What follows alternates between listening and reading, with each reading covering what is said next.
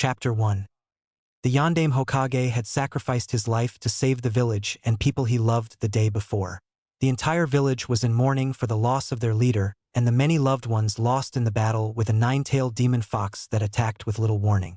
The survivors of that tragic night gathered around the Hokage Tower to hear the message of their new leader, the Yondaime's predecessor, the Sandaime Hokage, Sarutobi Hiruzen. The sage old man thought one last time over what he was about to do. He had spent the majority of the night in meetings over the future of the village that was calling on his leadership once more. Now he found himself seconds away from making a day-old baby either the most beloved figure in the quaint but powerful village of Konohagakure or the most hated. However, a key piece of information would be withheld from everyone at the request of the Yondaime. That request was that no one find out it was his child he used to seal the demon in to save the village. Hiruzen had stayed up all night debating both Minato's motives for such a request and the merits of it. In the end, he made the decision to honor the man's last request and trust in the village they both loved. He stepped out onto the balcony and looked out at the large gathering of civilians and shinobi. He calmly stood as the chatter stopped and all eyes focused on him. Most found it odd that he was holding what looked to be a newborn child in his arms. I would like to thank everyone for taking the time to be here today. As you know, the Yondaime in the battle against the Kyuubi no Kitsune sacrificed his life to protect us all. Many heads dropped at this, and there was a palpable sense of depression throughout those gathered. The council has seen fit to allow me the honor of taking over for my successor and leading this village once again. At this, a small cheer went up and the sadness seemed to lift a little. As tragic and terrible as last night was, I know that the will of fire that burns within every citizen of Konoha will burn brightly once again. At this, more cheers went up and smiles could be seen, if only briefly. I have one last piece of business, and that is to introduce an important piece of the Yondaime's victory over the Kyuubi. At this, everyone looks to see the Sandaime holding up a baby that looks to have blue eyes and thin wisps of blonde hair with 3 faint whisker marks on each of its chubby cheeks. This child, born amidst the destruction and ruin that befell our village, was used by the Yondaime at the cost of his own life to seal away the demon's terrible power. It is by this young one's very will its life that Kyuubi will never return to harm this village or those within it ever again. The aged Hokage stood their arms out holding the baby above the railing of the balcony, waiting for a positive reaction. Unfortunately, after a few seconds of silence, someone in the crowd threw a rock, nearly hitting the child and the Hokage, who sensed the attack and moved to protect him. That was all it took, and suddenly the crowd turned violent. Hiruzen immediately went back into his office, where he got the message out to his loyal Umbu to stand down and hide until this blew over or they wore themselves out. As the Umbu and his loyal guards moved out, he erected a powerful barrier that even the Umbu who were trying to kill the child couldn't break. It was 3 long days before the Hokage deactivated the barrier after recalling those he sent into hiding.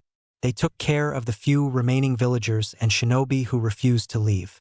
However, that would only serve as the beginning of Naruto's tormented youth. Chapter 2. 7-year-old Naruto Uzumaki had just been released from the hospital after another attack on his person by a group of villagers and shinobi. It was a beautiful and bright Thursday morning, but he wasn't happy like the few people out that hour as he was walking home. He was angry and fed up with everything and everyone save two. It seemed like no one would protect him, and no matter what he said, his persecutors got off without as much as a word said against them. The shinobi side wouldn't vouch for him even if they came upon the attack just in time to shoo off the attackers before they put in the finishing blow, and of course none of the civilians would speak up, even those that pitied or liked the blonde child. It's always been like this even since before the orphanage kicked him out at age 4. Of course, he wasn't any safer there. He didn't receive any serious beatings or stabbings there, but they still tried to kill him. They'd just try to starve him, or when they did feed him, poison him. In trying to be sneaky, they only managed to drag things out long enough that the Hokage eventually got around to saving him. To his fractured 7-year-old mind, the Hokage was the worst of them all. He could step in and do something about what was happening, but he only arrived on the scene just in time to prolong his suffering. The few times he had decided to protect himself, it was him who got in trouble and not the people who day after day tried to kill him or make him suffer through some other type of abuse. Naruto figured he had been beaten over 500 times in his life, stabbed over 200 times, poisoned over 100 times, nearly starved to death 40 times, mauled by the Inazaka dogs 27 times, raped by men and women 20 different times by too many people to count, electrocuted 10 times, nearly drowned 5 times including a few where he was legally pronounced dead before he revived, lit on fire a few times, and there were more attempts on his life than he'd been beaten. He had even been used as a toilet by some particularly sick fucks. During all of that, he figured only 10 people had ever faced actual charges and been jailed. Of course, those were during times the mob got bored with him and turned their rage on someone else who most likely got too close to the mob while cheering on their actions. So you might ask why a boy who, despite a few pranks and all that's happened to him in his short life, most would see as bright, caring, and innocent even if he was a little dense, was suddenly feeling like destroying the whole village? It would have to do with a certain purple-haired kunoichi who had befriended him a few months before this last attack against him. They had bonded over stories of past abuse by the villagers and others. It started early on the morning of his 7th birthday. The villagers were getting ready for the festival that would be held later in the day, celebrating the Yandame's victory of the Kyuubi. The woman who he was starting to see in an older sister fashion, or perhaps even mother for his desperate wanting of a family, offered to, in her words, give him a birthday he'd never forget. Naruto woke up early despite hating to do so, as he knew the purple-haired woman was the same way, yet she was doing all this so he could have a good birthday for a change. It had truly been a great day as she took him shopping and bought him a few things. He would later look back as thinking that should have tipped him off, as they went to shops where just a few days ago he was beaten and chased off from for merely stepping on the sidewalk in front of their shop. They went to eat and played games after. She even bought him a set of kunai and shuriken, saying she believed in his dream of being Hokage and wanted to start him off right. He was having such a good time with his Inai-san that he lost all track of time. It wasn't until he heard the fireworks begin to go off that he realized it was nighttime. Immediately on guard and feeling sleepy from being out all day, Naruto decided to call it a night. The woman picked him up easily and put him on her back with his arms around her neck. He'd always wanted to do this, and now he was, but he felt so tired. She assured him he could rest and that he'd be safe in bed before he knew it. Unfortunately, when he awoke later, he found himself on the street in the middle of a dark alley with his One-chan nowhere in sight. However, upon clearing his eyes and looking, he saw he wasn't alone, as villagers and shinobi with murderous looks in their eyes began to move towards him from all directions, cutting off any chances of escape. Naruto cried out for the purple-haired woman, only to receive no response, only the cackles of laughter by the growing crowd as they started to mercilessly beat down upon him until he looked dead. Even with his unnatural healing rate, it would be almost a month before he was released from the hospital, cursing the weakness that put him in that situation. It all served to point out how alone he was, that there were few people, if any, he could trust. There were 2 people he could count on through it all, and that kept him from ending his life on his own terms. But he didn't want to be a burden on them. He knew despite the awesomeness that was Ichiraka Ramen, they were not making much money, because people knew they served him and were nice to him. He figured it would only get worse if nothing changed. The only hope he had was that soon he would be allowed to train at the academy. He had no wish to be a ninja and become a tool for those who've made his life hell. Still, he needed to be able to protect himself and knew that was the place to learn. The only problem was he needed training now, but he knew no one would even let him look at a single scroll on even civilian-level defense tactics. Honestly, he wasn't much more hopeful about how he would be treated at the academy. "I can help you," a voice called out to him. Naruto looked around for the voice, but he was alone. "There is no need to search for me, Kit. Where are you?" Naruto asks the voice as he's still looking around. "I am talking to you inside of your head, so unless you want to be stared at, just think of what you want to ask me and talk inside of your mind.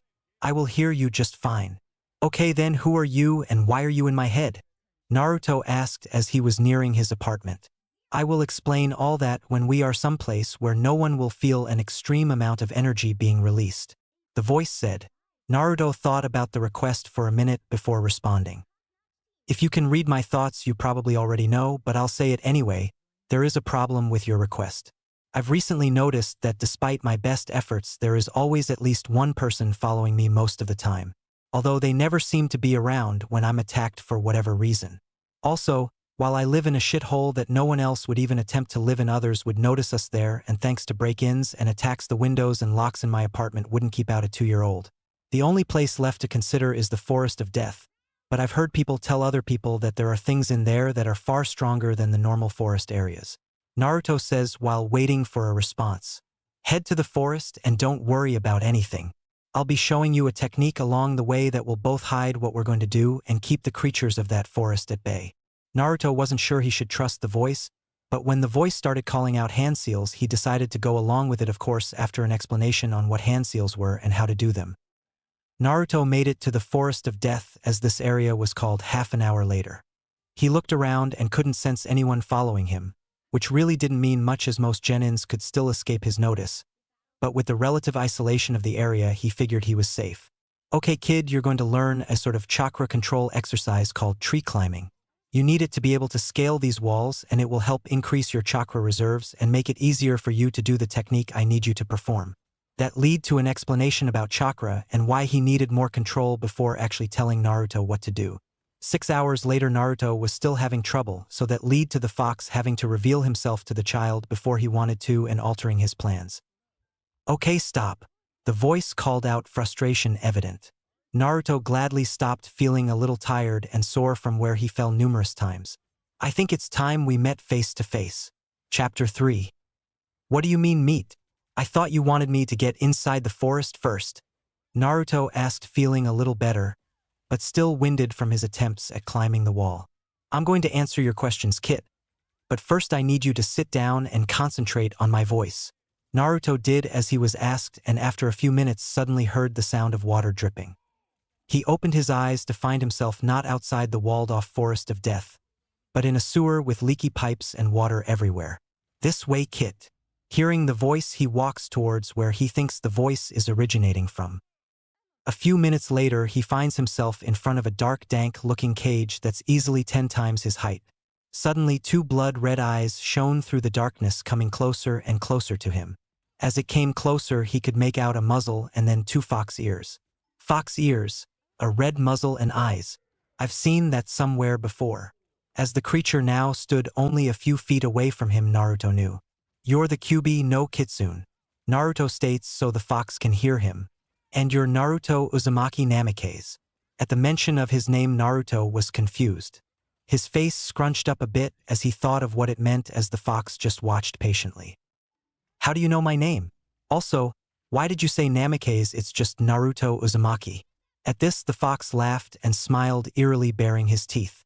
Stupid humans never cease to amaze me. Hey, I'm not stupid, Naruto shouted to the fox. The fox chose to ignore the comment made by his jailer and press on. Look, Kit, originally I was going to have you going inside that forest and do this, but we can do it out here instead. Naruto looked at the fox and a thought suddenly came to his mind. Exactly why should I be trusting you? To say the fox was a bit shocked by the question was an understatement. He figured they had gotten past this point, and then there was the fact he figured his vessel was too dumb to question anything he said. Look, Kit, just trust me, and I'll make you one of the most powerful beings on your pathetic plane of existence. Naruto thought for a second, and part of him just wanted to do it, consequences be damned. However, everything else was screaming to make sure the fox couldn't turn this deal of theirs into the worst mistake he ever made. Look, don't think I am not appreciative of the offer, but I am only looking for training so I can defend. Well, how powerful I get doesn't really matter to me as long as I can defend myself from all of my enemies. Naruto says, stunning the fox again, who then brought his head down and stared straight into Naruto's eyes. Then you're going to need to have an intense training schedule, Kit. You have enemies that would make the Hokages look weak, and I'm not just talking about the different demons and Jinchuriki you may face in the future. There is one particular group of humans actively hunting people like you, known as Jinchuriki, because you have a demon sealed inside of you. Naruto thought about this and came to one conclusion. I knew my life was fucked, but I guess that just doesn't cover it anymore. Naruto said sadly, and the fox just grinned at his container statement. True, but it doesn't have to be. I'm going to show you a clone technique that will help speed up parts of your training and allow you to get a little battle experience, but only after you allow me to change you a bit. What kind of changes exactly? Naruto asked, wanting to have some control for once in his life over what was happening to him. First, I plan to undo some of the damage these villagers have caused you by forcing you to starve and eat poorly. Then I am going to make it so you have 4 strong elemental affinities, including one that's rare for humans, and boost the 2 you already have. I will also enhance your senses and give you a dojutsu with similar abilities to the Byakugan and the Sharingan, which I gave those traitorous Uchihas.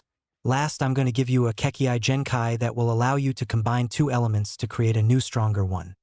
That sounds great. But what's the price for you doing this for me? It's a simple price. I want you to focus and change the sewer that's currently your mindscape into something more fitting of a demon of my stature. Also, I want to be able to sense everything you can. I want to be able to see what you see, smell what you smell, feel what you feel, and hear what you hear.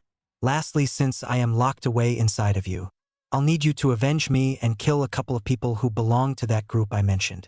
They're the reasons I attacked your village, as I thought they were hiding here.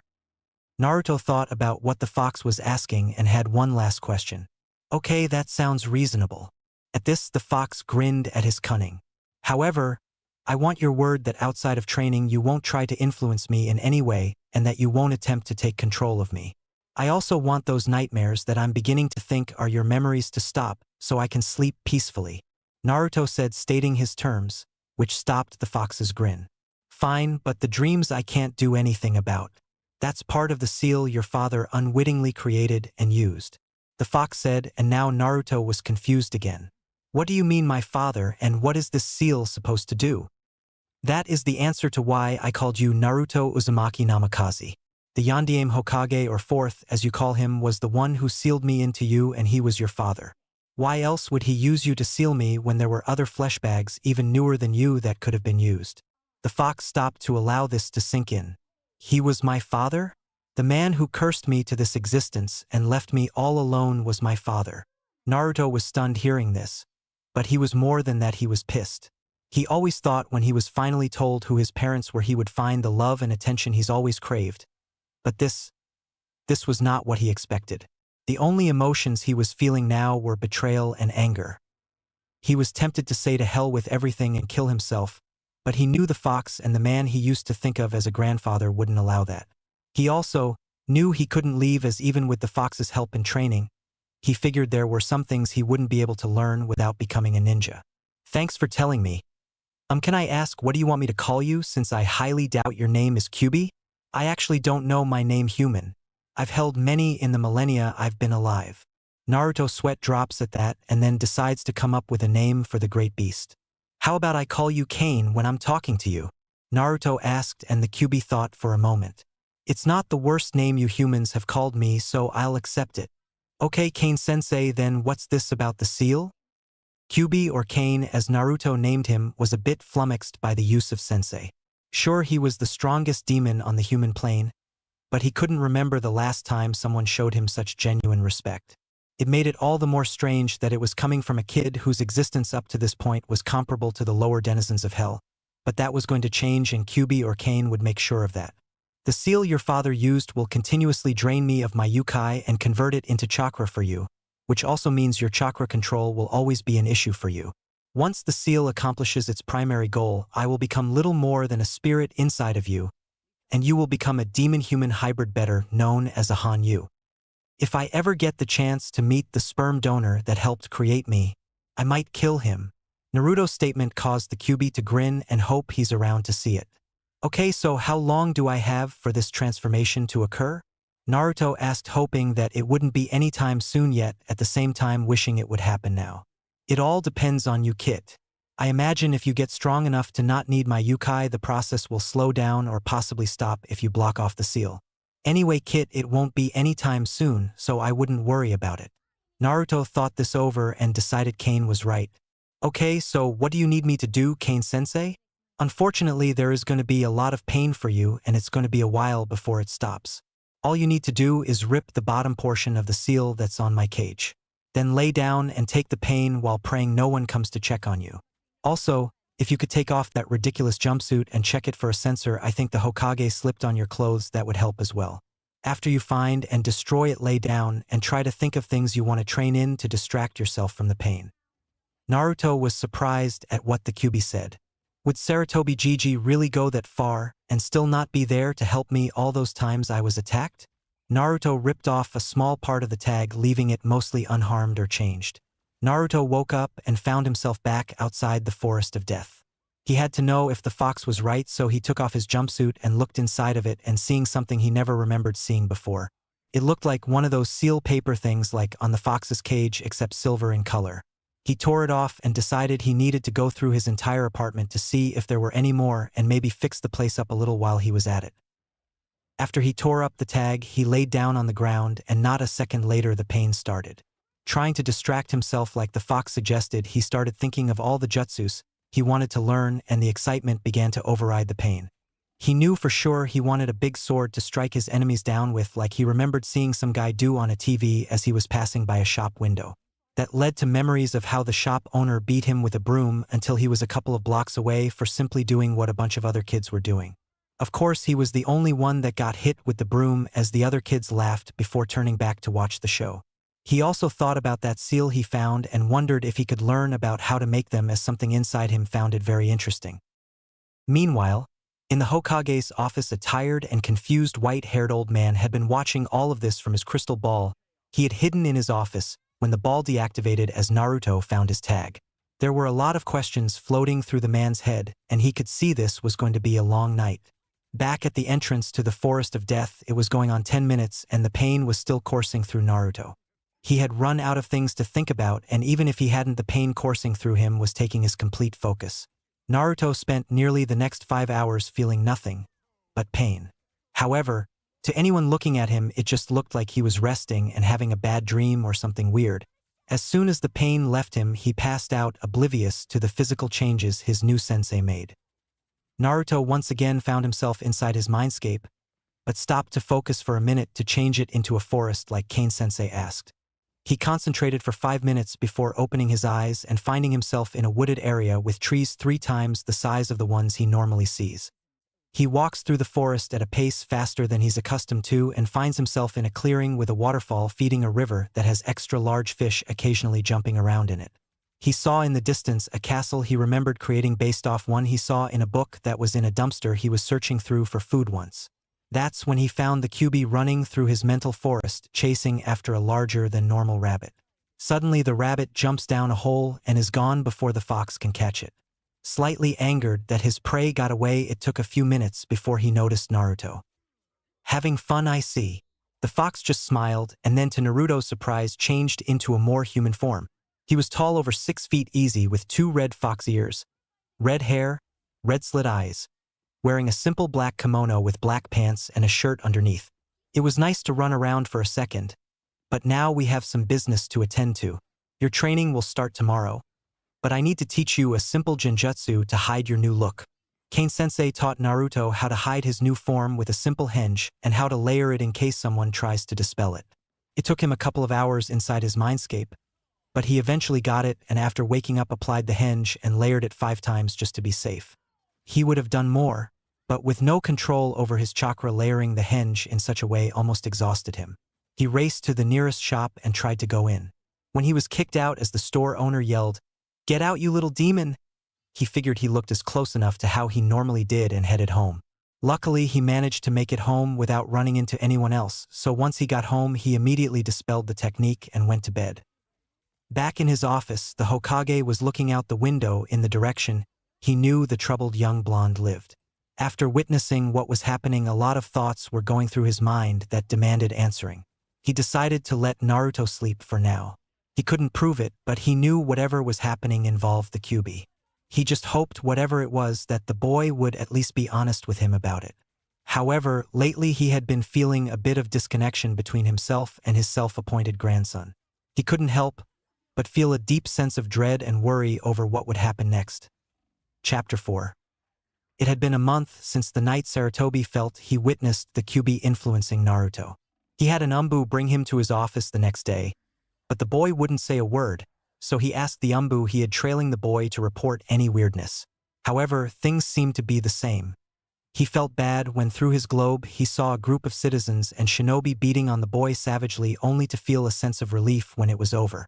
"I can't believe I felt relief over seeing a 7-year-old child beaten near to death, because nothing happened to those who did the beating. They got off without so much as a word said to them. Well, at least they didn't use any weapons that time." Then his mood soured even more. Of course, emboldened by my inaction, they returned the night after he was released from the hospital with weapons. He had to force himself to think about more pleasant things like Ika Ika, when the terrible memories of that night surfaced in his mind. He did nothing again, not that the civilian council would allow him to, but made sure Naruto got home safely when he was released. The old man was tired and knew he was doing a poor job protecting one of his village's greatest heroes. The problem was, despite his affection for the boy and his promise to his father, he felt the villagers were somewhat justified to their anger. Therefore, despite their reprehensible actions, he couldn't hold them responsible. The only question was, how much could one little boy take? That was why he sent one of the few ninjas he knew to have no ill feelings toward Naruto to bring him to his private office. There was a knock at the door and he called out for them to come in. Soon he was staring at Naruto, who he knew was in a henge. He was so distracted that he forgot to dismiss the umbu. "Naruto, could you please drop that henge you're using?" Naruto thought of complying at first, but thought better of it after remembering everything. "Henge? This is how I always look, Hokage-sama." Sarutobi was surprised, and so was the umbu. "Look, Naruto, you did a good job with it, especially when you haven't even been to the academy yet. However, good job or not, I am the Hokage for a reason, so please drop the henge." "Yeah, kid. I didn't notice until now, but I can definitely tell you're using a henge." Naruto just looked at them and undid one layer. "Okay, that henge is down and see nothing's changed, so can we move on to why I'm here?" This is not how Naruto acts. "Okami, don't tell me he figured something out." "Naruto, please remove all of the henges," the Hokage asked. The umbu was both annoyed by this kid and impressed. "I didn't learn how to layer a genjutsu until I was a chunin. I might request to take a few shifts guarding the brat and see what he is really up to." "I apologize again, Hokage Dano, but I cannot do what you ask." Now this was getting frustrating. "Naruto, I order you to remove the henges this instant." "I apologize again, Hokage-san, but I can simply not follow the request. I am a civilian child and not a ninja. I understand if it makes you uncomfortable, but I would appreciate it if we could move on to why you asked for me." What is up with all the different ways he's saying Hokage? He's being respectful but also disrespectful at the same time. The Naruto I know isn't this smart, and he would have called me Gigi at least once. What is with this kid, and how is he getting away with this? Technically he's right, but most civilians wouldn't be stupid enough to challenge the Hokage, and how is he keeping up those henges for so long at his age? Okay, let's move on. I need to know what happened last month. I know I asked you before, but you didn't answer, and so I let it go. I had hoped you would come and talk to me on your own. But since you haven't, I'm afraid I'm going to need you to answer me now. I thought he had forgotten about that. I still remember all those tags I found on my clothes and in my apartment, but there's something else also. He has a way of watching me, but it must be hidden or something only he can do." "What are you referring to, Hokage-Q?" "There were a lot of nights last month where something happened to me." The Hokage and the umbu both frowned at the response. "This isn't going to be as easy as I thought. Naruto, please just be honest with me. You were spotted near the Forest of Death. Did something happen that you would consider weird or out of the ordinary?" For a minute nothing was said, and everyone was silent as Naruto took up what would look to be a thinking pose. "Nope, can't say that there was. If that's all, Hokage Denka, then I'd like to be excused. It's almost time for lunch." At Naruto's response, Sarutobi smiled and thought for sure he could get through to the blonde with his favorite food as a lure. You're right, Naruto-kun. How about I treat you to some ramen?" asked the Hokage. "No thanks, Hokage Hika. I'm going to eat at home instead. Thanks for the offer." To say Sarutobi was stunned was an understatement. There was no way he ever believed the blonde would turn down free ramen. "Oh, Kami, now I know for sure something's wrong. Oh, maybe I can join you, Naruto-kun, and we can talk some more?" "Sorry, but as I'm sure you know, my apartment isn't suitable for company. I must be leaving, however. So may I be excused?" "Actually, one last thing before you leave, Naruto-kun." Naruto nodded.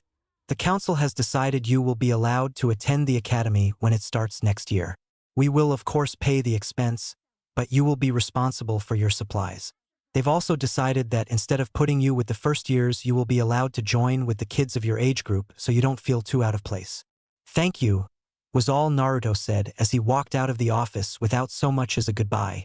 I fear he's already heading towards the dark side of life, and I have no idea how to get him back on the right path. "Robin, what's your opinion of the child that just left?" She was stunned that he would ask her opinion, but after taking a minute she answered, Hokage-sama, I can only say he's much more than what I've heard, and unfortunately life has not been kind to him. I sense a dark energy that is not connected to it slowly consuming him. He will be lost if something isn't done soon. I was thinking the same thing. You wouldn't happen to have any solutions to fix the problem, would you? Outside of kindness and love, there is no quick fix unless you can change history. The Hokage nodded and dismissed her after thanking her for her counsel. I'll wait until he finishes the academy before making any decisions. Maybe a few friends his own age would help, but I highly doubt he'll be accepted easily. I already delayed his entry due to pressure from the clan and civilian council, but that's just making things worse. I just hope he can survive, graduate, and stay loyal, not that we've given him many reasons to be. He turned to survey his desk. At least there is less paperwork since he's pretty much stayed out of sight.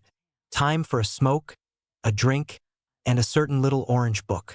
The Hokage thought, smiling at his newly instituted private time. Naruto had just left the tower and could feel the old man's eyes on him. Well, that was interesting, but I don't know how much longer I'll be able to stay under his radar if things keep going the way they are. As it is, I had to agree to go through with that stupid agreement I made to go to the academy and become the best Hokage ever. Naruto thought, trying hard to stifle a laugh at his previous self and how stupid he'd had to act just to survive this damn village. I have to keep reminding myself I'm still way too weak. If what Kane told me is accurate, I need to be stronger than the old man was in his prime, and Kane won't teach me how to use my elemental affinities or Keki Genkai until next year.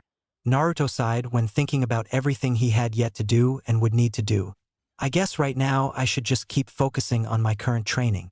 Naruto thought about the increasingly difficult workout Kane was putting him through with the use of seals and weights.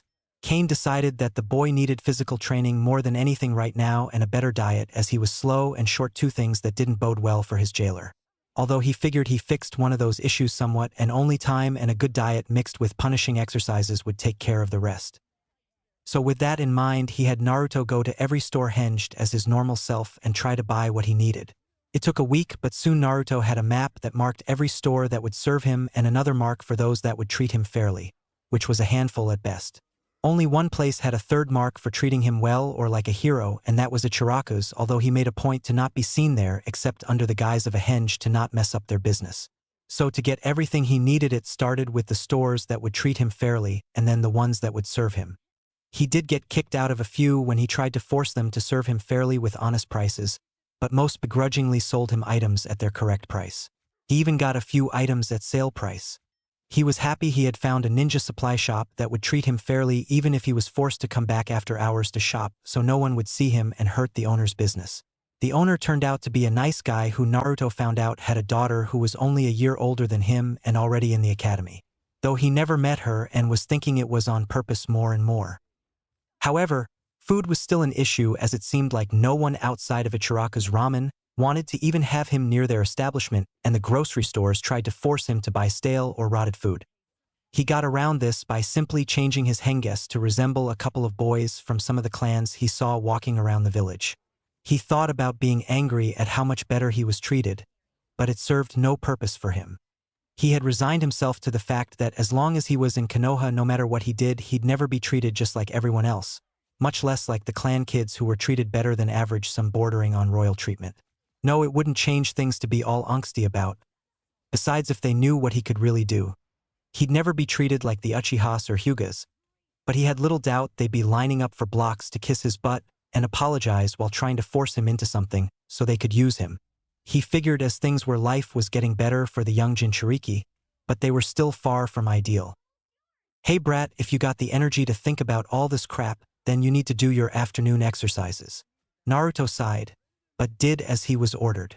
3 hours later, after running around Konoha 5 times, doing 50 push-ups, 50 pull-ups, 50 sit-ups, 50 jumping jacks, 50 squats and lunges, and stretches, by the end of his new routine, Naruto laid out on the grass of a local park, looking on as other children played and laughed happily without a care in the world. Naruto couldn't help but feel a little envy creep up inside of him. It didn't last long, as he decided to head home and read a book or two before going to bed. I have to remember to sneak them back into the library and get some more soon. His thoughts drifted off to what would happen next year, and if he might find one more person in a village filled with idiots and hypocrites that could see him for who he was and not what they heard or were told. Chapter 5. Naruto could only sigh at the scene before him. It was finally time for him to join the academy, and he admittedly found himself a little nervous. He watched as parents escorted their kids to the school, dropped them off, and stood around with other parents talking about how great their kids were. Well, most of them anyway. He took notice of one little girl with white eyes who was just standing there with a blank expression on her face as an older boy, who didn't look too kindly towards her, left her outside the school without so much as a wave. He could see a similar pain in her eyes, but she didn't seem to possess the anger or emptiness that most saw within his own. The other parents and children all seemed to be avoiding her, taking care not to bump into her, only sparing a few polite pleasantries before scurrying off. She suddenly turned and looked at him like she was studying him, but he saw no hate or anger in the look, so he faked a smile and waved at her. She quickly turned, hiding the blush that was spreading over her as she walked into the academy. Naruto frowned at the weird actions of the girl, but soon his focus was turned to the angry group of people coming towards him. Naruto decided that today wouldn't be like the other days. He had played the good little victim during the last year, all the while training and getting stronger, faster, and maybe more importantly smarter under his sensei's direction. Now that he was entering the academy, both thought it was time to show Konoha that they had lost their punching bag and scapegoat.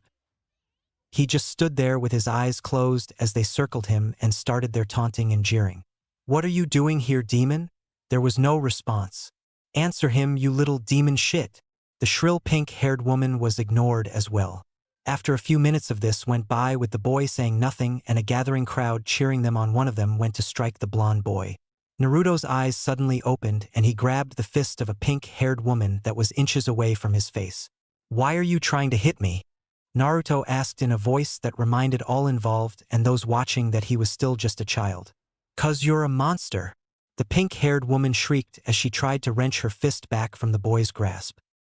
The only response she received was a laugh as he shoved her fist away and walked by her and through the crowd that parted for the demented blonde.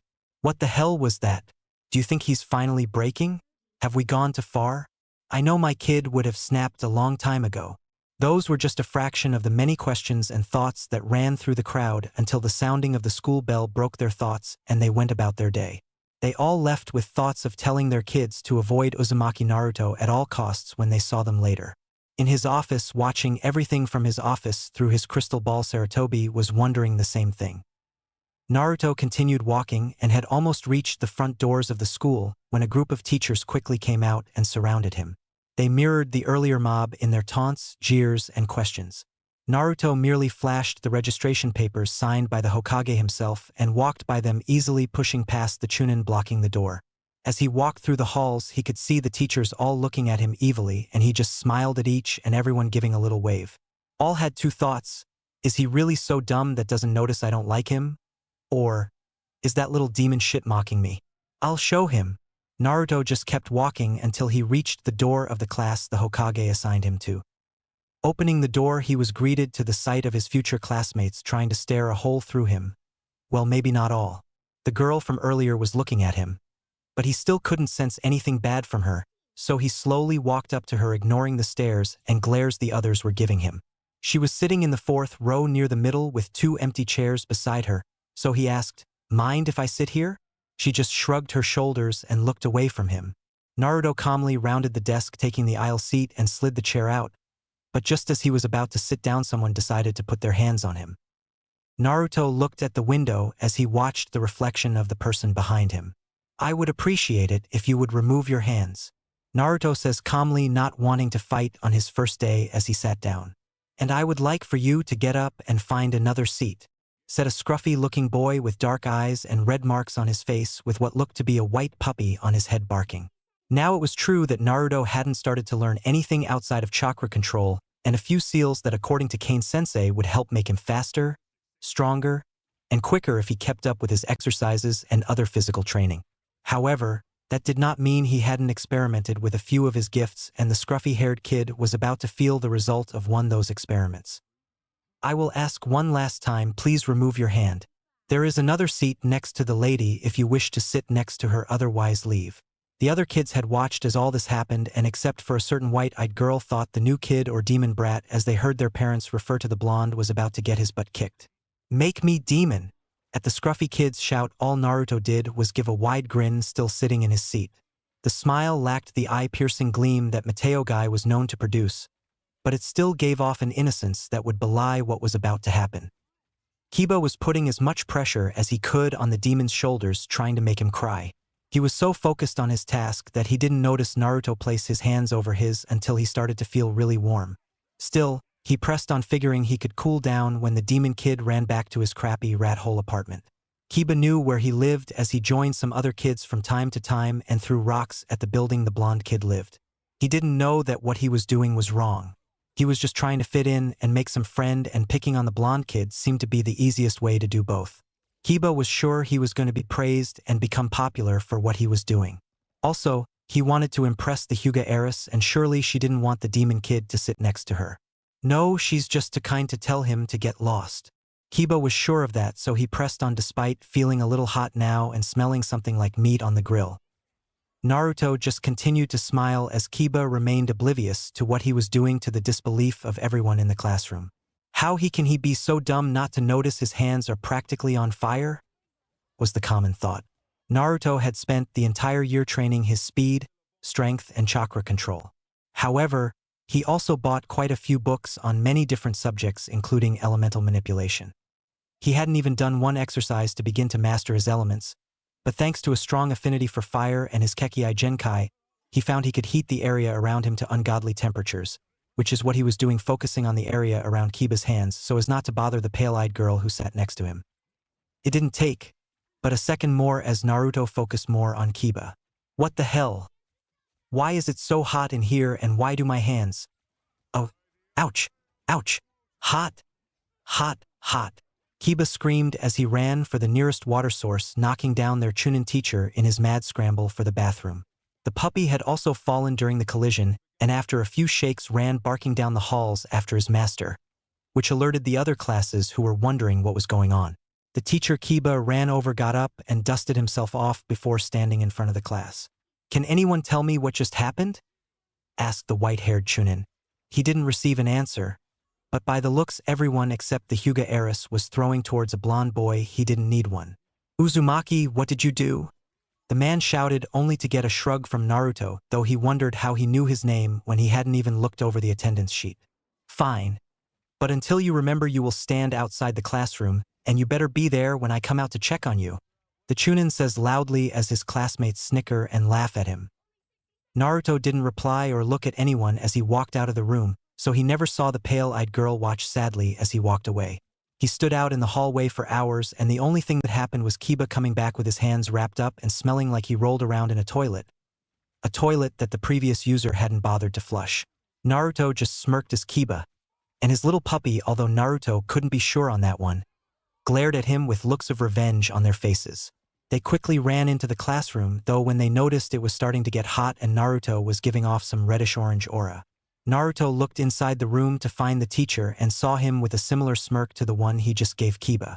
The man calmly walked over and closed the door in his face, getting more giggles and laughs from his classmates. Naruto stood outside for another 30 minutes before he'd had enough. He figured something like this would happen the moment any trouble happened in class. It's not like he'd never been blamed or punished for stuff he didn't do before. So instead of wasting more time he could be using to train, he created a single Kage Bunshin and then hinged himself to look like a dark-haired, dark-eyed, black-clad, whisker-less version of himself, and walking up to the roof before he jumped to the next one and ran off to the forest of death so he could train in private for the rest of the day. It was now Saturday and Naruto was thinking back on his previous week of school. He didn't know if he should really say that as he spent more time in the forest of death, as he was told his favorite training area was called, than actually in school. He mentally thanked his still-asleep sensei for teaching him Kage Bunshin, because otherwise he would have been stuck spending most of his days this week standing in the hallway. He didn't even know what he did to be thrown out these past 2 days, as after Wednesday he had opted to avoid being near the Hyuga heiress, as it was bringing too much unwanted attention on him. It wasn't like she ever spoke to him, so he really felt no loss there, and he liked to be alone most of the time. It was better than being treated like a monster anyway. Letting out a deep sigh, Naruto did his morning routine, which started with a nice breakfast of sausage patties, fried egg omelets, sliced apples, toast, and orange juice, then took a shower and finished by brushing his hair and teeth before gathering up what he would need for school or training and sealing it up. As he checked to see he had everything, he made a Kage Bunshin to clean up and shut everything off and then headed to school the civilian way. He made it to school with 10 minutes to spare, receiving the normal glares and hate-filled utterances, but ever since that first day he noticed most people stayed as far away as possible from the blonde. The Hokage had even sent for him on Wednesday to get him to promise not to do a repeat performance, as he spent most of his afternoon Monday and the entire day Tuesday fielding complaints, transfer requests, death threats towards Naruto, etc. Then some Inuzuka barged in demanding he apologize to Kiba, who had told her some ridiculous story about how the demon kid attacked him when he was trying to help the Hyuga heiress and had his back turned to him. That did get a good laugh out of him, even as Saratobi frowned at him. Of course she stormed out without an apology and a bit red in the face when the Hokage relayed what really happened. She didn't care about what Kiba did to Naruto, but for lying to her and making her look silly in front of the Hokage, well, Kiba wasn't gonna like what happened to him when he got home. However, their intrusion did give the Hokage the opportunity to question Naruto about what he did to Kiba. Naruto cursed silently to himself about how much tap dancing he had to do to get around answering the man who was very insistent. Damn nosy old man and his stupid snitches. Naruto walked past the parents, teachers, and other students who were giving him a lot of space without saying a word or even acknowledging any of them. Many parents had tried to get either him kicked out of the school or their kids transferred from the class he was in, but the other classes were full. The only kid who was transferred out was Sasuke, who was switched with a civilian boy whose parents complained at first, but bit their tongue as the council said it was for the good of the last remaining loyal Uchiha.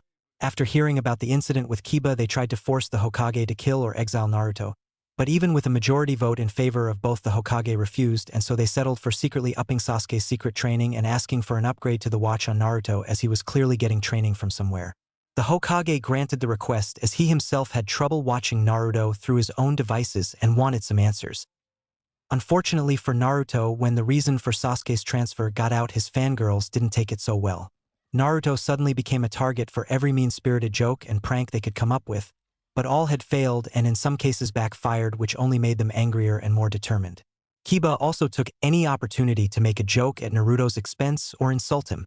Walking through the halls to his class, Naruto thought about the real reason Sasuke was transferred. Tuesday, the teacher Mizuki decided to take the class outside and see what their level was in practical ninja skills.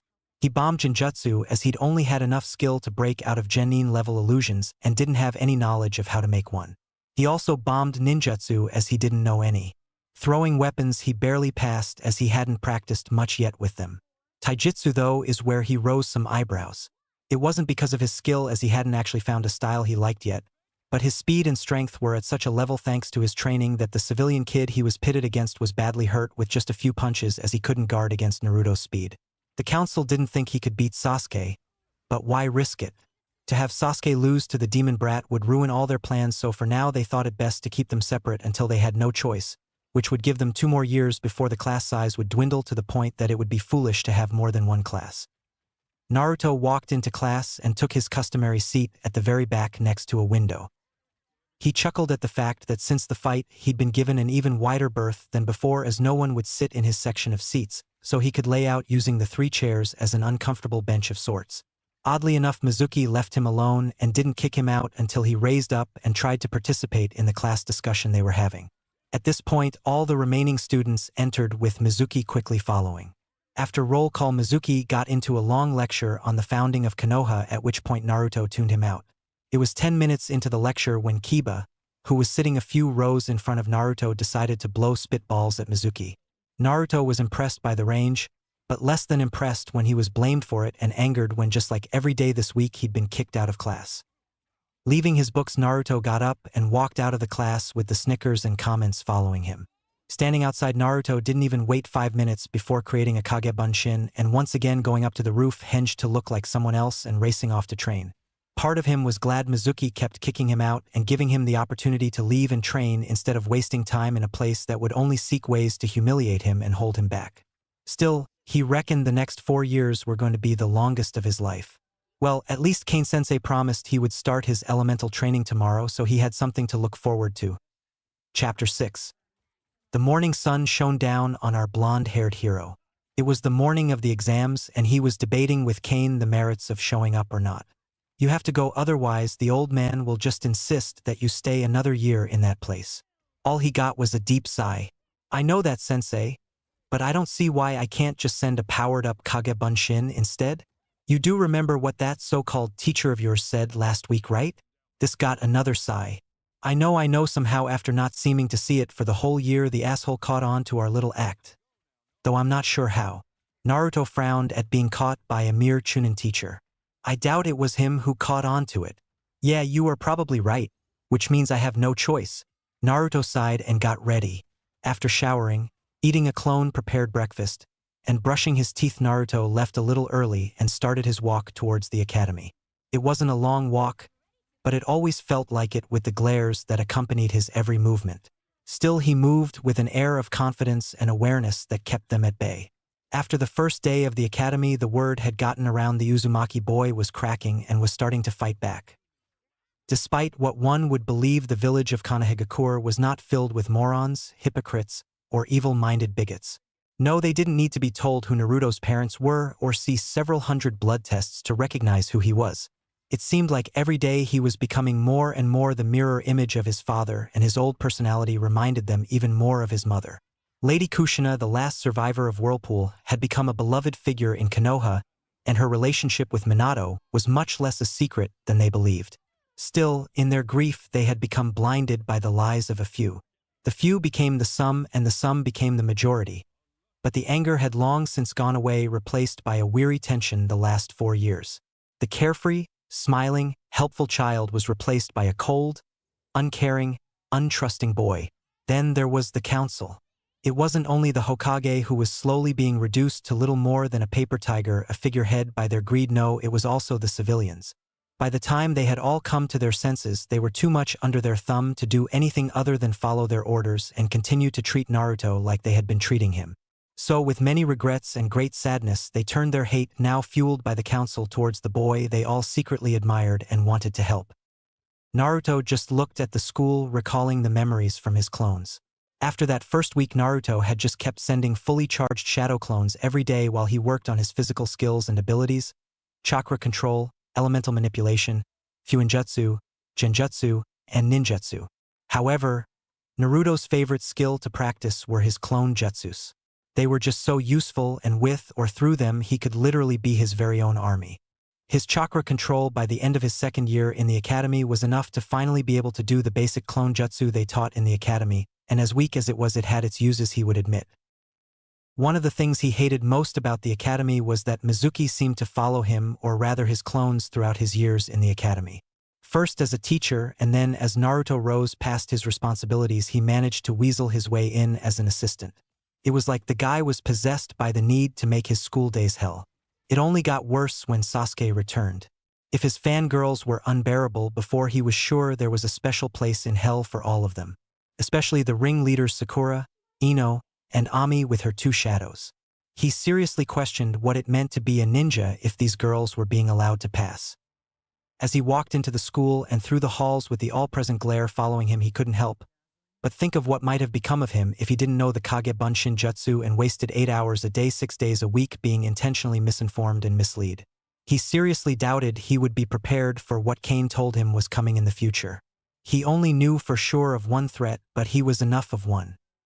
To fight Uchiha Itachi and live was something not many people could say, but he wanted to be one of those that could.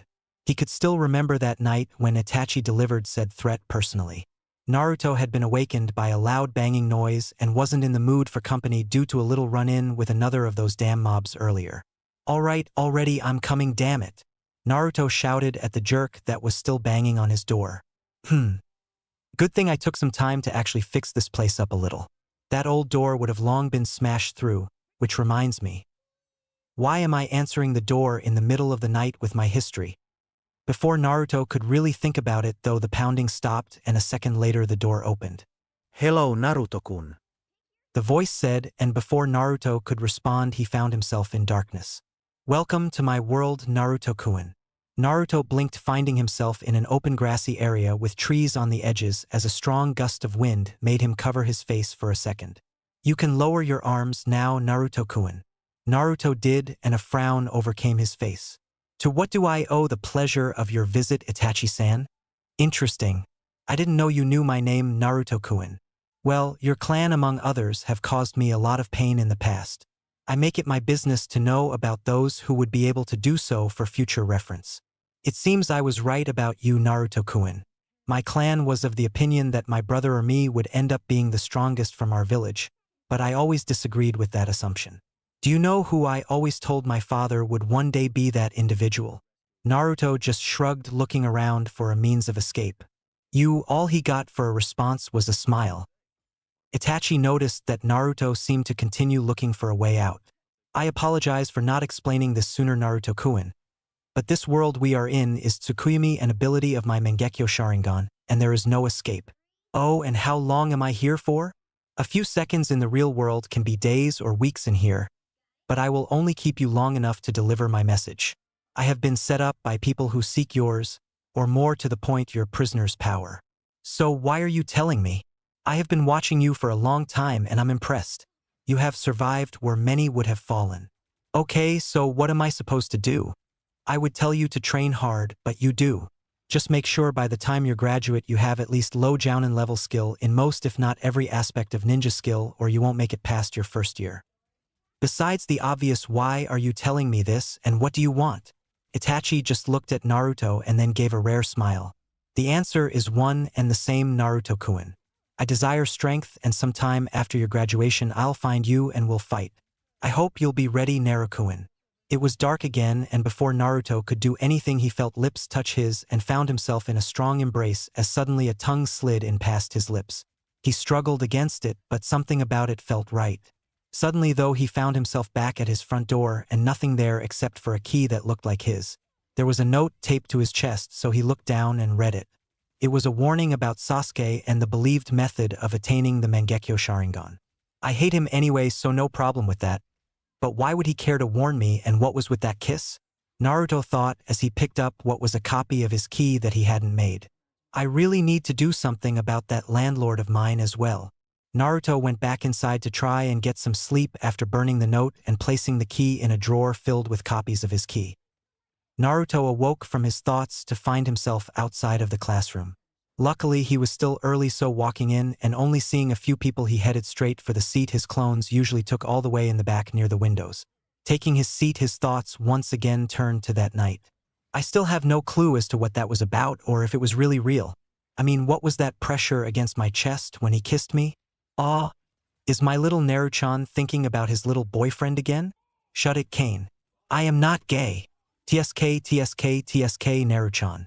You shouldn't deny your true feelings. I'm a demon after all, and if you are gay, that's fine with me. Demons of all kinds, colors, and sexes get together where I am from, so there's nothing to be ashamed of. Thanks for the understanding. But it's not needed now. Shut up or I'll turn my mindscape into fuzzy land.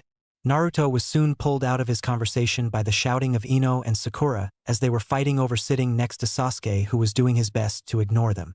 Unfortunately, Sasuke was sitting next to him, as he had started doing halfway through the third year when he rejoined Naruto's class.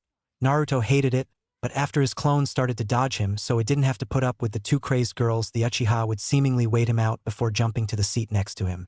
It wouldn't have been an issue, but he always waited until most of the other seats were taken. So Sasuke ignored him and his clones ignored Sasuke, now so was he. I wonder why they never realized there are two chairs beside him and they could both sit beside him? Naruto just shrugged and chalked it up to them being fangirls. Soon Iruka came in and used his big head jutsu to get everyone to shut up.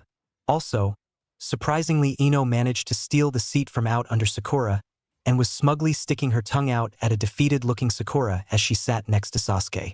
Naruto tuned out the drama as he looked to see the pale-eyed girl he came to know as Hinata looking at him. He just smiled and waved as she quickly turned around. Reviewing the memories of his clones showed that she did that constantly and for whatever reason seemed to avoid being near him. He didn't really know what to think about the girl other than he thought she was really cute and really weird. Naruto stopped this line of thinking as both teachers stood up and the man he now knew as Iruka started talking. Alright everybody, today is this last day for those who have not taken or passed the Genin exam. He stops and looks at Naruto with a glare. For those of you who have passed, you are welcome to take it again to try and improve your marks, otherwise you can go home. To Naruto's surprise, only Hinata, a boy called Shino, and Sasuke got up and left. I wonder how come no one else passed before. I know I failed mainly because I was trying to and those two pricks were pulling tricks to make me fail. I bet they'd be surprised if I told them I was trying to fail.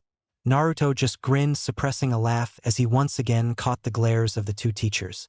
Okay, everybody, Mizuki will pass out the tests and remember to use standard number 2 pencils, and if you need to you may pull out a piece of paper now to work with, and when you're done attach it with a paper clip to your test. Naruto of course pulled out a couple of pieces from a pocket that had a seal hidden in it and a pencil. I wonder why they always say use a number 2 pencil. Is there a number 3 pencil somewhere? Mizuki finally reached Naruto's row and with Sasuke gone it was just him and Ino. But Mizuki just left his test on the seat furthest from him and walked away with a smile, and Ino didn't look like she was willing to pass it to him. Naruto reached over and grabbed his test and immediately noticed the genjutsu over it. He looked down and sure enough both teachers had a stupid smirk on their faces. Naruto just smiled and looked down at his test. I could piss them off and simply dispel the genjutsu, but I think I'll do one better. Now it was Naruto's turn to give the teachers a smirk and they instantly looked confused. Naruto took a sheet of paper and wrote down the questions before dispelling the genjutsu and working on the real test before turning to his teacher's test. Naruto just finished as Mizuki called for everyone to stop and bring their tests up before heading out to the training fields. Naruto was the last one to hand in his paper, and with a smirk left to join his classmates. Irika and Mizuki quickly checked the other papers before looking at Naruto's and then his worksheet. Mizuki, how the hell did he answer these? I remember these as being on the Chunin exam test when we took it. Irika said, looking over the paper again. I don't know, but he must have cheated somehow. How? We were watching the little demon like hawks. I don't know, but he must have. There's no way he's this smart. I guess, but there's nothing we can do. I have to pass him for this part of the test, and worse is he'll get the top score, a perfect 100. Both men sighed before heading out to give the rest of the test, hoping the demon fails the next one. They soon caught up to the class and found them lounging around amicably talking amongst themselves with Naruto far off to the side looking like he was in a trance. Okay everybody, we graded the tests and here are the top 5. 5. Nara Shikamaru, 4. Tamachi Kaoru, 3. Nobuzuru Haruto, 2. Haruno Sakura, 1. Uzumaki Naruto. Everyone was shocked at the results except for Naruto, who just smiled and waved at everyone as they stared at him. A minute later the fog was broken and they all began discussing how the demon brat cheated. Naruto just continued to smile, loving the turmoil he caused in the insignificant little minds. A few minutes later they were assembled in front of a bunch of targets that were placed at varying distances. Being an Uzumaki at least had one advantage. Naruto got to go last as all the other kids went before him, and without the 3 who already scored high enough to pass the 2 previous times, the rest were average at best. However, to pass all they needed was to hit 5 out of 10 on both shuriken and kunai throwing or hit the target 10 times. It surprised Naruto when Ino and Sakura managed to hit 7 using both while the rest settled for hitting 10 combined, as most seemed to do better with kunai than the shuriken for some reason. When it was his turn, Naruto stepped up to the line and taking his time hit all 10 targets in the bullseye, with the shuriken secretly using a little wind chakra to correct the path of any that seemed off target. Hearing the mummers, Naruto smiled as he took his time and all 10 kunai wound up in the bullseye beside the shuriken. Irika and Mizuki were beside themselves as they expected him to fail miserably and kick him out with the 3 strikes rule, never to see him again unless they were in the mood for a little revenge or torture. However, it seemed like nothing they did was working even when they tried to knock his kunai and shuriken off course.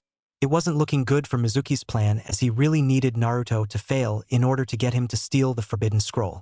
He hated to admit it, but that little demon was already twice the ninja he was in regards to stealth and infiltration. All he had to do was keep Irika blinded to the truth of their little alliance by using the grief over his parents to fuel his hate. Mizuki realized they only had one chance left to fail the little monster, and that was during the 3 basic jutsu test. If he couldn't do those, then it wouldn't matter how high he tested in the other portions of the exam, he would automatically be failed. The taijutsu portion of the exam was easy for Naruto. It didn't test their knowledge or form. The test was a simple how long can you stay in the ring against the teacher's test. Of course they took it easy on everyone except Naruto, which meant all except a few lost causes failed. When Naruto's turn came up, Mizuki made sure to go all out on him. It caught Naruto by surprise, as even though he expected them to be rougher on him, he didn't expect them to go so far. Mizuki took advantage, and after a quick punch that slightly dazed Naruto, he followed up with a roundhouse kick. but Naruto managed to duck down fast enough and avoid the hit. Naruto maneuvered Mizuki around until he could see the clock had 20 seconds left, so he moved towards Mizuki and weaved through his increasingly desperate attacks until he got close enough to hit him with a chakra-enhanced punch to the gut that knocked the wind out of him, and then followed with 2 quick kicks to the knees and then a roundhouse kick to his temple, knocking him out just as the timer went off. Okay, maybe a little after the timer went off. The rest of the class just stood their mouths open as flies went in and out. He wasn't surprised by the reaction, as his clones mostly forfeited when anyone who could do even a little damage was his opponent, as they might dispel or accidentally kill one of his more permanent clones. Iruka snapped out of it, and after glaring at Naruto, he rushed to his friend's side with smelling salts, waking him up. The class silently walked back to the classroom to wait for their teachers so they could finish up the exam. Iruka, what happened? Did I kill the demon? Sorry man, the little shit got you good. I was surprised to see that he could do that stuff to stop him, but we'll get him. He may know some Bunshin types, but there's no way he can do the Academy version. We'll just stipulate that it has to be the Academy Bunshin and do it in the back room so he doesn't see the others pass, even if they don't do a perfect one. Mizuki gingerly nodded his head as a dull, throbbing sensation coursed through it. I really have to kill that little bastard after he gets me the scroll. Naruto and his classmates just sat there waiting. The rest of the class was talking to each other and eyeing Naruto cautiously. They couldn't believe the dead last had aced the written test, hit the bullseye perfectly in the weapon test, and then knocked out one of their teachers. Even Sasuke had only managed to place second in the written portion behind Sakura, hit 18-20 targets on the weapons test, and last until the timer went off against Mizuki. For Naruto to display the level of intelligence and skill that he has displayed would go against everything the last 4 years would indicate. He wasn't bad except supposedly with jutsu, but he wasn't supposed to be good, at least not this good. I could still take him though, right boy? Akamaru just looked at Kiba and then Naruto and then laid down. Yeah, I know I could, and then I bet the girls would be all over me and forget about that jerk Sasuke. Kiba dissolved into a fit of perverted giggles as people moved away from him slowly. Everything grew quiet as Iruka and Mizuki walked back into the classroom, with Mizuki leaning against Iruka for support. Okay, everybody, we're almost finished. We will begin to call you one by one into the back room to perform Henge, Korami, and Bunshin Jutsu. Once you complete the test, you will choose a headband if you've passed, and then you are to leave out the classroom door and proceed to the front of the school, where you can leave the grounds or wait for whoever is coming to get you. You are to return tomorrow morning for your team placement.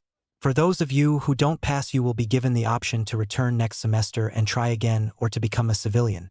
If your decision is to return, you have a week to get in contact with one of us or the principal. Okay, now listen up for your name and come in when you're called. Naruto watched as everyone went and completed the exam. He watched as most seemed to come out with a headband tied somewhere on their bodies as they ran outside to greet family or friends and show off. He actually felt a little sad for the ones that came out with no headband, their heads down, looking ashamed as they walked out the door. They would most likely, even if it was only their first failure, give up and become a civilian. Though a few he spied had a look of determination that showed they would be back next year. One way or another, I won't be one of them, but I could imagine feeling differently if that incident hadn't happened. Uzumaki, Naruto, it's your turn. Mizuki called, doing his best to hide his disgust. But of course it didn't work, as Naruto picked up on it easily. Okay, Naruto replied as he walked into the back room as Mizuki closed the door behind him. Okay Naruto, all you have to do is perform a Henge, Korami, and finally a regular Bunshin and you're done. Naruto just smiled at both of them before he henged into a perfect henge of Mizuki and then waved at the man, before he used Korami to switch positions with Mizuki and then switch back still in the henge, but to his credit Mizuki kept his calm and even praised Naruto on his skill. What the hell is going on here? Why is Mizuki praising the demon? Iruka was so lost in thought that he almost missed Naruto's attempt at a Bunshin, but he smiled as he saw it on the ground looking sickly and near death. Sorry Naruto, but you fail. If you can't even perform a simple Bunshin, then there is no hope in you being a shinobi. Naruto had to pinch himself to stop the smile that was forming on his face, but inside his head he was laughing at the two pathetic excuses for shinobi. I can't believe they allowed their hate to cloud their judgments so much. Oh well, I better get out of here. I certainly don't need or want to hear any more from these two. I should probably go out the back way though, as I'm sure there is still a crowd out there waiting to see if the demon passed or not. Naruto was brought out of his thoughts as he heard Mizuki for some reason try and get Iruka to give him another shot. He has something planned, But unfortunately for him, I'm not playing along. They already gave me what I want. The two shinobi's argument evolved into a fight, and they didn't even notice that Naruto had left until they heard the classroom door close. Before Irika could even turn back to his friend, he was also gone, leaving him completely confused and questioning everything that happened that day. Meanwhile, Mizuki had just caught up with Naruto, who was only a few blocks from his apartment complex. "Naruto, wait up!" shouted Mizuki, causing Naruto to turn and stare at the man. "What can I help you with, Mizuki-san?" "Well, I was a little worried you were taking what happened back there hard, but I can see that you seem to be fine." Mizuki, for his part, was wondering exactly why he wasn't and if this was going to affect his plan. One door closes and another opens, as they say. I think I will go to civilian school and then maybe travel around, as I don't think I'll find what I'm looking for in Konoha. Naruto finished as he watched Mizuki's reaction. The man seemed to be in a mild state of panic, but he couldn't be sure. Damn it, the little demon is messing up all my plans. No, I won't allow this. I deserve everything Orochimaru-sama is going to give me when I hand him that scroll, and this little shit is going to get it for me. Well, that's a very mature way of looking at this, Naruto. But what if I told you there was a second secret test you could take that would allow you to become a genin? I would say I'm listening. It will be a test of stealth, secrecy, and information gathering. All you need to do is steal the Forbidden Scroll, Konoha's Scroll of Seals, from the Hokage's office without anyone seeing you, and deliver it to me later tonight in the woods behind the school training grounds.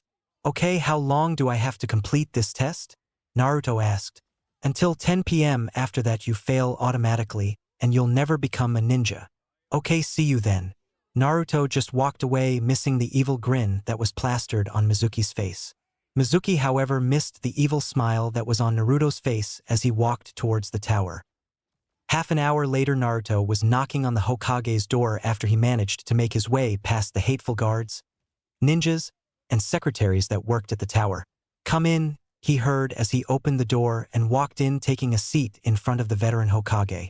"Oh, hello, Naruto. To what do I owe the pleasure of your visit?" The Hokage was surprised with the visit, as it seemed like the blonde wanted to be anywhere but near him these last 4 years. It did save him from having to use on of his umbu to track him down so he find out what happened during the test. He had watched the whole thing, and right up until he bunched, he fully believed the blonde was going to pass. He had even picked out his team. He thought Naruto like Sasuke and Sakura, as he saw him sitting with them frequently in class when he spied on him. Of course, he overlooked the way the pink-haired girl always seemed to yell at the blonde and tried to hit him, or the way he seemed to be trying to avoid Sasuke. They'll be the perfect team, and with time, may even become the next Sannin. Actually, I came for 2 reasons. The first is to tell you that the Chunin teacher Mizuki approached me half an hour ago or so about stealing a scroll from your office as a means of passing some secondary test after I failed the graduation exam today. That is troubling. Are you sure about this? Because Mizuki has never once shown any signs of being a traitor?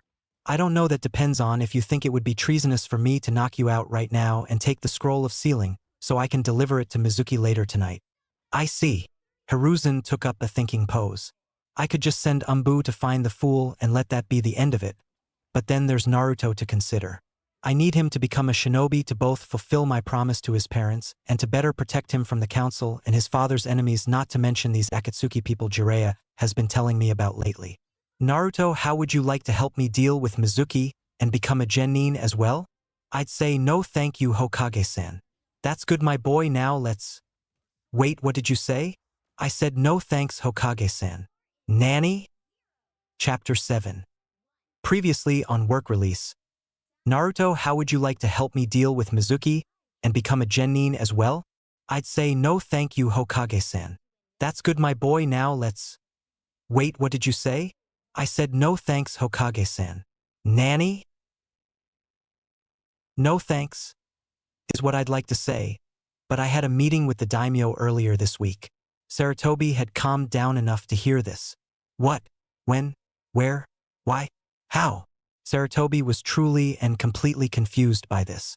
He didn't even think Naruto knew there was a daimyo, let alone talk to the man. I left the village after Chunin Academy teacher Yumino Irika figured out my little trick with my bunshin technique. The Hokage had to interrupt. When did you learn a bunshin technique, and what was this trick of yours? I hope it wasn't another prank, Naruto. It's not a big deal. I found a teacher outside of the academy who was willing to teach the demon brat. Naruto, I know you're frustrated and all, but you have to understand. It doesn't matter anyway. When I met the daimyo and told him of my situation, he seemed surprised. He told me that a group of councilmen and your advisors regularly came to see him and that they told him I was being well taken care of. It seems he knew my parents and was giving them extra funding to make sure I was being looked after. Naruto really wanted to laugh as the man turned pale at the implications of all this. Oh, so you know Hokage-san? He is sending a team of investigators and accountants sometime during the week to find out what happened with those funds. Now the Hokage was close to fainting, but he wasn't the Hokage for nothing, so he pulled it together. Okay, are you to thanks F for letting me know. No problem, he wanted me to inform you anyway, because he will also be sending along 2 of his guardian sons. They are coming to Konoha to become ninja and learn more about Konoha and the world of shinobi. It was his solution to a problem I shared I might have, since he practically ordered me to become one as well. Naruto had the Hokage's full attention now. What problem would that be, Naruto-kun? I really hope it's something I can help with, as Naruto really does deserve to find a little happiness. The fact that I don't trust a single person in this village to not kill me when they find an opportunity, let alone expect them to have my back on missions. His solution was these 2 boys who have been training since they could walk and really wanted to be ninja. He said they were a little older than me and already have undergone their elemental and weapons training. They haven't unlocked their 2nd element yet, but they have mastered one according to their fathers. Well, that's to be expected, Naruto. Most of our ninja don't even begin to learn to control an element until they make Chunin. So it's quite a feat that they already have mastered one, and I'm sure they'll make a fine addition to the village, said the old man, giving Naruto his best smile. So if I told him I can control 7 elements and I'm working towards using 2 or 3 more, he'd probably force me into Umbu or something. I better keep quiet about the full extent of my abilities for now. I'm sorry, Hokage-san, but it seems I wasn't clear. Technically, they nor I will be ninjas for this village. We will wear the headband and swear loyalty to the daimyo and you, but in 3 years' time we will quit. The contract I signed with the daimyo for my freedom runs for 3 years, and then my 2 teammates will return to the capital and I will be allowed to either reside safely in Fire Country or given safe passage to any other country I wish to live in. Of course, there is also the chance I may stay and continue on, but I wouldn't count on it. The Hokage was beginning to swear a bit. Contract? He signed a contract with the daimyo?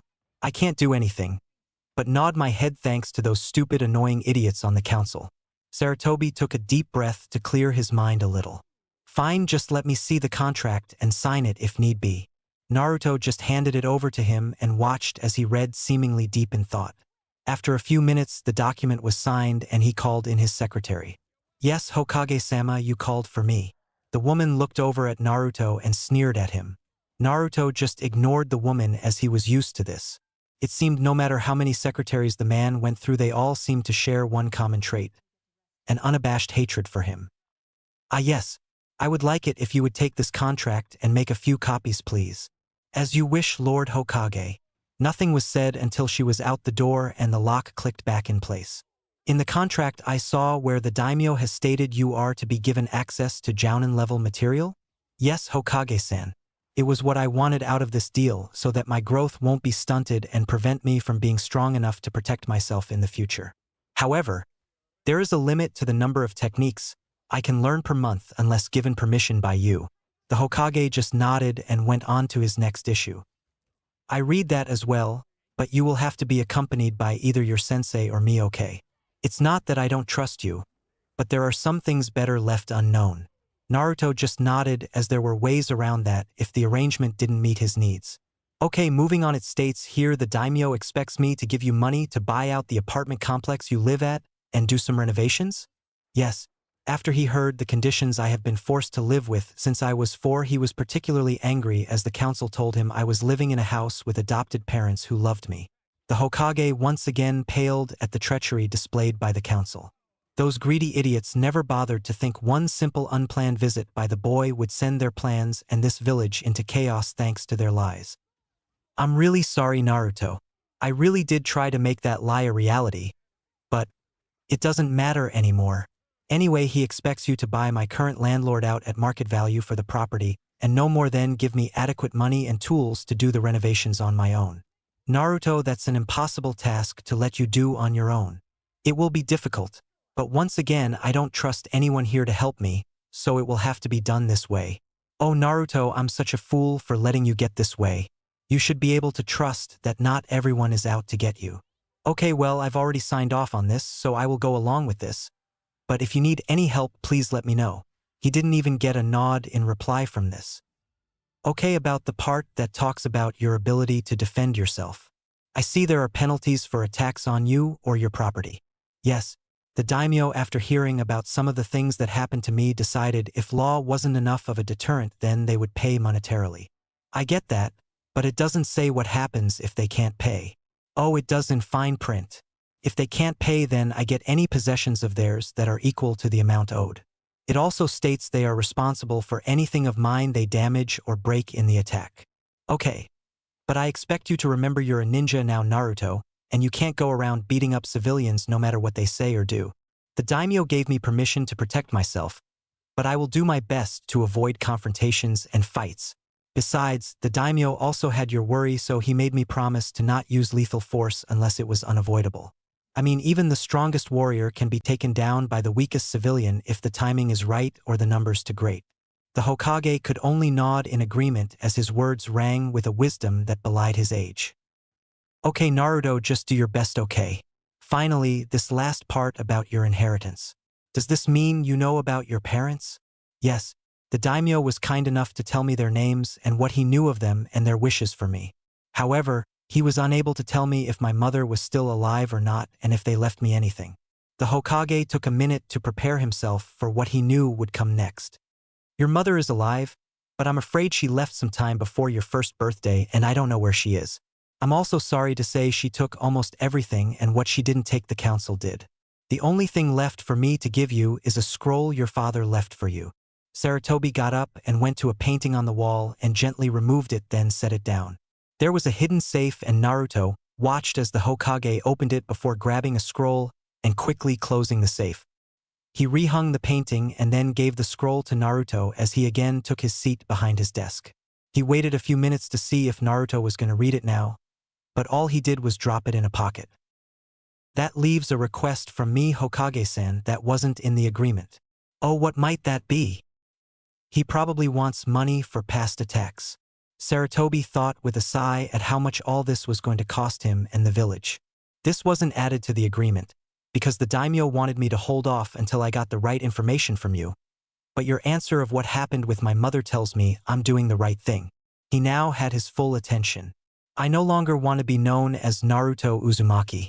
Instead, I just want to be Naruto until such time as I find the right last name or get married, in which case I will take my wife's last name.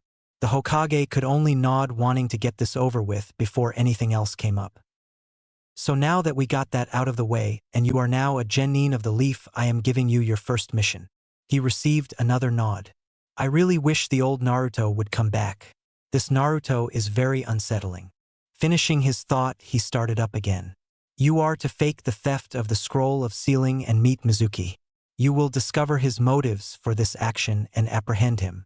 If you are unable to, a team of Umbu will be waiting in hiding and help you finish the mission. When you have him and the scroll secured, we will come out and take over from there. Any questions, Naruto? Will I be using the real scroll, or are you going to give me a fake to deceive Mizuki with? The Hokage went into deep thought for a moment. I really should give him a fake, but giving him the real thing would show my trust in Naruto. Plus, if Mizuki detects it's fake, it will put him in an even more dangerous situation. I believe I can trust you, Naruto-kun, so I will let you steal the scroll. I hope you realize the level of trust I'm putting in you now. Give me a few minutes and then take the scroll. One of my Umbu will follow you and then more will be on their way. Naruto nodded and watched as the old man gathered up some paper and made his way to the door before he stopped and turned to face him. I know it may not seem like it, Naruto, but there are people in this village, including me, who care a great deal for you.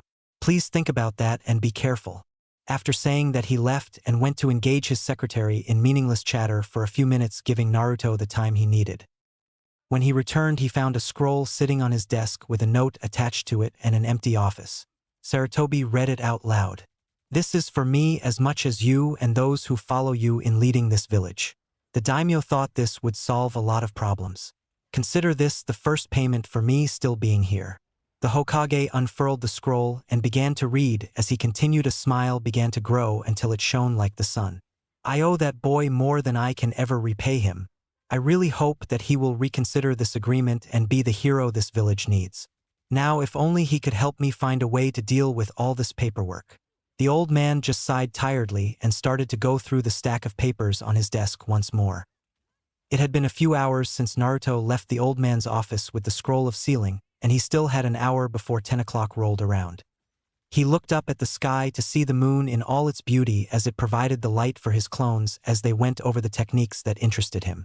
The scroll contained mostly sealing techniques, but he found some supplementary clone techniques and a few elementals that would take a while to learn even with the shadow clones, but could be trump cards against stronger opponents. The clone Great Explosion technique, the Shuriken Shadow Clone technique, Water Release, Great Waterfall technique, Earth Release, Swamp of the Underworld, and the Lightning Release armor. Naruto had no idea how Konoha got their hands on another Kage's technique. Maybe it was exchanged in the peace treaty over the Hyuga incident. Either way, he figured he got his hands on a very powerful technique that, if he could master, would give him an edge in battle. I'll have to be careful though, as I can't just use it anytime I want or it might cause problems for me. Maybe I could modify it and use my clones to see if it'll work with other elements. Naruto's thoughts were interrupted though as he felt a couple of chakra sources coming towards him that were at least mid to high level chunin. However, it worried him a bit when he noticed the second was lagging a couple of minutes behind the first one.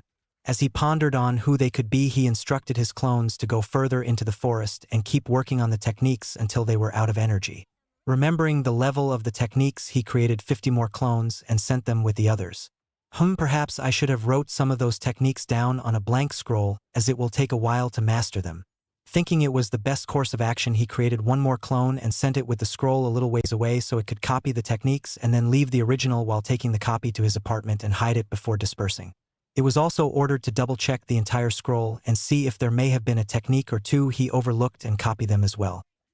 Just as the clone got situated in its hiding spot and began to copy the techniques and what was said about them, one of the chakra sources came out to confront Naruto, while the other hung back, making Naruto even more on edge. Naruto Uzumaki, what have you done? Naruto just looked at the man for a minute as he was breathing hard from his outburst. Ano, but didn't Mizuki-san tell you? The Chunin adopted a confused look and stared at the young Jinchuriki. Tell me what? That I chose to do the secret second exam and steal the forbidden scroll while learning one jutsu from it before handing it over to him. Now alarm bells were going off in Irika's head. Kami, I let him use my hate to harm a mere child who's done nothing to me. Dropping his head a little in shame, Irika quickly got over it, remembering who told him Naruto stole the scroll. Naruto, listen to me, where is the scroll? Irika asked, looking at Naruto and the surrounding area so they could take it and get to the Hokage tower quickly before something bad happened. Yes, Naruto, where is the scroll? Both men turned to find Mizuki looking at them with a smirk on his face. Irika was internally panicking at the situation now that he realized what was going on and the role his best friend likely picked for him to play. I'm either going to be the so-called victim of the demon brat or the unwitting hero/accomplice, as Mizuki gets away with the scroll and betrays Konoha worse than this boy could ever do. His thoughts were broken as Naruto spoke in a calm, almost reassuring voice. It's somewhere safe, Mizuki-san. But first, don't you want to see that technique you asked me to learn? Now it was Mizuki's turn to panic. Damn, now I have to kill Irika thanks to that fucking brat. Then a twisted smile was displayed on his lips. Of course I was planning to anyway, just not this soon, but it could work out better for me. After all, while I believe my old friend is a fool, I doubt he's a big enough fool to believe I had nothing to do with this now. No, Naruto, there isn't enough time right now. But if you hand over the scroll now, I'll hand you your Hitai 8 in the morning, when you and the other kids come to hear about whose team you're on and your sensei. Mizuki tried to give his best smile. Damn, the little brat is making this hard. Naruto, don't. Irika was stopped though as Naruto held a hand up towards the man. Well, Mizuki-san, that does sound good. Except for the fact I've already been a genin of Konohagakure for the past 2 hours. Mizuki had had enough. Listen here, you little demon shit. You will give me the scroll and then die like a good little monster, okay? Mizuki's creepy smile only emphasized what he just said. Naruto just looked at the man without any expression. What you doing this for? Because your hate seems to be a little misdirected to me. You want to know why? Fine, I'll tell you. 12 years ago, the Yondaime Hokage did not defeat the Kyuubi like you were told. Mizuki, no, don't tell him. It's against the law. Naruto still stood impassively while Mizuki had a calculating look on his face as he gave his creepy smile. It's a little late for that, Irika. Besides, I know you hate the little demon as much if not more than almost anyone in the village. Irika could only hang his head in shame at the statement, but quickly looked up, leveling a glare at his former friend. You're right. I have done some terrible things to a child who deserved none of it. But Mizuki, on all our years of friendship. Please, I'm begging you, don't tell him. If you stop right now, I'm sure the Hokage will forgive you and maybe even let you continue to be a shinobi. Mizuki only scoffed at the man and began to reach for his windmill shuriken. Like I would ever bow down to that old monkey. I found a village and a Kage with greater power and ambitions than that washed-up old fossil. He can't be that powerful, he needs you to do his dirty work. Shut up, demon. Orochimaru-sama has promised me power, status, and wealth as long as I get the scroll for him. Now I'm tired of waiting. Tell me where the scroll is and maybe you'll leave here alive. Naruto just gave the man a smirk. But if I did that then I would fail my very first mission. You wouldn't want that, would you, Mizuki team? I wouldn't be so confident, demon. Remember what I was saying before. Everyone's lied to you, the demon didn't die. The Yondaime sealed it into you, making you the demon. Now die, demon. Mizuki grabbed his shuriken and threw it as hard as he could at Naruto.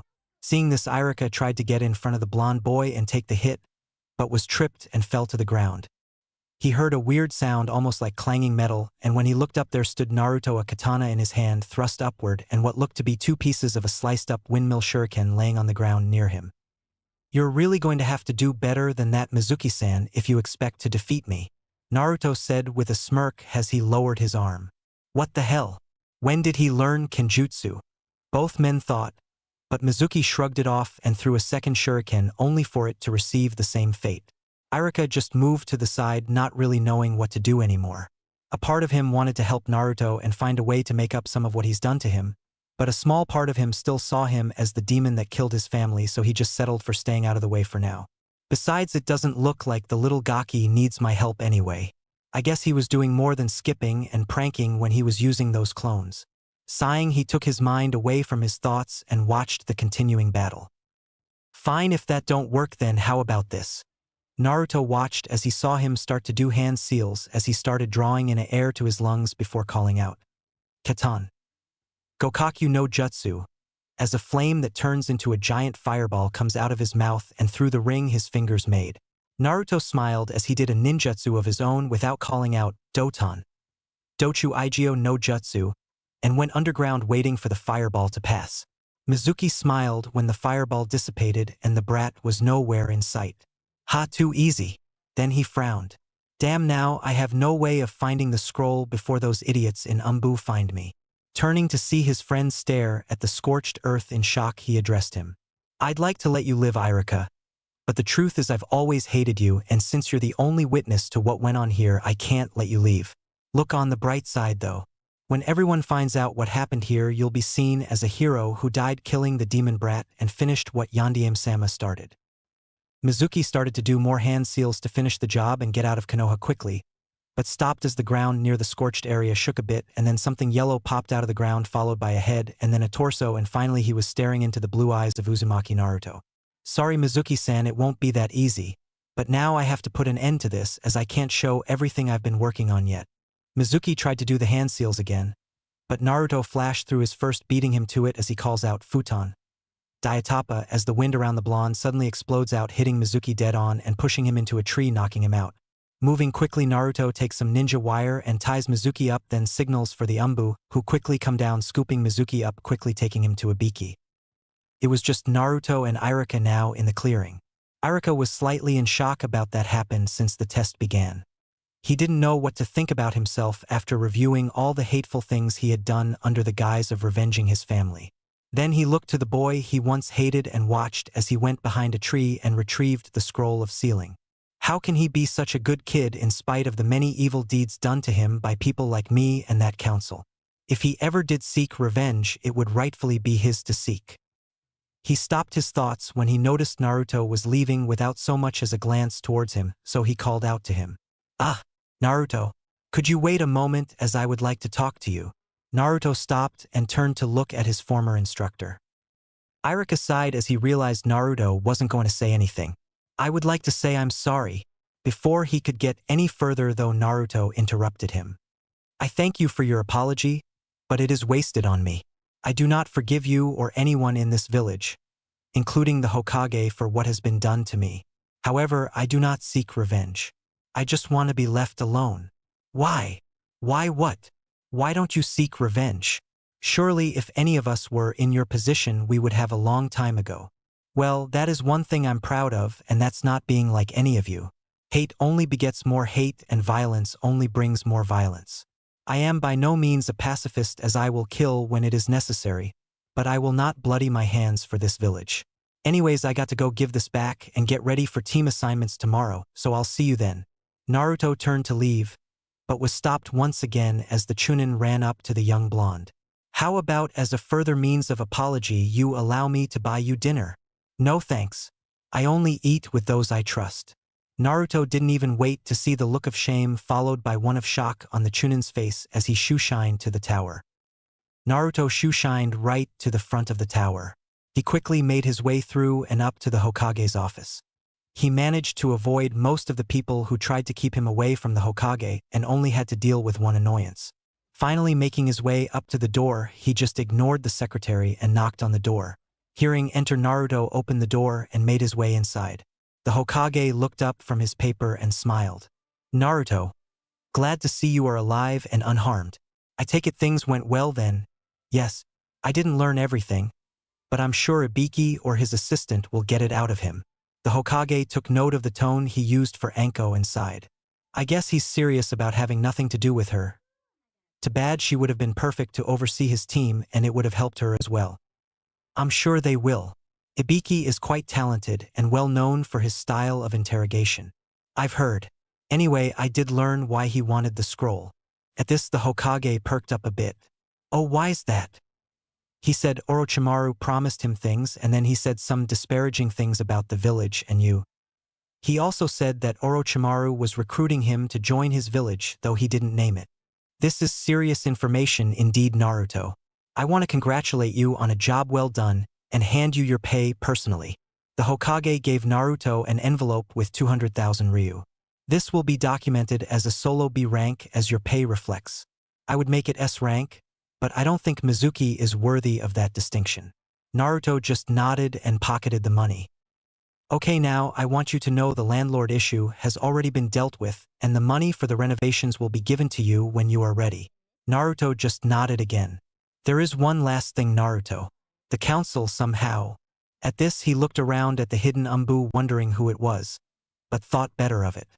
No, it was most likely that damn secretary. No matter how many I fire, they all seem to be plants of that damnable council. Anyway, they somehow found out about your time away and have called a meeting that will commence in a few minutes. I would like you to accompany me." At this, both men shared a grin that promised a lot of pain and possibly death to someone. "Sure, if you let me carry out the daimyo's second order on that scroll I left you." Sarutobi continued to smile. "Sorry, Naruto, but that is something I've been waiting to do for decades now." "Fine, but I get the others if you deem it necessary. I'm sure something can be arranged, Naruto-kun. Now let's go. We don't want to keep them waiting, do we?" "After you, Hokage-san." Both just smiled at what was about to happen. I think I'll use this to reveal a bit of myself and show those bastards just who they've been messing with." Naruto had to stifle the evil cackle that threatened to come out as they continued to make their way towards council chambers. Chapter 8. The council meeting was already in session as far as the council was concerned. They would of course inform the Hokage later after they decided the fate of one Uzumaki Naruto. The decision was mostly made as save for a few holdouts the vote was to execute. Nobody dared vote against, as they didn't want to lose their position or have the council turn on them like they had seen it do in the past to previous deceased members. There had been many meetings like these over the past 12, almost 13 years, but until now none of them thought he was a threat. Most still didn't, but the stealing of the forbidden scroll gave them an excuse. All deliberations were stopped before they could get a true vote when the doors opened and the Hokage walked in. The room instantly quieted, many cursing their luck, but the mood of the room instantly changed to anger and rage when they saw who was with him. Naruto walked in the room alongside the old man with no expression and not looking at anyone. He could feel their heated stares as they tried to will him to burst into flames and die. Ignoring them, he just looked forward until he caught sight of three people he really didn't like. The elders of the council stood up and greeted them. "Hokage-sama, to what do we owe the honor of you being here and with that boy?" The Hokage didn't answer. Instead, he slowly walked up and took his seat at the head of the council. Hiruzen Sarutobi looked around at the council, judging each one and thinking of what he was about to do.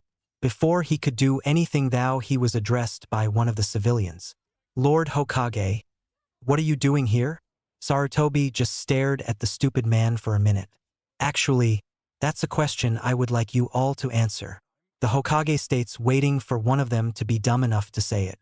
"We were going to inform you, Hokage-sama, but we figured you were busy due to what was going on." At this, most of the counselors looked down at Naruto, doing little to hide their disdain for the boy. "So we got together and were deliberating about the boy and what should happen to him." "Well, then you can stop, because nothing will be happening to him." The council was outraged and voiced their displeasure, especially a mother of a certain pink-hair banshee, whose voice was canceling out most of the others and giving everyone headaches. "Shut up." This served to quiet everyone, as they never believed their beloved old man could shout like that.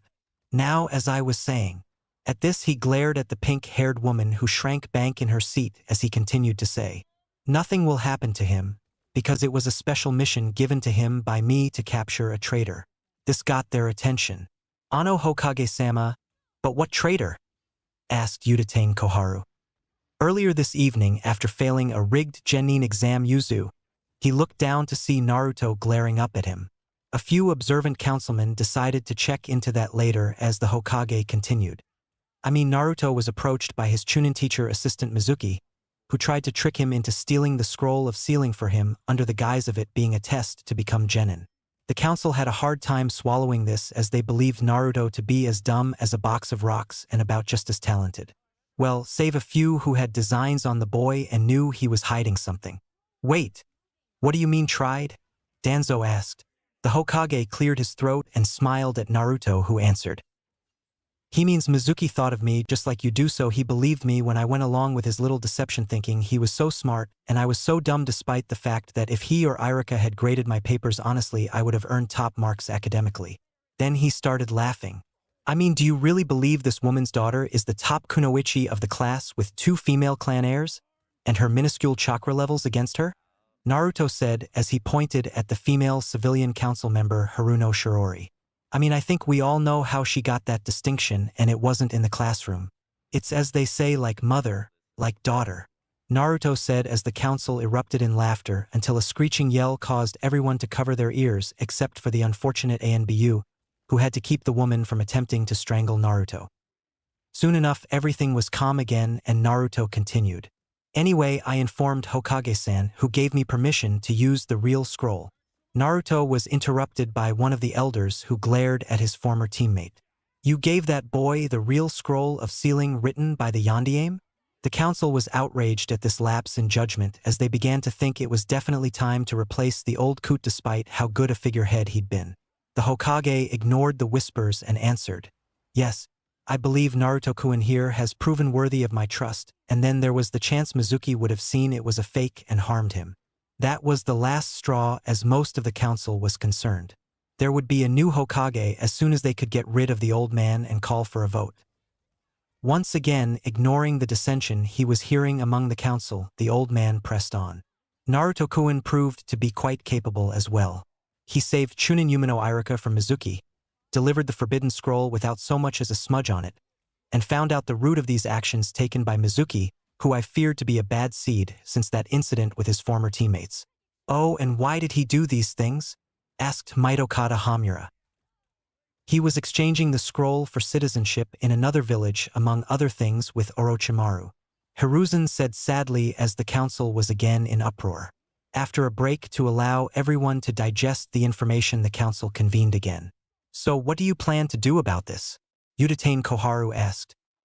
Part of the problem is already being dealt with, as we are searching for other hidden spies of the snakes or others.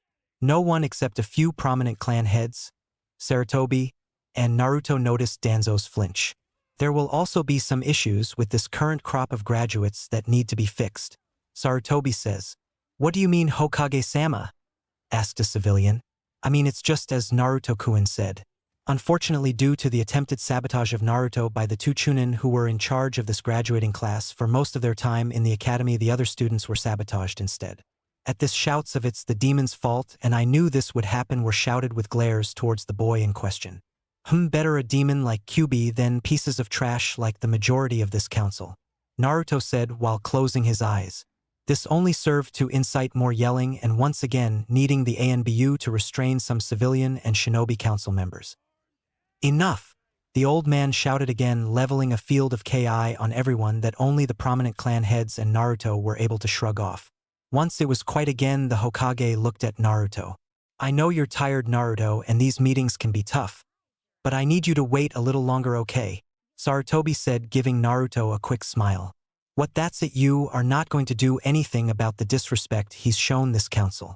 To let a mere civilian child? Before he got any further, Sarutobi interrupted again. I guess you are not that smart.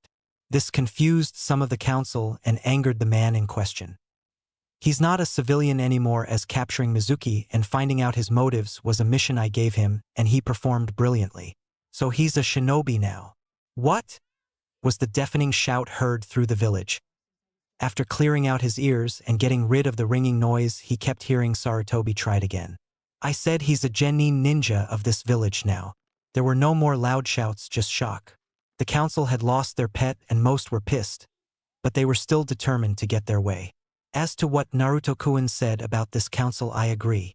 After a couple minutes of shock, a second shout was heard throughout the village. What? Again he had to clear out his ears only to look at Naruto and see he had earplugs in his ear. What? The pink one's daughter has been my classmate or my clone's classmate for the last 4 years. I just learned to keep a pair handy. Naruto said with a smile. The Hokage made give me signs with his hands, but Naruto just shook his head and smiled. Brat could have at least carried some extra, was the general thought. Giving up, the Hokage decided to end this before he went deaf. The reason I bought Naruto-kun with me is before I gave him his first mission.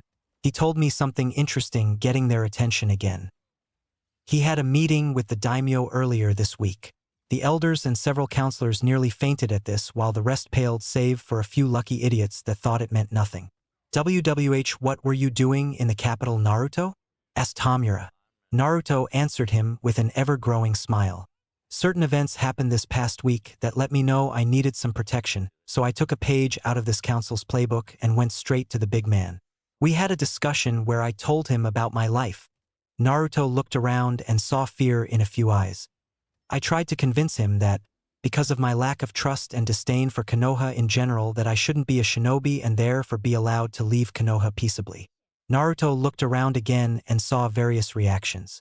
Most of the civilians seemed happy they may be getting their wish and he'd be gone. The elders were still scared stiff. Danzo was pissed, as were some of the shinobi council, and curiosity was shown by the rest. Before he could continue, a civilian made their presence known. Thank Kami, finally we'll be safe. Before any others could join him in praising their deity of choice, though, Naruto continued. Anyway, as I was saying, I tried, but he would hear nothing of the sort. It seems he knew of my heritage and refused to let me walk away, so I made a deal with him. Hold up. Why would he care whose parents some demon orphans were? Said another ignorant civilian. Because his parents are none other than Uzumaki Kushina and Namikaze Minato, the Hokage said as the council dissolved into more shouts and insults. Finally, after calling for another break, everyone took their seats, quietly for a change, and waited for an explanation. How is that possible, Hokage-sama? Asked an impatient Hyuga Hayashi. As you all may know, Kushina had a relationship with Minato-kun. He got many nods at this, as all the female council members and most of the men thought of how they tried to court one of them. Sarutobi continued. What you don't know is they secretly married and had Naruto. Why else do you think he was used despite being one of the oldest babies in the hospital? He let this sink in. However, a few months before Naruto-kun's first birthday, she suddenly fled the village, leaving him behind in my office with a note to take care of him. What happened to her? I don't know, the Hokage answered truthfully. I can answer that all eyes were back on Naruto, some holding looks of sorrow and guilt. She was attacked by a group of blank-masked Umbu. Well, at least that's what she told the daimyo when she swung by the capital before leaving Fire Country. At this, everyone gasped and turned towards Danzo. Vuvuot. My group was disbanded long before then. It could have been anyone, Danzo said. Anyway, the daimyo said he could help her, but she just asked him to keep an eye on Konoha and me.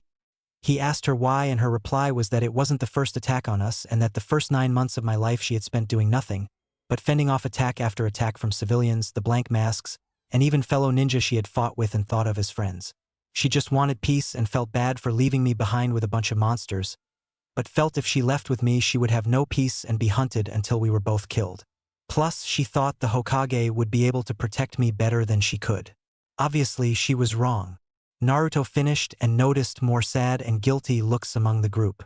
Naruto, that's not what you told me before, the Hokage said. I told you he told me what he knew. But like I just said, she left almost 12 years ago and just disappeared, so he doesn't know where she is or what's happened to her since. The Hokage just sighed and gave up. Besides, Hokage-san, I believe it's time the council learns of the change in policy signed by the daimyo. Both began to smile and the entire council felt a cold wind tickle their spine. I believe you're right, Naruto-kun. The Hokage stood up and looked at his former teammates and Danzo with a smirk as he began. Due to the actions of some of this council, the daimyo in his meeting with Naruto asked him to give me this scroll. He held the scroll up and unfurled it before continuing. He has given me the ability to disband this council, and I am. Until further notice, the Konoha Council is disbanded and never to darken my office again. The shouts of outrage and threats of violence commenced until the Umbu escorted everyone except for Danzo out of the room and circled him before he could escape. What is the meaning of this, Sarutobi? Danzo spat with as much anger as he could muster.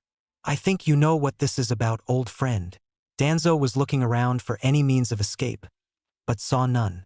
Let's end this peacefully, Danzo. You had a nice run, but you went too far. Danzo laughed. You fool, it's people like me that allow the tree huggers like you to continue to spew your soft-hearted ideals and stay safe at night. The shinobi world is full of danger and isn't a place for weak-minded old fools like you have become. The Hokage just spit at Danzo's feet. No, it's scum like you that continue turn these lands into nothing but battlefields. I shudder to think what this village would look like if you ever gained the power you've gone so far to obtain. Whatever, we've never seen eye to eye, Sarabaka. Ne assemble. Danzo was surrounded by 20 of his root soldiers as he threw his cloak away, showing his right arm held 10 Sharingan embedded in it. Then he removed the bandages on his head, revealing another Sharingan. The Hokage was beyond himself with rage at what his one-time friend and teammate had apparently done. What is the meaning of this, Danzo? You mean the eyes? Do you like? I had my best Irionin medic transplant them after the Uchiha massacre. Suddenly things clicked for Naruto. Wait, so you're one of those guys that set up Itachi-san? Naruto said with a low growl. I guess there is no point in hiding it. Yes, with help of a ninja who's held a long-standing grudge against the Uchiha clan, my soldiers destroyed that pathetic clan before anyone knew we did it and set him up to take the fall. Sarutobi was truly shocked by how far his friend had fallen. Why, Danzo? Why do all this? Kushina? The Uchihas? We used to be best friends and shared the same ideals. He was caught off guard by a laugh from Danzo. Please, that bitch would have gotten in the way of my attaining the ultimate weapon, and that clan gave me the means to control it. As far as our friendship, that's been dead ever since the day you stole my glory and took credit for my idea of being the decoy against those Kumonin, and the second rewarded you with what should have been mine. I should have become the Sandaime Hokage, not you. It should be my face on the Hokage mountain. Now Danzo was interrupted by a laugh, but this time by Naruto. Wow, you're an even more pathetic old fart than I originally thought you were. I bet you can't even use those eyes, and you'll never get me, Danzo-tem, so I hope you have another Jinchuriki stashed away somewhere. Danzo furiously replied. You will submit to me, boy, and I will be Hokage. Now hush up while the adults settle things. Now enough talk to capture the boy and kill anyone that gets in your way. Turning his attention back to Sarutobi, he says, let's do this, old friend. Umbu, capture or kill them all. Naruto, stay safe, the Hokage orders as he prepares to do battle. Don't worry about me, old man. I got a few hidden abilities I'd like to try out myself. Naruto said as his eyes flashed a bright orange color before settling down to a darker orange color. Naruto saw the shock in the Hokage's eyes as he looked at his dojutsu. We'll talk later. Umbu-san, how about we give the Hokage a little room and take this elsewhere? Before they could answer, Naruto, with the knee on his tail, ran outside the building with Umbu following them closely. Naruto reached the outside and saw that most of what was the council was still there. The council saw him, or more specifically his eyes, and gasped.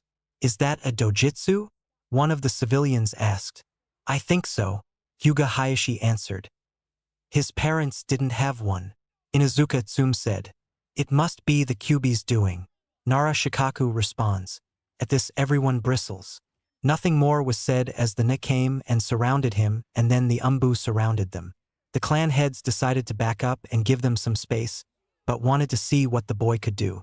The civilians ran as fast and as far as they could to escape the imminent battle. Hiruzen Sarutobi versus Shimura Danzo. Alone now, both men began to size one another up and then in a burst of speed ran towards each other with speeds you wouldn't expect from men half their age. Hiruzen threw a jab at Danzo's head. Danzo turned slightly to the left as the punch missed and landed a punch on Sarutobi's chest. He retaliated with a punch to Danzo's stomach. Both men broke apart and held their hands a bit. I see you came prepared, Danzo. Danzo removed his shirt, revealing armor that covered his torso. You as well, Saru. Sarutobi tossed away his Hokage robes and hat, revealing his black jumpsuit with hidden armor plating underneath. He then summoned Enma, the Monkey King. Hello, Saru. What's the trouble this time? Enma asked, only to receive a point in the opposite direction. Finally getting rid of the old war hawk? What's brought this change in policy? Enma asked. Sarutobi answered with one word. Naruto. Enma just smiled, baring his fangs at Danzo. Well, what are we waiting for? Henge, Kongonioi. That's all it took as Enma transformed into his black and yellow staff form as Sarutobi took him and did a few swings and spins. Damn, I don't have a weapon capable of taking them on, and the Sharingans won't be much use right now. I still haven't completely figured out that technique. Danzo thought quickly. Taking out a kunai, Danzo quickly threw it at the duo and then ran out a back door. After deflecting the kunai, Sarutobi ran after him, closing the gap quickly. He threw Enma end over end at Danzo, hitting him in his back, breaking a few bones. But Danzo refused to lose, so he spun his body, taking a deep breath despite the pain, and released a devastating wind attack, Futon. Shinkaha, wind release. Vacuum wave. Sarutobi quickly flashed the tiger hand seal and unleashed his own jutsu Keton. Karyuden, fire release. Fire dragon flame missile. Those outside watching the battle with the root soldiers looked up when they heard the sound of glass breaking and quickly used Shunshine or Kawarimi to get out of the way of a large amount of falling glass. Sarutobi's flame met Danzo's wind and doubled in size and strength as it now flew at Danzo, who cursed not being able to use any earth or wood jutsu in the building, so he tried to use a stronger wind jutsu. Flashing the dog hand seal after taking another deep breath, he expelled the technique, Futon.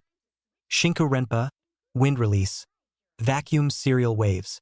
As several blades of wind shot at the incoming fire attack. The attack again changed direction and tripled in strength as the flames became white-hot, melting almost everything in its path as it came back at the Hokage.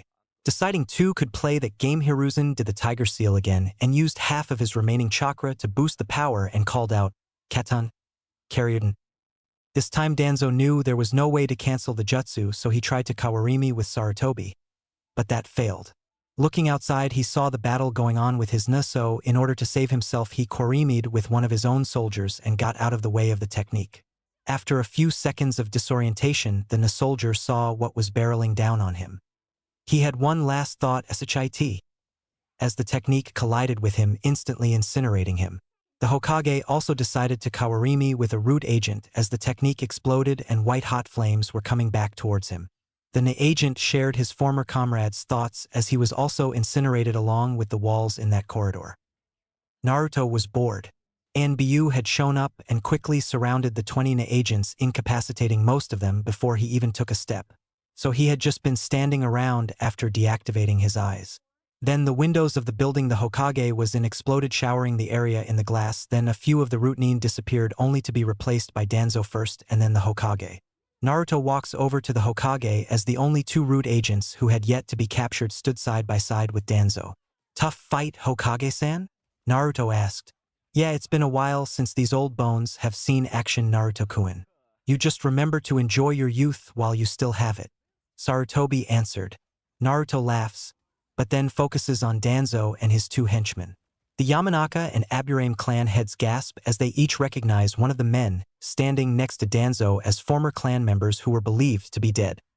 Hearing the commotion going on, a number of shinobi and villagers had come to investigate what was going on, including a group of soon-to-be genin.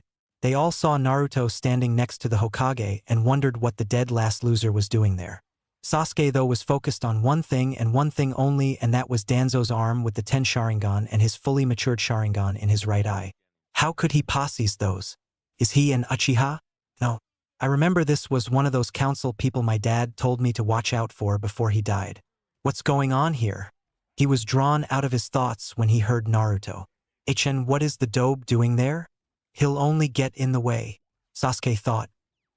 "Hokage-san, I think I have a technique that will help end this without any more bloodshed." Sarutobi looked at the boy skeptically, but decided to trust him. "Okay, Naruto, go ahead." Naruto did the tiger hand seal and held it as his eyes flashed orange once again. Then he called out, "Kokwanjio no Jutsu," bringer of darkness technique. The Hokage, Danzo, and most of the older ninja were beyond shocked. How the hell does he know how to do that jutsu? Only the first and second Hokages could use that. Kurenai, who had arrived just as Naruto started to perform the jutsu, was drooling over the technique.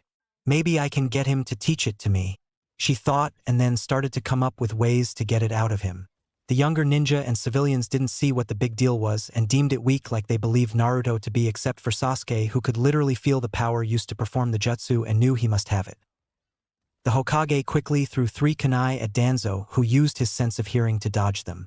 "That's a pretty good genjutsu, kid. But how long can you keep this up?" Danzo asked. Naruto's response was to throw 2 kunai of his own, but these had exploding tags on them.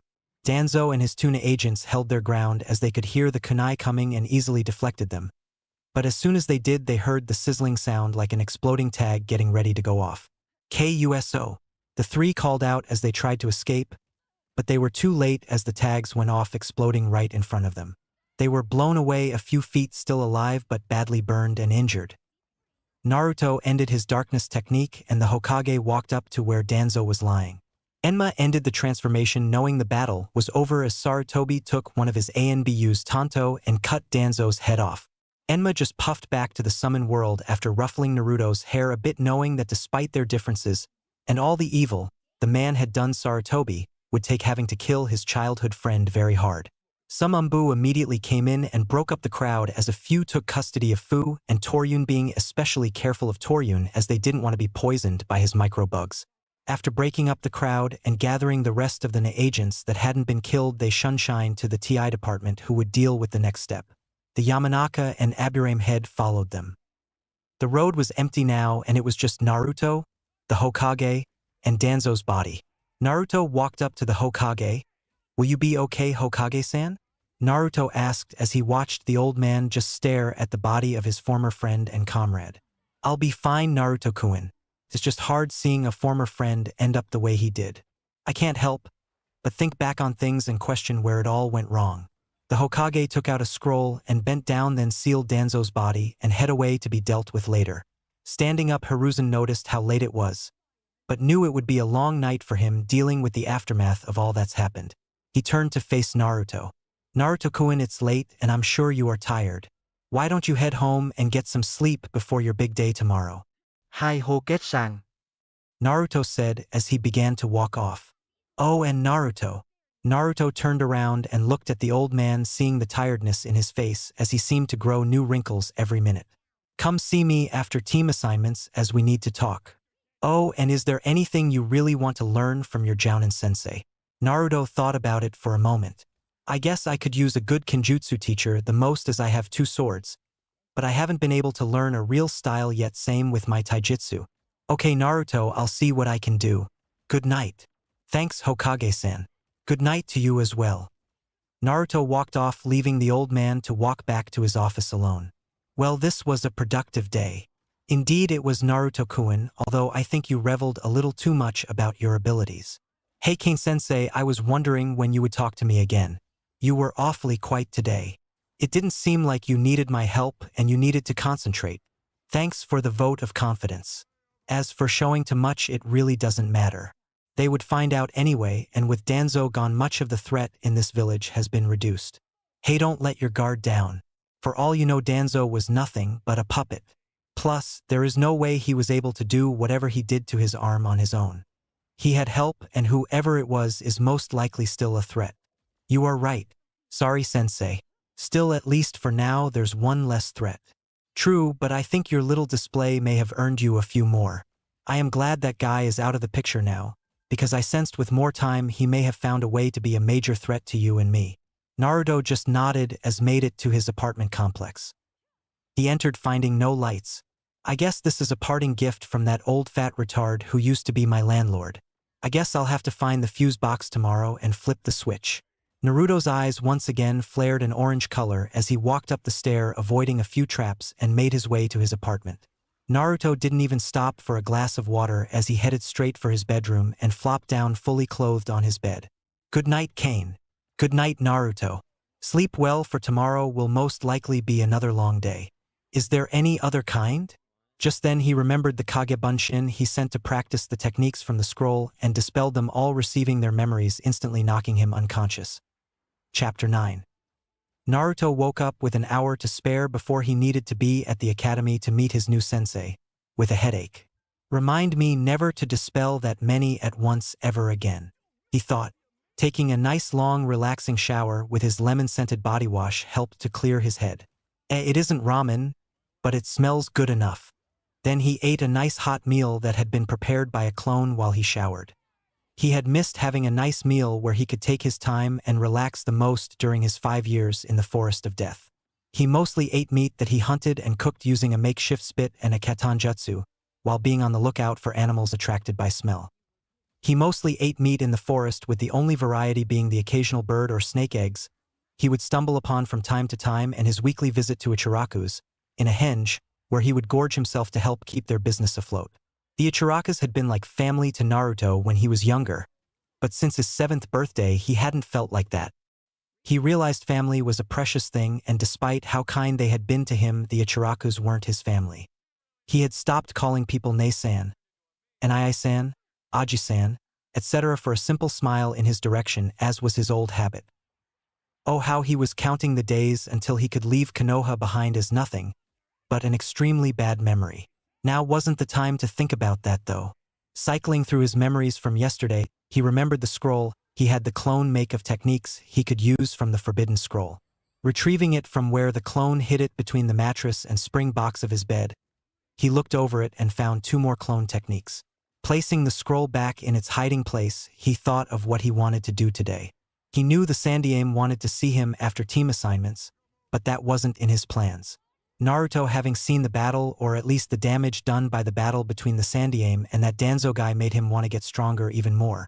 Training was going to be how he spent the day and most of the night, as he had a ways to go before he could use most of the techniques in the scroll. So after getting dressed and combing his hair, then having a clone wrap black cloth in a spiraling fashion so it was one long ponytail that reached the middle of his back, he hinged to the look people were comfortable with and set off to the Hokage Tower after grabbing his clone prepared lunch. Hokage Tower, 10 minutes later. Naruto had made it to the tower quickly using Sunshine and made it up to the Hokage's office without any problems.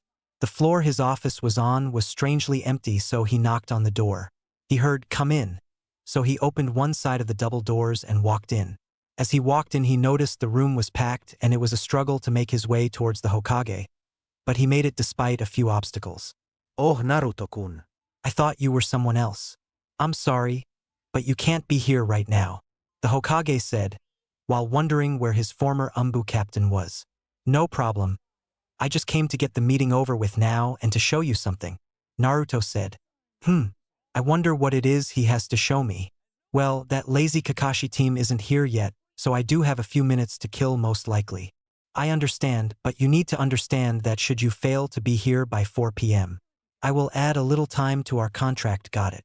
Naruto glared at the threat the Hokage made, while some of the Jounin chuckled hoping he was talking about jail time for his little stunt last night. He nodded though as the Hokage smiled, triumphantly ignoring the daggers Naruto was shooting at him. I am curious though about what it is you needed to show me. The old man began to sweat a bit as Naruto's glare turned to a smirk. Oh, I just wanted to show you what you asked me to show you 5 years ago. The Hokage racked his brain trying to decipher the annoying code the boy or perhaps young man gave him. What happened 5 years? Could it be? Is he finally going to show himself? Naruto's smirk only grew as he saw the light in the old man's eyes as he figured it out. Before he could say anything though, Naruto cut him off. Yes, Hokage-san. I came here to show you how I've changed over the last 5 years, so you know before I head to the academy. The old man didn't even answer, just gestured for Naruto to do it. Taking a second, Naruto closed his eyes and then released all 5 layers of the minor genjutsu. He opened his eyes to find the old man and several female jounin had fainted. Curious. Naruto thought as he noticed the female jounins were sporting a tiny bit of blood near their noses. It took a few minutes, but soon after everyone was back in their positions, they were staring at the blonde, some unconsciously licking their lips. Naruto's time in the forest and his new diet plus a little help from a certain fox turned Naruto into a very desirable male. He now stood 5 feet 6 inches tall, weighed 145 pounds.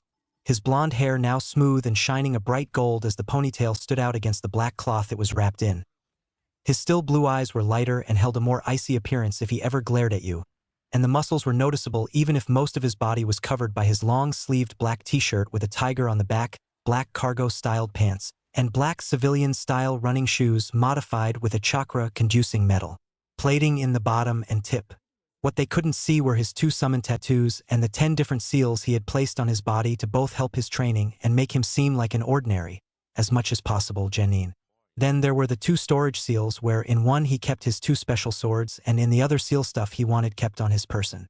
He couldn't use the swords right now or anytime soon, so in the meantime he had a standard Zanbato strapped to his back that he would practice with to get used to the weight. After looking him over a few times, the Hokage gained a shocked look and then went back over his face. What the hell happened to the whisker marks? The Hokage was the first to stop staring a few minutes later as he sat back further in his chair, took out his pipe, and lit it as he smoked to calm his nerves before asking Naruto a question. Should I take this as the work of the beast? The room tensed up with this question except for Naruto, who just smiled and answered. Some of it, but most of it is due to the fact I finally gained a steady food source that was something other than ramen. The Hokage winced a little, but nodded and asked his next question. What happened to your whisker marks? Naruto laughed a bit before answering. Well, they kinda stood out and made me an easily recognizable target, so the fox changed them into a different form elsewhere on my body that I can't say right now. The Hokage merely nodded, agreeing now wasn't the time. Unfortunately, the several kunoichi who fainted took this as a secret mission to discover the blonde Jinchuriki's secret and see him naked. Okay, Naruto, I'll see you later, the Hokage said, and Naruto nodded as he headed for the door. But this time with fewer obstacles, though a few morons still decided to stick their legs out childishly as he tried to pass them. Naruto just smiled and gave each a swift kick, ignoring their shouts of pain and anger as he walked out the door and headed for the academy. The Hokage just glared at the 2 men, making a mental note to have them sent to Anko, who had become even more vicious when anyone who harmed the formerly tiny blonde was unfortunate enough to be sent her way over the last 5 years. It became such an issue that she was banned from interrogation for a year, sent on dangerous mission after extremely dangerous mission by the council. She survived much to their disappointment, but they kept a closer eye on her actions. They had sorely crossed her limits when they bribed her with a promotion if she would befriend Naruto and then betray him by leaving him to the mobs on his 7th birthday. They didn't even do as they promised, only promoting her to Tokubetsu Jounin and not make her a full Jounin like they said they would. The council and many of its members had made a lifelong enemy of her as she vowed to make them pay. Sarutobi had to chuckle a little as he thought of what her reaction might be when she finds out what happened last night and who was responsible. I only hope Naruto can learn to forgive her along with the rest of us. He sighed and then got back to business, seeing Kakashi was finally present. He turned slightly to glare at Kakashi, whose face was firmly planted in his favorite little orange book. "So good of you to join us, Kakashi. Now do us a favor and put away the porn." The last part was said with a large dose of Ki directed towards the Jounin elite and former Umbu captain as Kakashi shakily secured the book in a pocket of his vest. Sarutobi smiled and continued. "As I am sure most of you are aware, you are here to view the genin that will make up the squad you will take ownership of later today. Everyone except Naruto will be placed on a team today." Before anyone could even think on what that meant, Kakashi rushed up to the old man and slammed his hands on the desk. "What do you mean, Hokage-sama? I asked for and I thought was granted permission to train Uchiha Sasuke and Uzumaki Naruto," he said, hoping his plans to train Sasuke while keeping the fox as weak as possible without hindering Sasuke's training was not in jeopardy. The Hokage looked at Kakashi impassively as he knew the real reason he wanted Naruto. "You are a real idiot, Hatake team. How you continue to disgrace your late sensei and his dying wish is disgusting. That was the plan, Jounin, until Naruto surprised me yesterday." Sarutobi was interrupted by another late entry he recognized.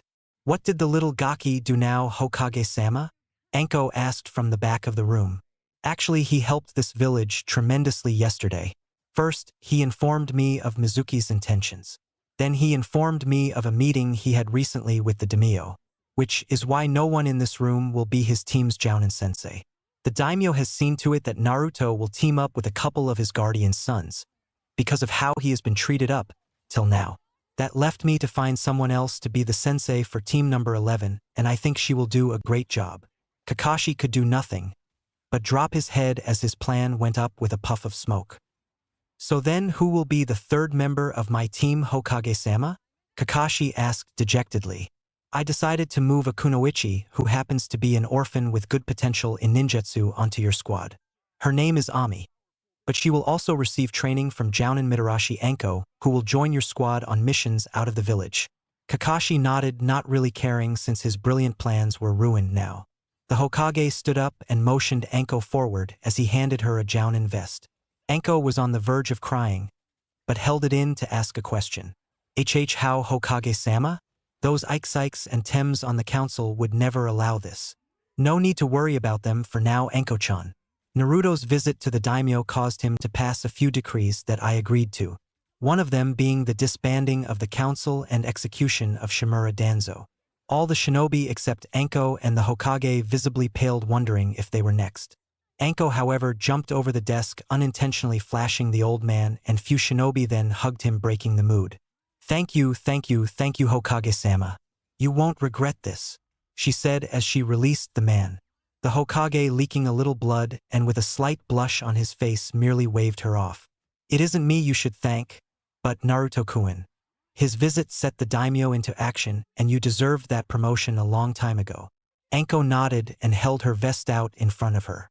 "I really should find a way to thank the little Gaki." However, her smile slipped as she remembered he wanted nothing to do with her, but regained it quickly as she slid on the vest under her jacket. "I'll find a way to make you forgive me, Gaki, and then I'll really make it up to you," she thought. The Hokage looked at the clock on his desk and noticed it was almost time for the roll to be called at the academy.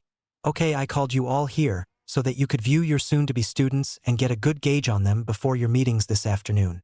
The Hokage secretly activated a few crystal balls so that everyone could gather around and watch. All except for Kakashi did so. "Maybe I can still make my plans come true. I'll just request joint training sessions and missions. Surely whoever they get to be his sensei won't mind if I take the boy off her hands so that Sasuke becomes stronger," thought Kakashi, missing the dirty looks from Sarutobi. "I'll make sure he never gets a chance to harm you or mess with your training, Naruto-kun." Breaking from his thoughts, the Hokage turned to his crystal ball, catching the Banshee twins entering the classroom. Class 401, Team Assignment Day. Naruto made it to the classroom without any problems and less glaring than usual. Of course, he didn't know that the Hokage had let a few, let's say, talkative people know about what went on in the council room. His heritage was still an unconfirmed mystery to most, but hearing that something had finally been done about the council put a smile on everyone's faces. It did trouble Naruto when he recalled a few looks and winks thrown his way by a few women 2 or 3 times his age. Then he recognized one of them from his darker days, but chalked up the attention to the fact they didn't recognize him without the henge of his younger self up or his trademark whiskers. Taking his normal seat, Naruto realized the graduating class had yet to show up aside from himself and the Aburame clan heir who always quietly sat in front of him. It seems everyone was taking it easy today, not that he blamed them. Quickly activating his eyes with an orange flash, he constructed a genjutsu around him, and the row he was sitting in that made it look like a pile of junk was in all 3 seats. Deactivating his eyes, he laid his head down on the desktop and closed his eyes, listening as the graduates started to trickle in. There was a few minutes left and most of the group was seated and chatting with their friends. Iruka had come in and was seated at his desk staring at the area Naruto was sitting. Does he suspect something? Naruto wondered as the man kept staring in his direction. When I find the person who left all that junk there, I'll kill them. Now I have to spend the rest of the day cleaning again. Iruka sighed as looked towards the clock. Iruka got up and was about to close the door, but just then 2 girls ran in side by side, pushing and shoving each other, arguing as usual. Iruka had enough of this over the past 3 years and would be damned if this is how he spent the last day. So with a quick big head jutsu and threat, the Banshee twins sat on either side of Sasuke, who cursed the fact his shield wasn't here to keep them at bay. I guess even the dobe had his uses, Sasuke thought before quickly dismissing it. Everyone was seated as Iruka looked at the clock and then the class and then the door. Naruto, where are you? Sighing, he started with a speech, hoping he would show up soon. Okay everyone. Since this will be the last I see most of you, I just want to address you with a short speech. Looking around, Iruka could see the excitement in the many smiling faces he saw. How I wish they could be like this forever. Breaking from his thoughts, he continued with his farewell welcome to the biz speech like he got when he graduated. You should all be very proud of yourself and know that you each have the ability to become great ninja. I can tell you will bring great pride and honor to your village and family. Because the moment you accepted your Hitai 8, you pledged not only your loyalty, but your life to protect every citizen of this village, civilian and shinobi alike. Train with that thought in mind. Grow strong so you can protect those you love from all enemies and evil. Life isn't easy for us ninja. We move in the darkness that surrounds us and see many evils. We put ourselves in danger so that others will not have to. So that those we care for and protect can sleep safely and never have to see the things we do. Cherish the friends and family you have and remember to keep in touch and renew the bonds you made as often as possible. And don't forget your old teacher Iruka, okay? He finished with a smile as he got applause for his speech. After looking over his desk, he picked up a scroll and turned to face everyone again. Now I'll call out your team assignments. Please stay quiet so everyone can hear their name. Okay, team 1 is... Iruka said. Naruto tuned this part out as he felt like someone was watching him. As he looked around the room, he caught the eyes of Hyuga Hinata as she continued to stare in his general direction. Can she see me? Kane told me if I used my eyes, even the Byakugan would be fooled by my genjutsu? Oh well, I'll wait and see what she does. Naruto was saved as her name was called and Kiba bounded down to her and distracting her with his excitement of being on the same team, though she seemed to be ignoring him. Naruto was about to fall asleep when a piercing shriek tore through the classroom. Looking at the source, he saw Ino with her head down in defeat and Sakura plastering herself all over, a very disgusted looking. A second shriek was let out as it seemed the Hokage replaced him with another fangirl of the teams. Couldn't have happened to a better guy, Naruto thought as he watched Sasuke struggle to get out of Sakura's grasp. Then came an anguished cry from Ino that Naruto could only shake his head at. I bet they wish they could break the tradition their families have and team up with anyone else, Naruto thought. He turned his attention to Iruka once. He heard Team 11 as he knew that was his team's call number. Team 11 will be Uzumaki Naruto, and his Genin sensei will be Yugao Yuzuki. Iruka says, but is interrupted before he could call out the remaining teams. It's just Naruto now, Iruka-san. Naruto called out as he dropped the genjutsu. Iruka and everyone else looked up to where the voice came from and were surprised that instead of junk now sat a tall blonde kid with blue eyes in a clean row. And Naruto? Iruka asked shakily. Hi Iruka-san, came Naruto's response that was loud enough to hear, but not too loud. This got different responses, the most vocal of which came from Kiba and the Pink Wonder. What's that loser doing here? They both stood and shouted. Naruto, who had put in his earplugs for insurance, just sat back like he heard nothing.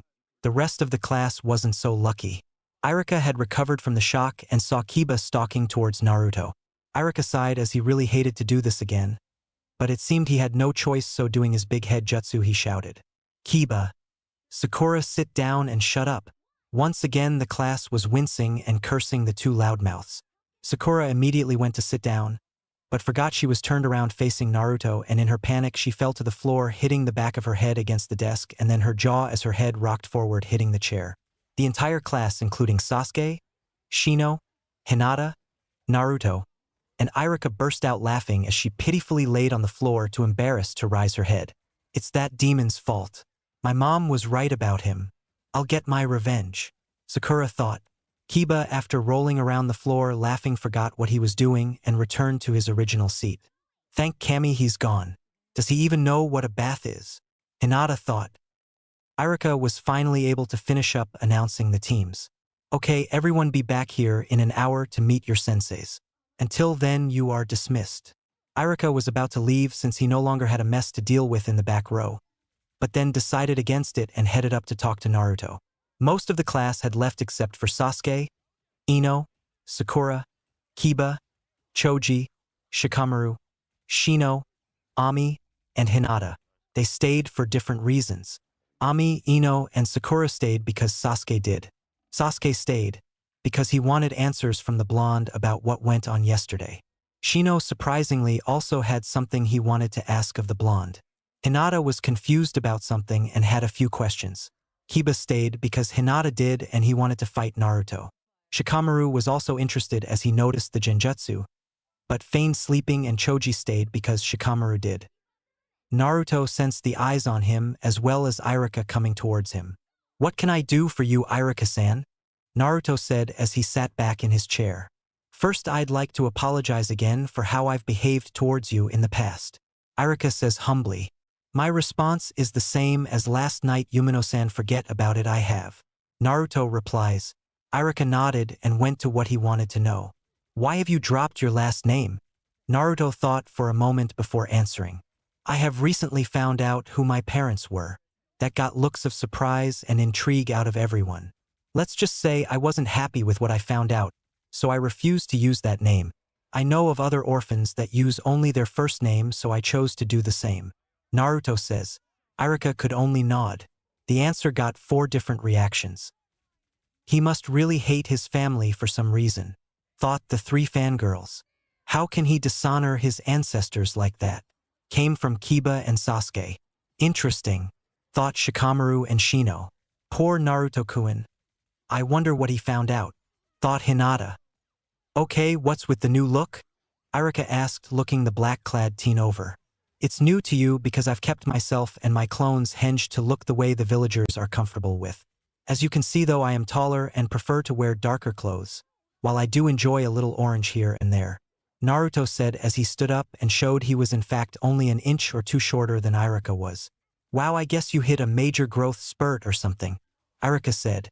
Naruto just shrugged, while the 4 girls had one thought, hot. "Okay, one more and then I'm gonna go eat somewhere," Naruto said as a black cloth-covered box suddenly appeared on the desk in front of him. "Okay. How did you manage to become so strong despite no one teaching you anything?" Irika asked. "Simple. I found someone willing to train me and show me what I needed when no one else would," Naruto replied. "I'd hate to think what my life would be like if you never agreed to teach me, sensei," Naruto thought to Kane. "I know, boy, now leave these fools before they try to get you to reveal more," Kane replied. Grabbing his lunch, Naruto stood up and made his way out of his row and down the aisles. But just as he reached halfway down, a hand grabbed his left shoulder. Not even turning to look, Naruto says, "I am asking nicely, Uchiha-san. Please remove your hand so I can leave and enjoy my lunch." Sasuke just ignores him and says, "Tell me how to do that jutsu you used last night against that man with all the Sharingans and bandages on him. I also want to know what you know about that man." Naruto just looked at the offending hand. "That's what he did before my hand was set on fire," Kiba thought as he had flashbacks to what happened over 4 years ago. This time, though, Naruto just jerked his shoulder forward out of Sasuke's grasp and continued to walk down the aisles. "Hey, come back here and tell Sasuke-kun what he wants to know, loser," shouted his 3 fangirls in surprising and defeating unity. He didn't even act like he heard them, mostly because he had quickly put the plugs in his ear and kept walking. Sasuke wasn't used to not getting his way, since most of his clan had been wiped out, leaving him as the only known possible holder of the Sharingan in the village. Everyone, including the few remaining Uchiha, had catered to his every whim. "Who is that dope to deny me?" was his only thought as he followed the blonde, and in turn was followed by his fan club. Everyone else soon left to go do their own thing except for Kiba, who turned to ask Hinata out, only find she was gone. Outside the academy, Naruto had found a nice spot away from most of his class under a tree. Looking at his bento, he uncovered it and lifted the top, finding some of his favorites. There was some deer meat, chicken fried rice, shrimp ramen with a few shrimp, and taiyaki. He tapped on the side of the box where a seal was, and instantly a cup of green tea was in his hand. Naruto took a sip of the tea and then resealed it and placed the top back on, covering the bento up again. "What can I do for all of you?" he called out to the group watching him from their hiding places. Slowly Sasuke, Sakura, Ino, Ami, and a bit further away from them Hinata came into the clearing and made their way to stand in front of Naruto. Sasuke was doing his best to stare a hole through Naruto's head, but he got nothing in return, so in frustration he tries to hit Naruto. Naruto just slides his torso slightly to the right and pulls his leg up as Sasuke off balance trips over it and falls to the ground. Before he could even hit the ground though, Naruto was up off the ground and stepping on the back of his head, driving him even further into the ground. "Leave Sasuke-kun alone," his three cheerleaders called out as he kept pressing his foot on a flailing Sasuke's head.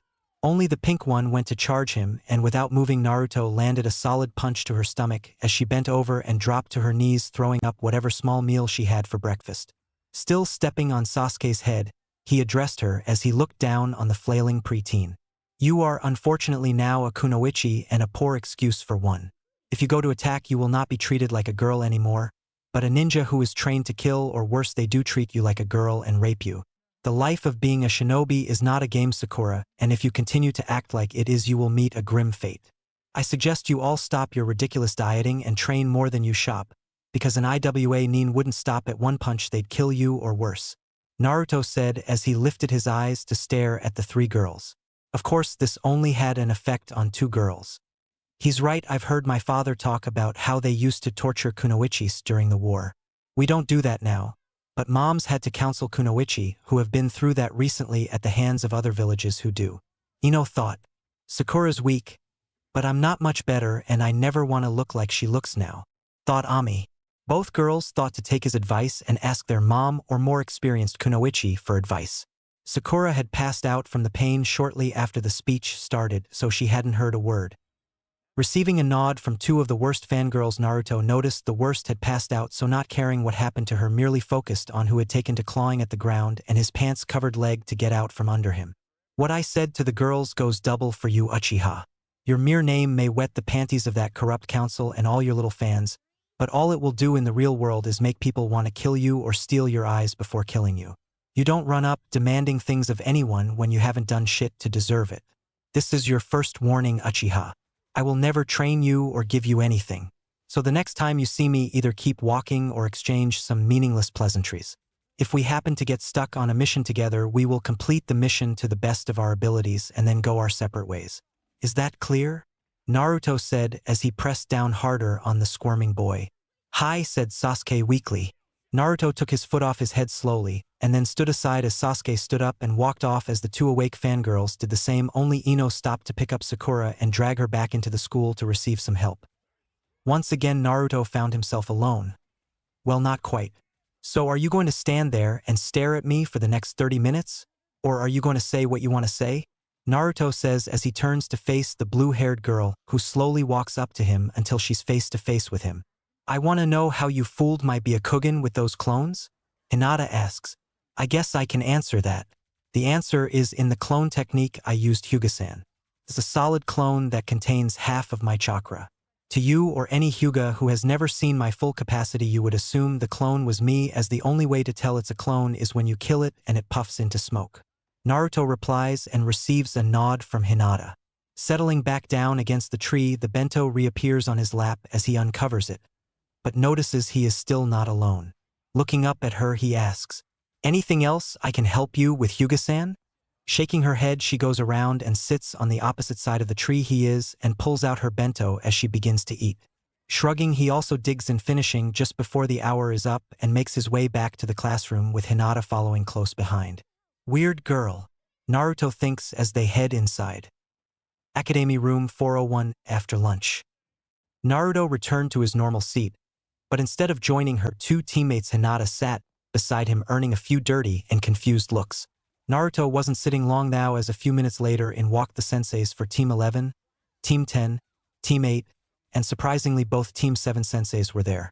Of course Kakashi was only on time, because he wanted to set something up with whoever was Naruto's sensei. Yugao went first. I'm Yuzuki Yugao here for Naruto, she says as he gets up and walks towards her. I'm Sarutobi Asuma here for Team 10, he states as Ino, Choji, and a reluctant Shikamaru stand up and walk towards him. I'm Yuhi Kurenai here for Team 8, Kurenai states as Hinata, Shino, and Kiba stand up and walk towards her. I'm Mitarashi Anko, and that's Hatake Kakashi, Anko says, pointing at the silver-haired mask-wearing scarecrow, as Sasuke, Ami, and Sakura stand up and walk towards her. When they all reached their senseis, each gave orders. Naruto, follow me, Yugao says as she walks out of the room, and he follows. Team 10, follow me outside, Asuma says as he walks out the classroom towards the back of the academy, followed by his team. Team 8, follow me, Kurenai says as she leads her team towards the front of the academy. Team 7, meet me on the roof, Kakashi says as he shoeshines to where Yugao and Naruto are. Anko meanwhile goes up to the roof with their genin. With Naruto and Yugao.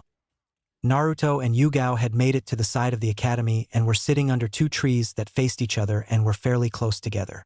They had barely gotten situated when Kakashi intruded. Yugao, sorry for interrupting, but could I speak to you for a moment? Kakashi asked. She looked over at Naruto, who shrugged and stood back up, walking a few feet away. What can I help you with, senpai? She asked. I would like to request joint training session between your team and mine. You see, with Naruto now a part of Team 11 and the Hokage adding another fangirl type on my team, I'm afraid Sasuke won't be able to get enough from the training I want to put him through. He replies. So what are you suggesting, Hatake-senpai? She asks. I'm suggesting that you focus on training the other two while I take Naruto off your hands and he helps me make Sasuke stronger. Plus, if he gets out of control, I can better handle him than you. Kakashi says sure, she would agree. That's a generous offer, senpai, but I think we'll be fine, she says in soft yet dangerous tone before continuing in a normal tone. Naruto requested a kenjutsu teacher, and aside from Hayate-kun, I'm the best there is. Plus, I don't think Naruto likes Sasuke very much. When I got here, I saw him attack Naruto and Naruto pretty much stepped on him like an ant. Maybe down the road we'll get a mission together and we can see about it then. Yugao walks back to where her student is done with the conversation. Damn him, I can't believe he thought I'd go for that bullshit. I was one of Naruto's original guardians and can tell he has nothing but bad intentions for Naruto, she thought. Damn her. How dare she not help me make Sasuke stronger and help that demon. However, maybe I went about this the wrong way and I should go straight to the demon himself instead of his trainer. Shining away, he went to meet his team. Sitting down and forgetting about Kakashi's ambitions for now, Yugao looked her soon-to-be student over and began their introductions. Hello, Naruto-kun. My name is Yuzuki Yugao. My specialty is kenjutsu, although I can help you in any area you may need help in except for fuinjutsu. Okay, now if you could tell me a little about yourself. She finishes and motions for him to start. Okay, as I guess you know, my name is no longer Uzumaki Naruto, it's just Naruto due to certain things I found out recently. I have no real specialty, but due to my chakra capacity, I guess most people would say I specialize in ninjutsu. I have learned over 20 and have learned how to use more than 2 different elements. I have intermediary ceiling knowledge, can perform low-level genjutsu without my dojutsu and high-level ones with. Naruto was cut off before he could finish. You have a dojutsu? Yugao asked. Yes, it has abilities of both the Byakugan and Sharingan is all I can tell you. Naruto replies. Does it have a name? She asks. Not yet. I really haven't thought about it. Naruto answers honestly. Okay. Well, the Hokage informed me your teammates will be arriving sometime this week, so until then you and I will work on your taijutsu and kenjutsu. Although from what I saw of how you handled the Uchiha Gaki, your physical abilities are pretty good for your age. Naruto blushed a little at the praise, but then composed himself. Yuzuki-sensei, I think before we go any further you need to know something. Naruto says, gaining her attention. I do not care about advancing in the ranks much. My goal is to be able to defend myself, and from what I've been told my future enemies are some of the strongest shinobi in the ninja world. I only know for sure of one person because they told me themselves. Uchiha Itachi told me one night that sometime in the future after I graduate, I don't know when, he and I will fight. He also warned me of a group of nin as strong, and in some cases stronger than him, that's after my constant companion. Naruto says as he points to his belly, gaining a gasp from Yugao. So you see, I need intense training. I've managed to get myself to Jounin level in ninjutsu, genjutsu, taijutsu, chakra control, and I've been told my chakra is at level 4.25 and growing. However, I know it's not good enough to face that type of enemy Itachi-san was talking about. I just want to focus on Kenjutsu right now and improve everything else along the way while gaining some experience. Naruto says, thank you for trusting me, Naruto-kun, with that information. I promise to help you in any way possible. Yugao says with a smile. It was some time ago, but I still remember how you used to help and protect me. I am really glad the Hokage saw fit to allow me to be your Ashiego. Naruto replies also with a smile. I was just doing my job. Yugao says with a slight blush. Well, to someone like me where most people take pleasure in not doing their job. That meant a lot. Naruto says as Yugao nods. Normally this is where we'd part ways after I tried to psyche you out and tell you where to meet me tomorrow with your team for the real test. But your team and the Uchihas are being pushed through. Yugao says. Even with the council out of commission? Naruto asks. Even without them, the public is still in love with the Uchiha name, and the Hokage made it clear your team would be genins and take missions as soon as possible. So instead of giving you the standard genin cell test, I will be sparring against each of you individually to see where you need help and gauge your abilities. If you want, we can do yours now. She replies. I would rather my teammates see what I can do so we can get to know each other better. I would like to spar a little with you though before I go see the Hokage. Naruto says. Yugao agrees and gets into a stance while Naruto deactivates all of his restrictive seals and grabs the Zanbato on his back and positions it in front of him, holding it with his right hand. Before they could start though, Yugao stopped and walked towards Naruto. First lesson, Naruto-kun. Your stance is too flat-footed. You need to find a stance that you are comfortable with and can move smoothly in that has your push-off foot in front so you can move quicker to your attack or defense position. Yugao shows him what she means by getting him to try to move with his lead foot in the back, then parallel and finally in front of the other foot. Seeing she was right and the instant improvement, he smiled. Thanks, sensei. Yugao nodded and then got back in position. She noticed Naruto now put his right foot slightly out in front with the heel slightly elevated. He held his blade forward and waited as she took out what looked to be a wooden sword and then nodded at him. Naruto gave Yugao a small smile and then charged, reaching her within seconds as he slashed at her with his sword. His speed is easily Jounin level, but it's clear that while he has some experience with a sword, he needs a lot of guidance. Yugao thought. Tapping the side of the large sword was enough to put Naruto off balance as she finished by hitting him in the stomach. Naruto bent over for a moment, but then stood back up to her shock. Sensei, do you have another one of those wooden swords for me? Naruto asks. Sure. I probably should have given this to you in the first place. Yugao says. She reaches into a pocket, fishing out a scroll, then unsealing another wooden sword and tossing it to Naruto. Placing the scroll back in the pocket, she asks. Ready? Naruto nods and they get back into their stances. This time Yugao attacks. She runs until she is a few feet in front of him and then vanishes in a burst of speed, suddenly appearing behind him. She turned her head to see Naruto on the ground again, coughing up a little blood with a broken sword in his right hand. She quickly ran to his side. Are you okay, Naruto-kun? She asks. Cough, I'll cough, be fine. Naruto manages to squeeze out. What cough was that, sensei? Naruto asks. That my Ashiego is the result of chakra flow, a kenjutsu technique that I will teach you. Yugao answers. Naruto slowly stands and bows to Yugao. I think that's enough for today, Naruto.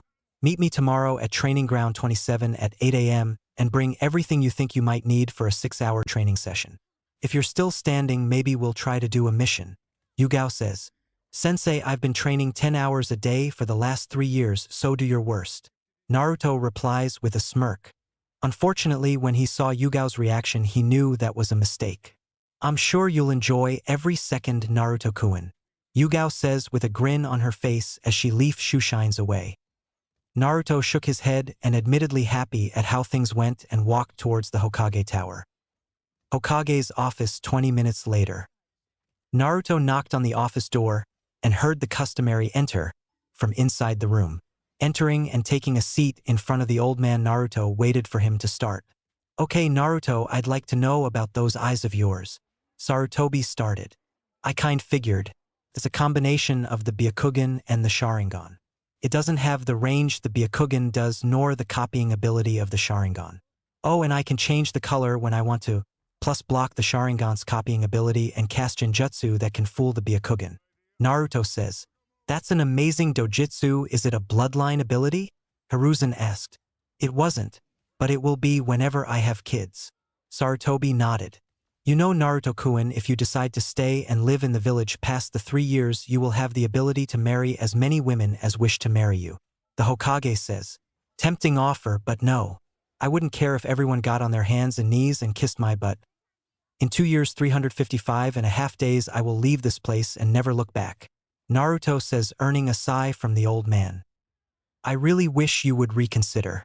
I sent one of my best information people to find out about your mother and relay a message about what's happening. I'm sure now that Danzo is gone, she'll be anxious to come back and meet her son. Sarutobi says. Not interested. I don't hate her, but she did what she did.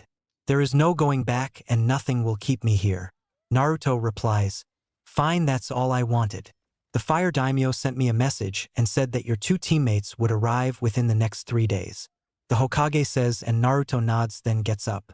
Well, if that's all I have training to do, I do want to thank you, Thought, for setting me up with Yuzuki-senpai. I think we'll make a good team. Naruto says, then walks out the door and shoeshines to Area 44, hoping he can train in peace. I think it's time I read my father's letter. Naruto thought. Chapter 10. Naruto had finally read the letter. He was a little disappointed by it. There were no I made you a weapon to protect the village I loved more than you type stuff or any groveling and begging forgiveness type stuff. All the letter contained was a simple, I had to do what had to be done and I'm sorry. He did receive his 2 most powerful jutsus, but Naruto couldn't help but think there should have been so much more. Then again, I guess there was before my so-called Kasan, one, took it all and ran out of town. Naruto concluded. Letting go of the negative stuff surrounding his parentage, Naruto turned his attention to the gates as 2 boys about his height came through the north gate with a small army of men in fine robes carrying stuffed folders carefully as they headed towards the Hokage tower. Deciding to stop them before they reached the old man, Naruto ran up and stood in front the 2 boys. Hi, my name is Naruto. Are you the 2 the daimyo sent to become shinobi? Naruto asked, receiving a nod. Looking at the one on his left wore all black, while the one on the right wore a dark blue color and both had large scrolls strapped to their backs. The trio walked towards the tower again as an awkward silence settled in. So what are your names? Naruto asked, breaking the silence. My name is Yasuoto Udai, said the one in black who was a few inches shorter than Naruto. He had light brown hair, dark almost black eyes, and a pale complexion. My name is Osegawa Katsu, said the one in blue who was an inch taller than Udai.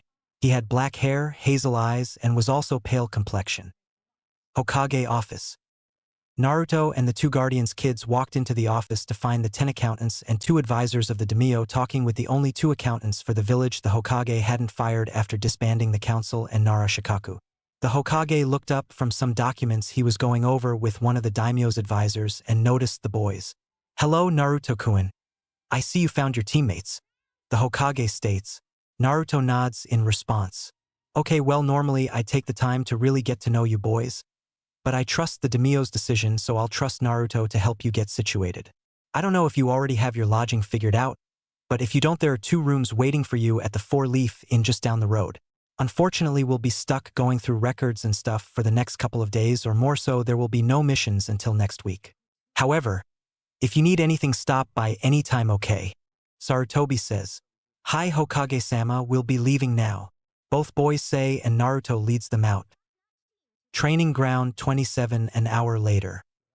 Naruto had taken them to the hotel the Hokage mentioned. He was amazed by the opulence displayed on the inside of the place. It was easily the fanciest place Naruto had ever been allowed to enter. Naruto wondered why he had been allowed into the fancy building, but had no way of knowing since he'd never had need of a hotel that the owner liked Naruto. He and the other business owners had been alerted to the council being disbanded, so he could finally treat Naruto just like any other boy. Tokiro had even volunteered his hotel to house his teammates and the rest of the daimyo's group. Now that he could kick out the councilmen who used their positions to hold rooms where they conducted some of their more illicit backroom deals, he had the space to do so. They had finally left the hotel and were now at the training grounds he and Yugao had staked out as belonging to their team. Upon arrival, he saw Yugao was already there looking like she had worked up a little sweat. Naruto wouldn't say it, but he really liked the way she looked after their training sessions. The way her shirt clings to her chest and that time she wore shorts.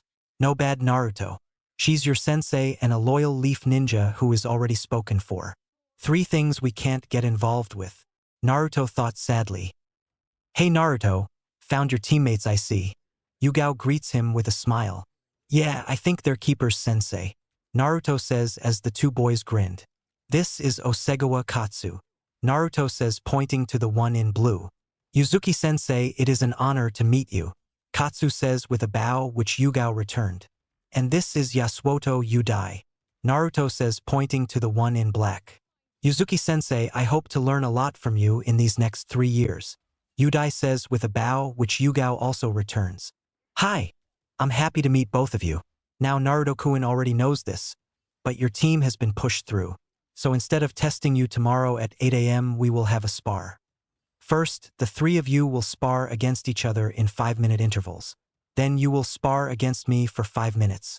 Once I gauge where you are in terms of ability, we will begin our training.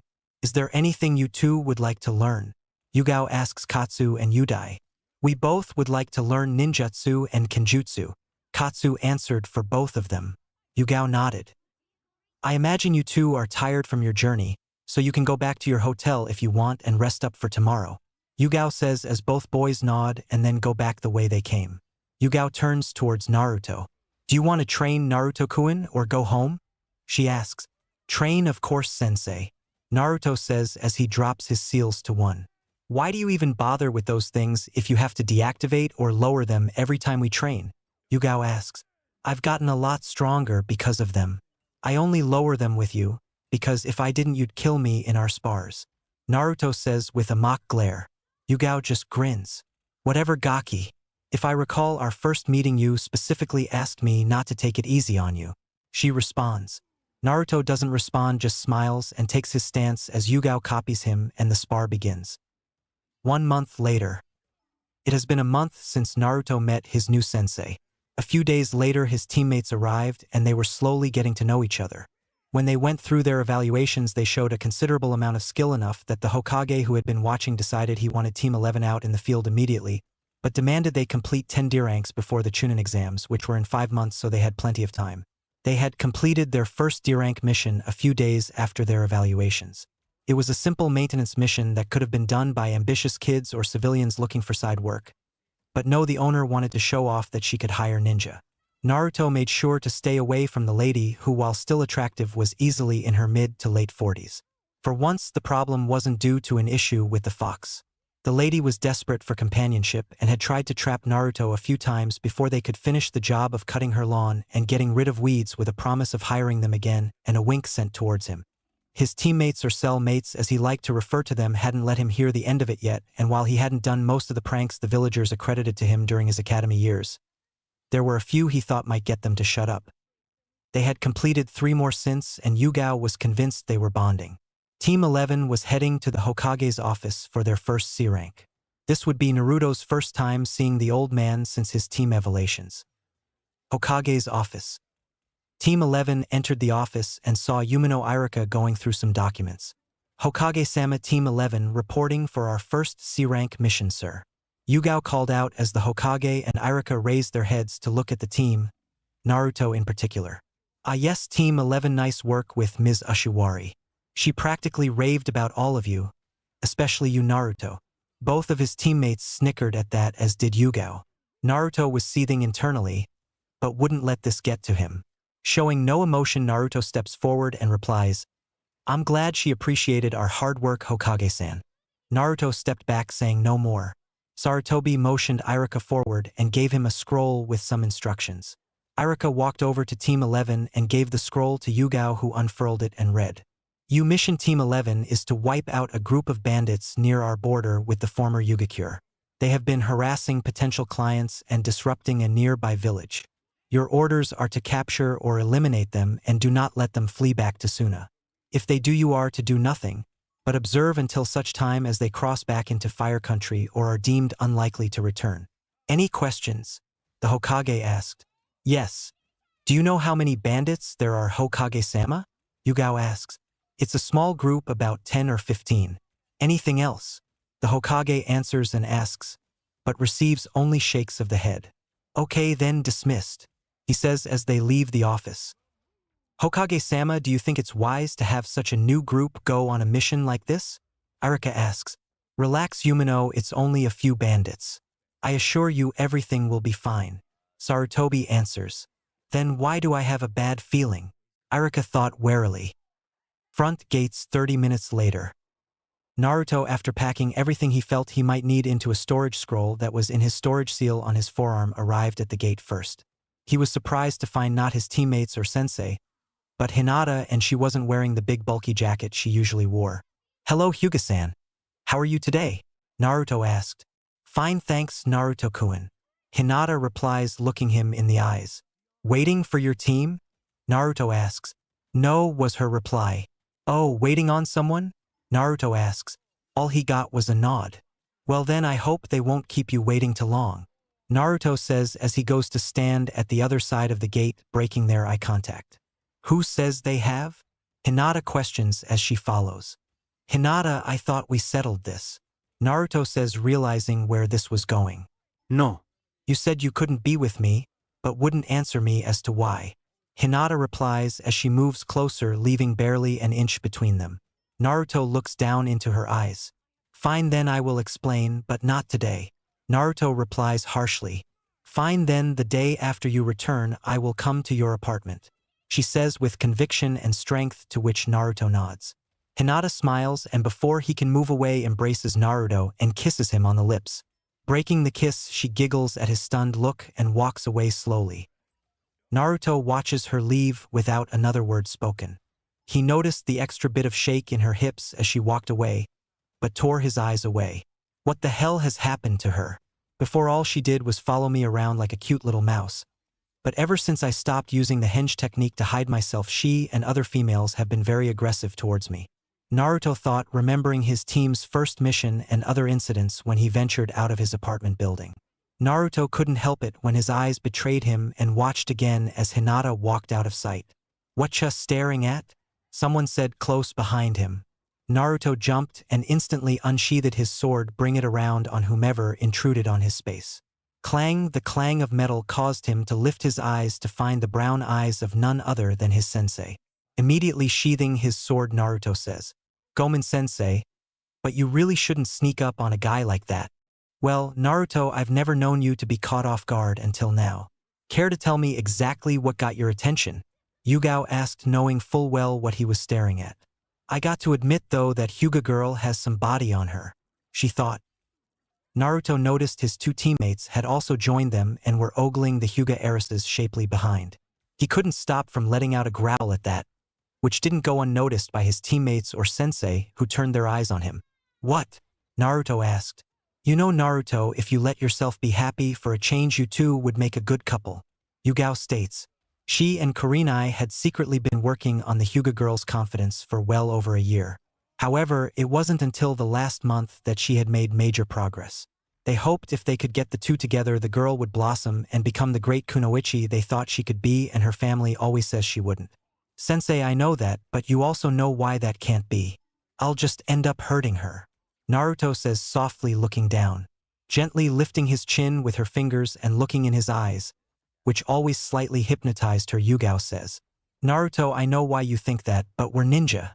It's an extremely tough and dangerous career that can end in a moment.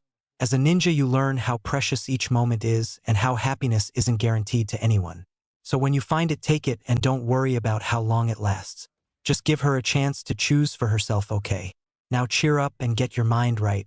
You don't want to mess up on your first mission outside of the village, do you? Yugao says, releasing the blonde's chin. You're right, sensei. Thanks for the talk. I'm ready to go. Naruto replies with a small smile. After an equipment check, Team 11 signed out with the guards and headed out towards where the bandits were sighted. There was little to no chatter as they jumped through the trees from branch to branch at high Chunin level speeds, since Naruto and Yugao had to slow down for their other two teammates. Still, they were making good time, and it would only take a few more days before they reached the border town of Chiri. 2. Next day, bar somewhere in Fire Country. A red-headed woman about 5 feet 5 inches, 166 centimeters, tall with dark purple/violet eyes, was sitting at the counter drinking her second shot of vodka. Most people would say it was too early for such hard alcohol, but she didn't care. She had lost everything that mattered to her, even though she knew exactly where her precious was. However, she knew if she stepped anywhere near him they would be killed. She was incredibly strong, but not an army. Her late husband had that kind of strength, and she was by his side during many such victories. She was just too tired and uncertain to keep fighting alone. But she had used her time to rest and, most importantly, get stronger. She just wasn't ready yet to reclaim what they took from her, and every day that passed left her with less hope, which drove her to drink. How long can I expect my baby to hold out? I'll do it soon, I just need a little more time, she thought as she gulped down more of the vile liquor to chase away the thoughts of what he must be enduring. Meanwhile, a Konoha shinobi entered the bar. Hey Taiki, the bartender called out. Hey Sho, is Miyu here? Taiki asked. You know she takes Tuesdays off to visit her family in River Country. Sho replies. Damn, I forgot. Taiki says. The way you stalk the girl, I'm surprised you don't have her every word written down somewhere. The bartender says as he places a glass in front of Taiki and pours him some sake. I'm not that bad, Taiki replies as he sits down and takes the glass. Now, I guess not compared to some of her other admirers. Still, you travel all the way here from Konoha almost every week to see her for the last year she's worked here. I myself don't understand it when you are in a village full of those beautiful kunoichi like the Ice Queen or that Snake Lady. Sho replies. True, Konoha does have a number of hot chicks, but none of them match Miyu. Plus, I don't have to worry about losing the family jewels when I talk to her. He replies, remembering a few run-ins he'd had with some of the kunoichi he knew. So what happened to you? I haven't seen you here in a while. Even Miyu noticed. The bartender says. Really? Did she ask about me? Taiki asked excitedly. She did ask if I'd seen you once. Sho answers. Taiki was in heaven. Maybe I should disappear more often, he thought. So where you been? The bartender asked again, getting his attention. Well, things have been a little crazy in Konoha, so I've been pretty busy, Taiki replied. What happened? The bartender asked, intrigued. Well, I guess it's not a secret. The Hokage was finally able to get rid of that wretched council. What? Both men heard a slightly demonic yet feminine voice shout to the side of them. Suddenly Taiki found himself hoisted up in the air and struggling for breath.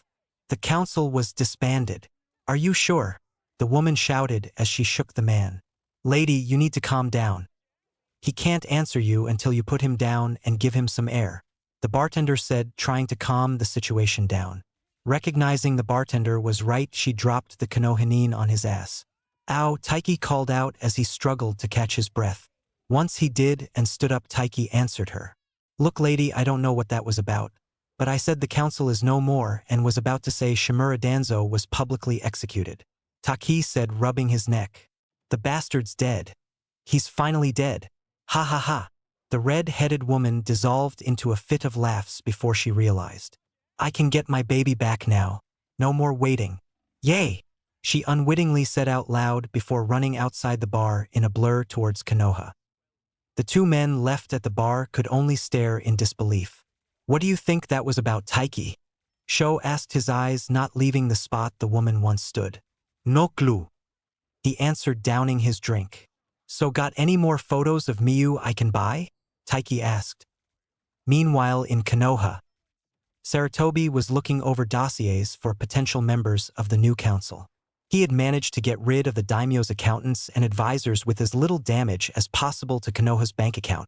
Now he was choosing his council because he really needed help to get through all the damn paperwork. This time around there would only be 5 civilians, while clans would make up the rest of the council, and 5 more seats taken by advisors. He was going to enact laws that made it tougher to declare your family a clan. That was to make sure certain trash like the Harunos that had been calling themselves a clan wouldn't be able to slip in on some technicality. Of course, some exceptions would be made even if they didn't meet some or all of the requirements anymore. Like a certain thought to be extinct clan of a former Hokage. Thinking of his former successor, he also gained a smile at how he was able to enact the changes to the academy the Yondaime was going to before his untimely demise. It would mean there wouldn't be any graduates next year, but the rewards would be worth it, and it would be another achievement of his, though he would be sure the originator of the plan would get due credit. It also meant he had to have more teams pass this year. But with Naruto's situation, he had only had to pass 1 more team, although he wished he could have found 3 more worthy to be a team. Still, I pushed the requirements down enough, letting those 3 fangirls pass. Sarutobi thought. Getting back to his work, his thoughts turned to the blonde he thought of as a grandson. However, as soon as he did, the cup holding his tea cracked and poured over some of his paperwork. That can't be good, Sarutobi thought. He was broken from his thoughts, though, as his grandson came running in, tripping over his scarf, followed by his private tutor Ebisu. Why did I make that man Kanahamaru's Jashu 3? He thought as the pair argued, obviously forgetting they just barged into his office. Next day, Cheery Town. Yugao, Naruto, Katsu, and Yudai stood in front of the entrance for the little town.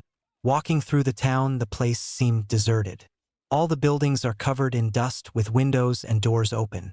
If you look inside, you would see nothing but bare rooms and walls covered in even more dust. After walking for a few minutes, they see the town hall.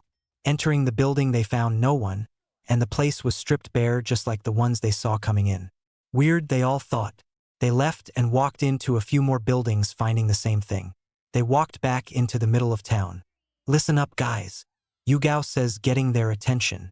It's obvious the clients and possibly the town folks have been abducted, so we're going to scout the surrounding area and see if we can find the group responsible. Naruto, think you can create a few shadow clones to help with the search? Yugao asks. Actually, Sensei, I have a better idea, Naruto says, receiving questioning looks. Naruto rolled up the sleeve covering his left arm up to the shoulder, revealing a tattoo of a large black bird with a blood-red outline and eyes. The wings of the bird wrapped around his bicep. Naruto pricked his thumb with a kunai and wiped the blood on the tattoo as he sent chakra through it. A cloud of smoke erupted, and as it dissipated, a large black bird with a bald head and neck and red eyes was staring at them. How may I be of assistance, Naruto-kun? The bird asked, shocking Yugao, Katsu, and Yudai. I need you to scan the area for a group of humans, Hachiru, and allow me to use your eyes. Naruto answers. Shwa, Hachiru says, and extending its large wings, exposing the white patches on the underside of its wings as it begins to flap its wings strongly, creating gusts of winds that force Team 11 to send chakra to their feet to hold on. Once up in the air, they can see Hachiru glide out of sight as Naruto does a string of hand seals, stopping on Vulture and calling out, Manako no Condor Jutsu. Eye of the Condor technique. The rest of the team watched as his eyes turned milky white like a Hyuga's, and he seemed to zone out. A few minutes later, Naruto's eyes turned to their normal shade of ice blue. Okay, Hachiru has spotted their camp. It's 2 miles northeast of here, and it looks like they have a lot of hostages. But they seemed all right. Naruto informs his team. Naruto, what was that jutsu? Yugao asks. Oh well, I have 2 summon contracts. One is the legendary tiger contract and the other the ancient condor and vulture contract. That was one of my condor summons, and that jutsu allows me to see what they see. Naruto says. Yugao is stunned, as are Katsu and Yudai. Where did you get summon contracts like those? Yudai asked. Well, due to people hating me for what I hold inside me. I often spent a lot of time in the forests, especially the forest in Area 44. I developed a friendship with the tigers in that area after I shared my meals with them and saved them from a few hunters and other dangers. One day they allowed me to sign their contract, why I don't know. Although I think it has something to do with my love of orange. The Vulture Condor contract I just kinda stumbled upon. Naruto replies. Yugao and the boys could only groan at the absurdity of that statement, but knew if anyone could have that kind of luck it was Naruto, so they dropped it. Hachiru takes that moment to land in front of Naruto, who gently pats the condor's head, and then takes out a scroll and unseals 2 rabbits that he tosses to Hachiru. Catching the rabbits in its beak, Hachiru bows to Naruto and then puffs back to its world. Team 11 without another word ran north as fast as Katsu and Yudai could go. I think they've gotten a little faster trying to keep up with me and Yugao, Naruto thought. They reached the bandits' camp in 7 minutes and stayed on the perimeter. They separate with Naruto moving around to the south side of the camp, so when they made their move he could cut them off from heading to Wind Country. Yugao stayed at the north end and Yudai went west while Katsu took the eastern portion of the camp. Clipping her comm device above her ear, Yugao cut it on and spoke into it. "Everyone in position?" Yugao asked. "I'm set in the north." Naruto chimed. "I'm set in the west." Yudai replies. "I'm set in the east." Katsu says. "Does anyone have a view of the targets?" Yugao asks. No. "It seems these guys have mixed themselves with their captives." Naruto answers. "Okay team, then relax, we have a long wait ahead of us. But keep aware of your surroundings and what's happening with the group. We'll wait until they head into their tents and strike after midnight." Yugao orders. Hi Sensei. The three boys answer. It was after midnight, and the men they believed responsible indeed separated themselves from the large group and headed into tents as soon as it was dark out. They counted 10 in all, but that didn't mean there weren't more hiding among the captives.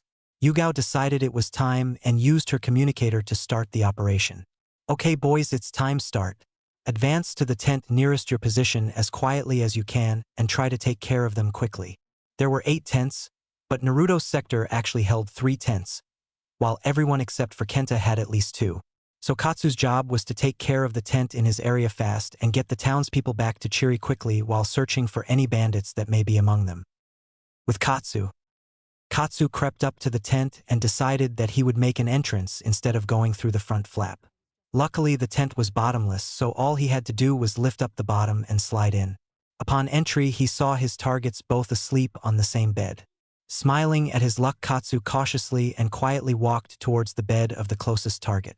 Unfortunately, he paused as he tried to steel himself for what he was supposed to do next. It was at that moment his target opened their eyes and began to scream. But before the man could get out more than an H, Katsu stabbed him in the throat. Stunned, he could only watch as the man gurgled as blood poured out of his neck and mouth as he drowned in his own blood. That is when his partner woke up and, seeing Katsu standing over his bleeding-to-death partner, quickly drew a knife and threw it at him. Luckily for Katsu, he was able to block it with his forearm, bringing him out of his trance. Taking the knife out gently, Katsu managed to throw it back at his other pajama-clad target and hit him in his chest, but not deeply or accurately enough to do more than wound the man. Quickly jumping in the air, Katsu managed to land on the man and quickly kick him in the chin, dazing him. Dropping down so his knees impacted his stomach, knocking the wind out of his opponent, Katsu did some hand seals and placed his hands on the man's head as softly called out his jutsu ran. Denkayashi, lightning release, lightning palm. A surge of lightning chakra flowed, surrounded his palms, giving them a bluish-white glow as it shocked the man into unconsciousness. Katsu could have pumped more chakra into the technique and killed the man, but he didn't want to alert any enemies that might have sensed it. So taking a deep breath, Katsu found the kunai he used earlier to kill the first man and stabbed the second man through his heart. Taking the kunai, he wipes it off on the man's pajama top and then puts it back in his pocket as he runs outside towards the captives. With Yudai. Meanwhile, Yudai had reached his second tent. The first tent in his area was empty. Sneaking into the second tent, Yudai found one man asleep. It was easy to do. He just crept over, took out a kunai, and quickly slit his throat before the man could even open his eyes. He bled out without so much as a struggle, though Yudai noticed afterwards a girl curled up in a ball being bled on by the oaf he just cut. Getting over his discomfort over his first kill, he walked over to the other side of the bed and got her up from out under her apparent rapist and on her feet. He had to blush when he noticed she was naked, silently cursing his victim, as he noted the girl couldn't be more than a few years older than him. She had the slim figure of a civilian girl, so he knew she must be from Chiri. Taking out a scroll, he unsealed a pair of pants and a shirt for her, then turned around to let her get dressed. She tapped his shoulders when she was done, and they left the tent as quickly as the girl could move. They quickly caught up to Katsu, and the girl ran to catch up with a friend in the mob of civilians headed for the deserted Chiri town. "Have any trouble, Katsu?" Yudai asked, seeing the blood on his arm. "A little, but nothing I couldn't handle," Katsu replied as they walked behind the large group. "How many did you take out?" Katsu asked. "I only ran into one and he was asleep," Yudai says. Lucky you there too in my one tent and I was too slow getting to the second.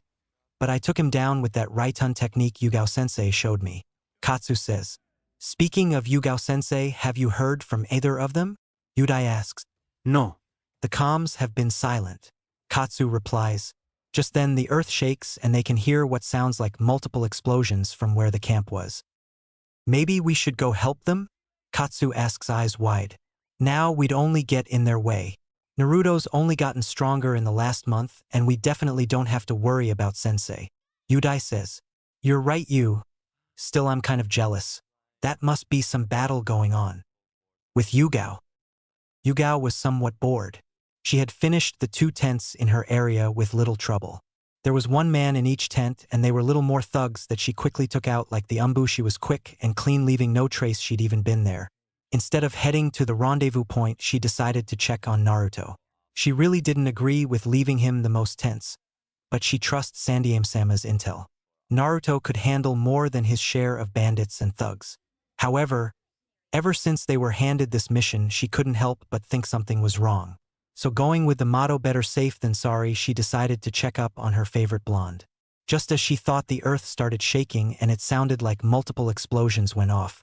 The pressurized wave of air bore down on her, forcing her to anchor to the ground using her chakra. I gotta hurry and save Naruto-kun, Yugao thought as she sped off into what looked like a disaster zone as tents and everything in the tents went flying about. With Naruto.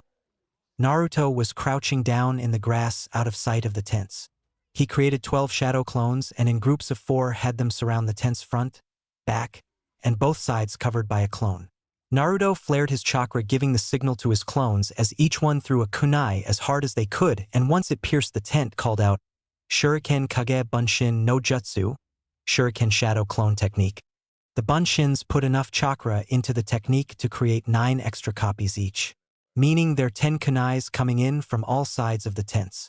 Naruto flared his chakra again and all 12 Bunshin ran into the tents. A second later, Naruto pushed a lot of chakra through each Bunshin, performing Bunshin Daibakuha, Great Cone Explosion.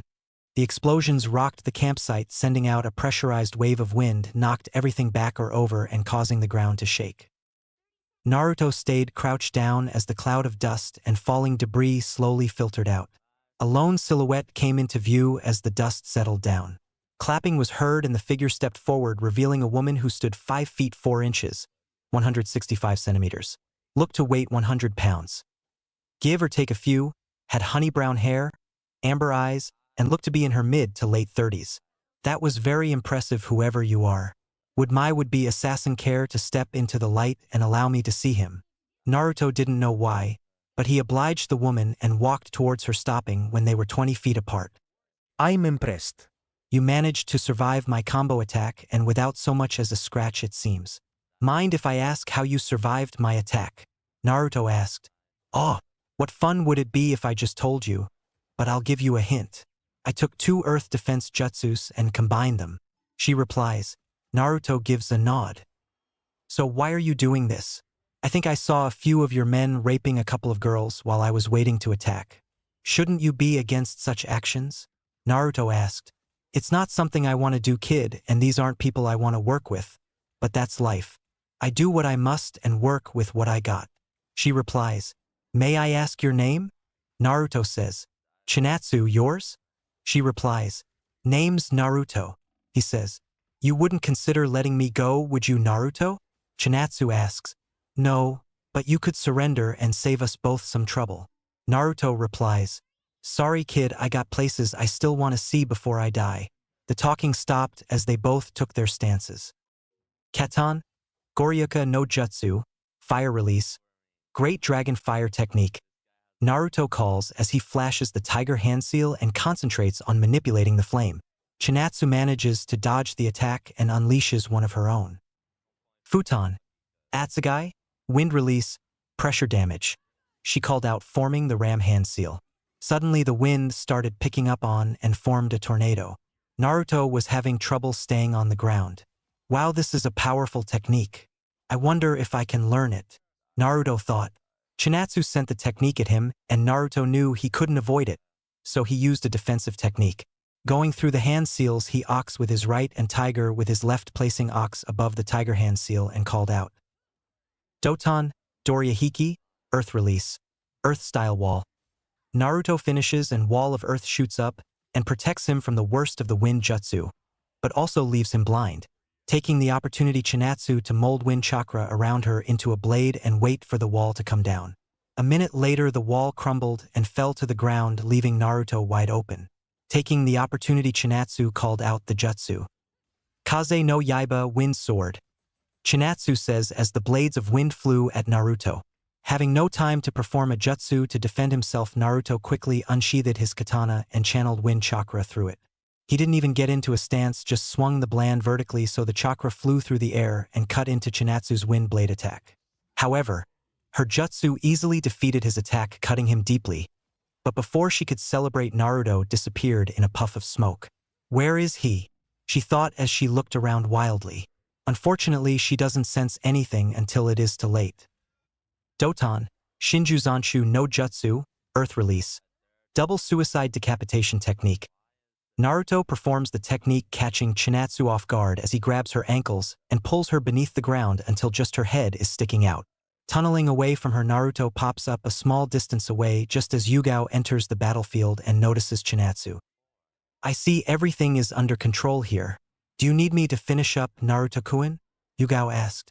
I'm okay, sensei. If I need you, I'll flare my chakra. Naruto says. Alright, but hurry up. We'll stay in Chiri tonight and leave in the morning. Yugao says. Naruto gives a nod and Yugao takes off to catch up with the boys.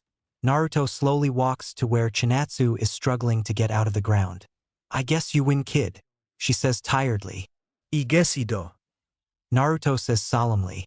Hey Gaki, if you didn't blow it up, there should be a scroll with a few techniques I scribbled down over the years you might be interested in somewhere. She informs him. Thank you. I'll do my best to learn and master each one. Naruto says. I only ask that you dig my body out of here once you kill me and take the money that's in a seal on my right breast in the shape of a rose tattoo and send it to my sister in Sunagakure. Her name is Eri Himitu, she says, and Naruto nods. Just make it quick, please. She finishes and closes her eyes. Taking his katana, Naruto channels wind chakra into it and finished the job, then did what she asked. Looking around, he found the scroll under a piece of wood. Feeling tired, Naruto headed back to town. Next day, Chiri. It was 10 a.m. and Team 11 was headed out after having a nice hot shower and breakfast with the mayor. Soon after, Team 11 left Chiri to the cheers of the townsfolk with a signed mission order and their payment. Yuzuki-sensei, can we take it slow on our way back? Yudai asked, not wanting to rush like they did on their way to Chiri. Sure, if the others don't object, she says. Yudai just shrugs, but secretly wanted to take it easy as well. Everyone looked at Naruto, who sighed. As long as I can get in a little training, fine. I got nothing to rush home for. Naruto replies. Yudai and Kenta celebrate internally as they get to relax for the first time since their arrival in Konoha. Naruto, have you thought about what you are going to say to Hinata? Yugao asks as the other two boys listen in. Tell her the truth. I can't be with her, he says. Yugao sighs. Fine. I give up, Naruto, but please be gentle with her and explain why. Also, if you could get some cinnamon rolls or red bean soup for her, it might help as they're her favorite food. Yugao tells him, to which he nods. You're missing out on a great girl, Naruto, who would do anything for you, Yugao says as she turns away from him and continues walking down the street. I know, sensei. Believe me, I know, Naruto thinks as he follows her with his teammates close behind. Chapter 11. 3 months later. Teams 4, 7, 8, 10, and 11 were all standing in the Hokage's office. Everyone was wondering why they were all there at the same time. In the meantime, each group was talking amongst themselves until the Hokage walked in. He calmly took his seat and then looked at the assembled group. I've called you all here because every year we have one joint mission that involves rookie genin to promote teamwork and relationships that will serve you well during your time as shinobi. Unfortunately, last year's group never got to experience that due to a few unfortunate incidents. The Hokage started. Naruto noticed 2 of the jonin lowered their heads. In order to make up for what happened last year, this year's group is larger than normal. Therefore, I am giving you a higher-ranked mission, Sarutobi said. He took notice of the shocked faces of everyone in the room except for Team 11. I expected as much. Team 11 is the only team with experience in tougher missions. He only meant for them to do C-ranked missions that dealt with bandits, thugs, and eventually low-ranked missing nin. Instead, a few of their missions had turned into B and 1A rank due to them fighting several B-ranked missing nin like Chinatsu Himatu, who was B-ranked. Mostly Yugao took out the higher-ranked missing nin since they only came upon more than one B-rank missing nin once. That time she let Naruto deal with one of the B ranks, and even Yudai and Kenta got in the act dealing with the C or lower-ranked missing nin and thugs, while she took out 3 Jonin-level missing nin who questioned her skill due to her being a woman. Team 11 is certainly powerful. I have no doubt all 3 will attain Chunin rank during the upcoming exam. I only hope when the other teams see how they work and their level of skill it might inspire them to improve or at least give them a measuring stick of sorts. I know their senseis have most likely decided they would put them in the exams this year regardless. But most of them are not ready, and Sasuke is unsuitable to be a Chunin due to his issues. Although if he can get past the second part of the exam, I am sure he would put forth a good showing. Hiruzen thought. Hokage-sama, Kakashi called out, getting the old man's attention. Oh right, the mission is initially being listed as a C rank due to the client being low on funds. He has pledged to pay the difference of an A rank when his village gets back on its feet. The mission difficulty is easily B if not a rank. Your primary job is to protect Tazuna, a bridge builder, and his family, while he builds his bridge. Your secondary mission is to take out Gato of Gato Industries Incorporated, his thugs, and anyone else he hires if they are unwilling to stand down. Sarutobi states. Hokage-sama, you mean shipping magnate Gato? Enko asked. Hi, the very same. His illegal businesses are encroaching on Fire Country, and his control of Wave gives him access to shipping lanes that can cripple our economy if he isn't dealt with soon. He finished. The Jonins nodded in understanding. I warn you, Wave Country isn't a pretty place right now, because of Gato's illegal practices, and Eugenin will see things that will change your view of the world. So prepare for the worst. Sarutobi says. Everyone nods, understanding the warning. Sarutobi pressed a button on his intercom and spoke. Please send in Tazuna, he said to his secretary whose name escaped him. A minute later, a man that looked to be in his late 50s or early 60s walked in the office. He was slightly overweight with a beer gut and looked to be drunk. And he was still drinking. What a lush. I am glad this is a joint mission, because it's going to take more than one team to keep this guy alive. Naruto thought. Is this Hiccup what you are sending to Hiccup defend me? This looks more Hiccup like a group preparing for a field trip Hiccup to the petting zoo than a group that's Hiccup going to protect me with their lives. Tazuna says drunkenly. He quickly took another swig of his cheap alcohol. Almost everyone just ignored the old drunk and turned to the Hokage except for Kakashi, who had to restrain Sakura from hitting the client. Kakashi leaned down and whispered to the girl so as not to draw any more attention. Stop it, Sakura. This is pathetic and unprofessional. You don't see anyone else acting like you, he said as he let go of her and she fell down to the floor. When she looked back up, she saw no one coming to help as they continued on like she wasn't even there. Only Tazuna looked at her, or more like looked down on her. She really felt small and pathetic now as she looked around at the rest of her classmates, as even Ino and Ami seemed beyond her now. Then she looked at Naruto. It's his fault. He should be the idiot on the floor, while me and Sasuke-kun laugh at him, she thought. Then she looked at her teammates. Sensei doesn't even care if I come to training or not, and he hasn't taught me anything. Sasuke-kun hasn't agreed to go on a date with me, and even said I wasn't worth his time one day after training. Her thoughts paused as she looked at Ami, her once fellow fangirl. She acts like she doesn't even like Sasuke-kun anymore, and is always sweaty, and her hair is so unkempt. She's always going off with that Anko lady and training. At least she realizes that she can't possibly measure up to being worthy of Sasuke and knows when she's beat. Sakura thought, a smile on her face as she stood back up. Meanwhile, with everyone else, the Hokage was close to killing a certain mask-wearing Jonin. But Hokage-sama, I'm a much better choice for leader of this mission. Kakashi practically whined. Why would that be Hatake? Sarutobi asked. I'm more experienced than her, and my team, especially Sasuke, is the best of the rookies, so I should take point. He tries to reason. At that, everyone, including Tazuna, who just met everyone and was nearly unconscious, he was so drunk, laughed. Ami wanted to kill her so-called official sensei at this moment, while Sakura was confused about why everyone was laughing, as in her opinion her sensei stated the truth.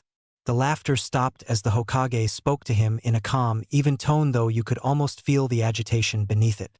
"Drop it, Kakashi. These are your orders. Yugao is group leader, Asuma is second in command, Kurenai third, Anko fourth, Mimura Hamaki fifth, Naruto sixth, and then if all of the above are incapacitated or separated from the group, then you are the leader," Hiruzen stated with a gleam in his eye when he mentioned Naruto being slotted ahead of him. "This has got to be some joke? You expect me to take orders from that dope?" Sasuke stated, pointing at Naruto, who just ignored both of the male members of Squad 7. "Yes, I do, and if you have a problem with that, then you are more than welcome to turn this mission down. There are more than enough teams present as is, but if you decide to accept and don't listen to him." Sarutobi paused, letting the tension rise. "Then I will strip you of your rank and you will cease to be a shinobi." He finished, glaring at the boy. Sasuke paled at the threat and quickly nodded. Since the council was disbanded and reformed, Sasuke no longer got his way everywhere he went. The only people who did still treat him like he thought an elite Uchiha should be treated were his remaining family, fangirls, and Kakashi. He'd had quite a few knocks to his ego since then, like when Ami beat him in a spar and when he demanded Anko teach him and dropped the loser. Well, that didn't go well, especially since Anko had begun to think of Ami like a little sister, although Ami refused to dress like her One-ichan one. Unfortunately, whenever it seemed like he was close to realizing the world didn't revolve around him, Sakura, or Kakashi, or his remaining family would build him back up, locking in the elite mentality. Suddenly a shriek got everyone's attention and had them covering their ears. "What? You can't do that, Sasuke-kun is the best. Much better than Naruto Baka," Sakura yelled. Before she could screech anymore, Naruto took out a roll of duct tape, cut a strip, and slapped it on her mouth before going back to where he was standing. Before she could rip the tape off, Sarutobi glared at the girl with a little ki. "Listen here, Miss Haruno. You will learn to control that mouth or you will find yourself dropped from service as well. Naruto is sixth in command. That means you and the rest of the genin will listen to him if the situation calls for it. Otherwise, he is a fellow genin and not to be harassed in any way, or he has permission to retaliate in any manner he sees fit. Also, his team will only receive orders from Yugao-san. The rest of you will listen to all the jonin and obey any orders they give you." Sarutobi orders, and everyone nods in acceptance, including a shaking, still taped up Sakura. "Okay, your mission will commence at 8 a.m. and everyone better be on time," Sarutobi says, looking at Kakashi. He receives another round of nods. "Okay, everyone except Naruto dismissed, and Tazuna I suggest you use tonight to sober up. Client or not, I won't guarantee your safety if you show up tomorrow drunk." He finishes and Tazuna just waves him off and walks out, followed by everyone else. "What can I help you with, Hokage-san?" Naruto asked when the room was cleared. "Have you thought about the council's proposal?" Sarutobi asked. "Yeah, the answer is no, and it will never change. In 3 years me and my Kekkei Genkais are leaving, and I will not leave innocent children behind in this hateful village," Naruto replied. "Naruto, I think the villagers have done their best to show they are sorry," Hiruzen states. "He's right, a few have even got down on their knees and kissed my feet a few times begging for forgiveness," Naruto thought. "Wow, so for a few months of relative peace and a little unwanted groveling, I should forgive over a decade of abuse, beatings, torture, murder attempts, murders if only for a minute or two, poisonings, rapes, and other forms of things that happened to me under your watch?" Naruto asked incredulously. Sarutobi just blanched at every charge, knowing they were true and more. Hell, lesser men have snapped from just 1 or 2 of those things happening to them or someone they love. Sarutobi thought. "Fine, but I pray one day you will forgive us and her," Sarutobi says. Naruto just stands there not replying. "I'll get to why I asked you to stay. I realize this will be your first mission outside of Fire Country. I need to ask that you keep our agreement and your heritage a secret and to only use that chakra if you are in trouble," Sarutobi says. "I make no promises, but I assure you I won't go around indiscriminately broadcasting it, and I won't go around using it unless I need to for the time being," Naruto says as he walks out of the office and back to his still unfinished complex. Next day, 7:50 a.m. Everyone was at the gate, including a grumpy Tazuna who was suffering from withdrawal symptoms after not having any sake except for Naruto. Despite the fact he wasn't late, Team 7 and Tazuna were becoming impatient. The rest were looking at Kakashi in disbelief that not only was he on time for once, but early. 10 minutes later, Naruto showed up with a different look. Naruto was wearing a forest green shirt that had 2 black columns with green leaves seemingly falling down them, a Kelly green Jonin-style vest, forest green Umbu-style pants, and brown civilian-style running shoes with the chakra-conducive metal in the bottoms and tip of the shoes. He also had a single katana strapped to his back and his hair wrapped in black silk. Naruto looked at the assembled group, taking notice of the aggravated looks the client and Team 7 were giving him, and what he now recognized as lustful stares from a few of the ladies present, but he didn't care. "Okay, now that everyone is here, let's head out," Kakashi said, giving Naruto a small glare. "Actually, first order of business is an equipment check," Yugao said. "Everyone take out your packs and show me what you are bringing with you," Yugao ordered. One by one, all the genin took off their packs and showed what they were bringing on the mission. Only Ino and Sakura had to be given an extra pack, which they grumbled about having to carry as they looked for someone to pawn it off on. Yugao then turned to her own team, but instead of packs they each pulled out scrolls and showed her they were carrying a store's worth of clothes, weapons, food, and other items. "You each remember to keep a few kunai and shuriken on you, right?" Yugao asked. Hi Sensei. "Naruto finally got around to putting the seals on our vest and clothes after our last mission," Katsu answered. Kurenai took that moment to enter the conversation. "What are you talking about and where's your equipment?" she asked in a commanding tone. "We're fine, Kurenai-chan." Naruto taught the other two how to make their own sealing scrolls and tattoos. They're extremely convenient when you need to haul a lot of stuff, but don't want to be weighted down, Yugao explained. Kurenai nodded and walked back to her team. Yugao turned and walked with her team to the front of the unusually large gathering. "Okay, everyone. I know this is an unusual situation having more than one team on a single C-ranked mission, but we need to get along. To that end, I welcome all of you to come to me with complaints, suggestions, and ideas. I will not tolerate any mean-spirited or derisive comments directed at anyone in this group. So please behave and let's show Tazuna-san here what Leaf Shinobi are all about.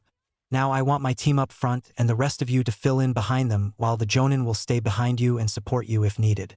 Tazuna, feel free to choose a genin bodyguard and stick by them, please," Yugao orders. Tazuna didn't waste any time and moved beside Naruto. "I don't know what it is, but something about this blonde kid tells me he'll keep me safe," Tazuna thought.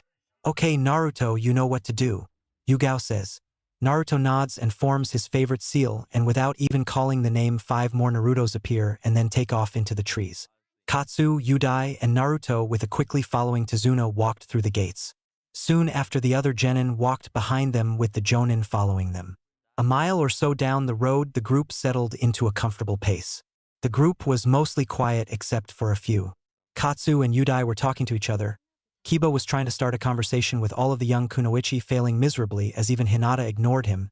Sakura had moved up to the front after being harshly turned down by Sasuke and was engaging Tazuna in meaningless chatter.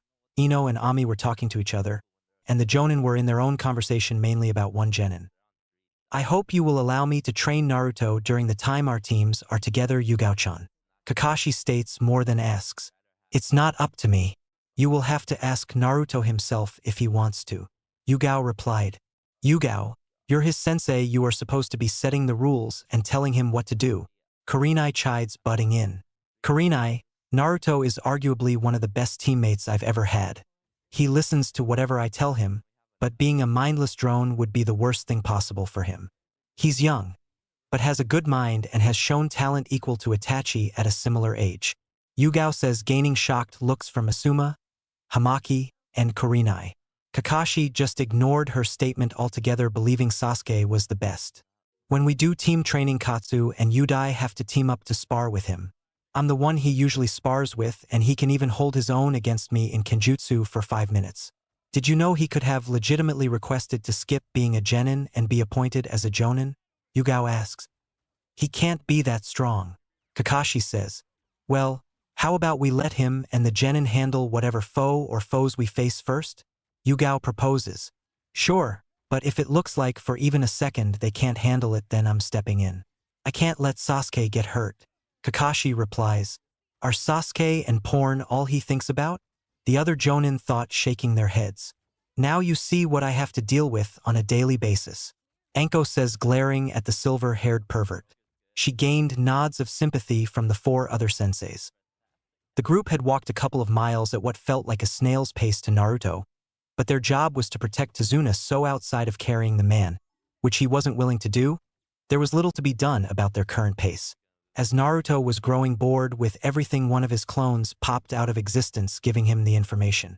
Naruto didn't even go through the pretense of using hand seals as he molded the correct amount of chakra, and a Kage Bunshin appeared right in front of him, shocking all the genin who noticed. The Bunshin instantly ran off into the forest. The genin that noticed tried to question him, but Naruto just took out a scroll, started reading it silently, and kept walking. The rest of the group minus Team 11 bristled at being brushed off like that, but kept walking. 8:00 p.m. The group had made it to the halfway point, and surprisingly or unsurprisingly, depending on who you were, it wasn't Tazuna who collapsed, forcing them to stop. No, that honor went to Ino and Sakura, but seeing as it was dark out, they all stopped anyway. They were close to the sea separating the island of Wave from the mainland. Setting up camp, all the teams separated the duties needed to set up their individual camps. Tazuna chose to stay with Team 11 and camp out with them.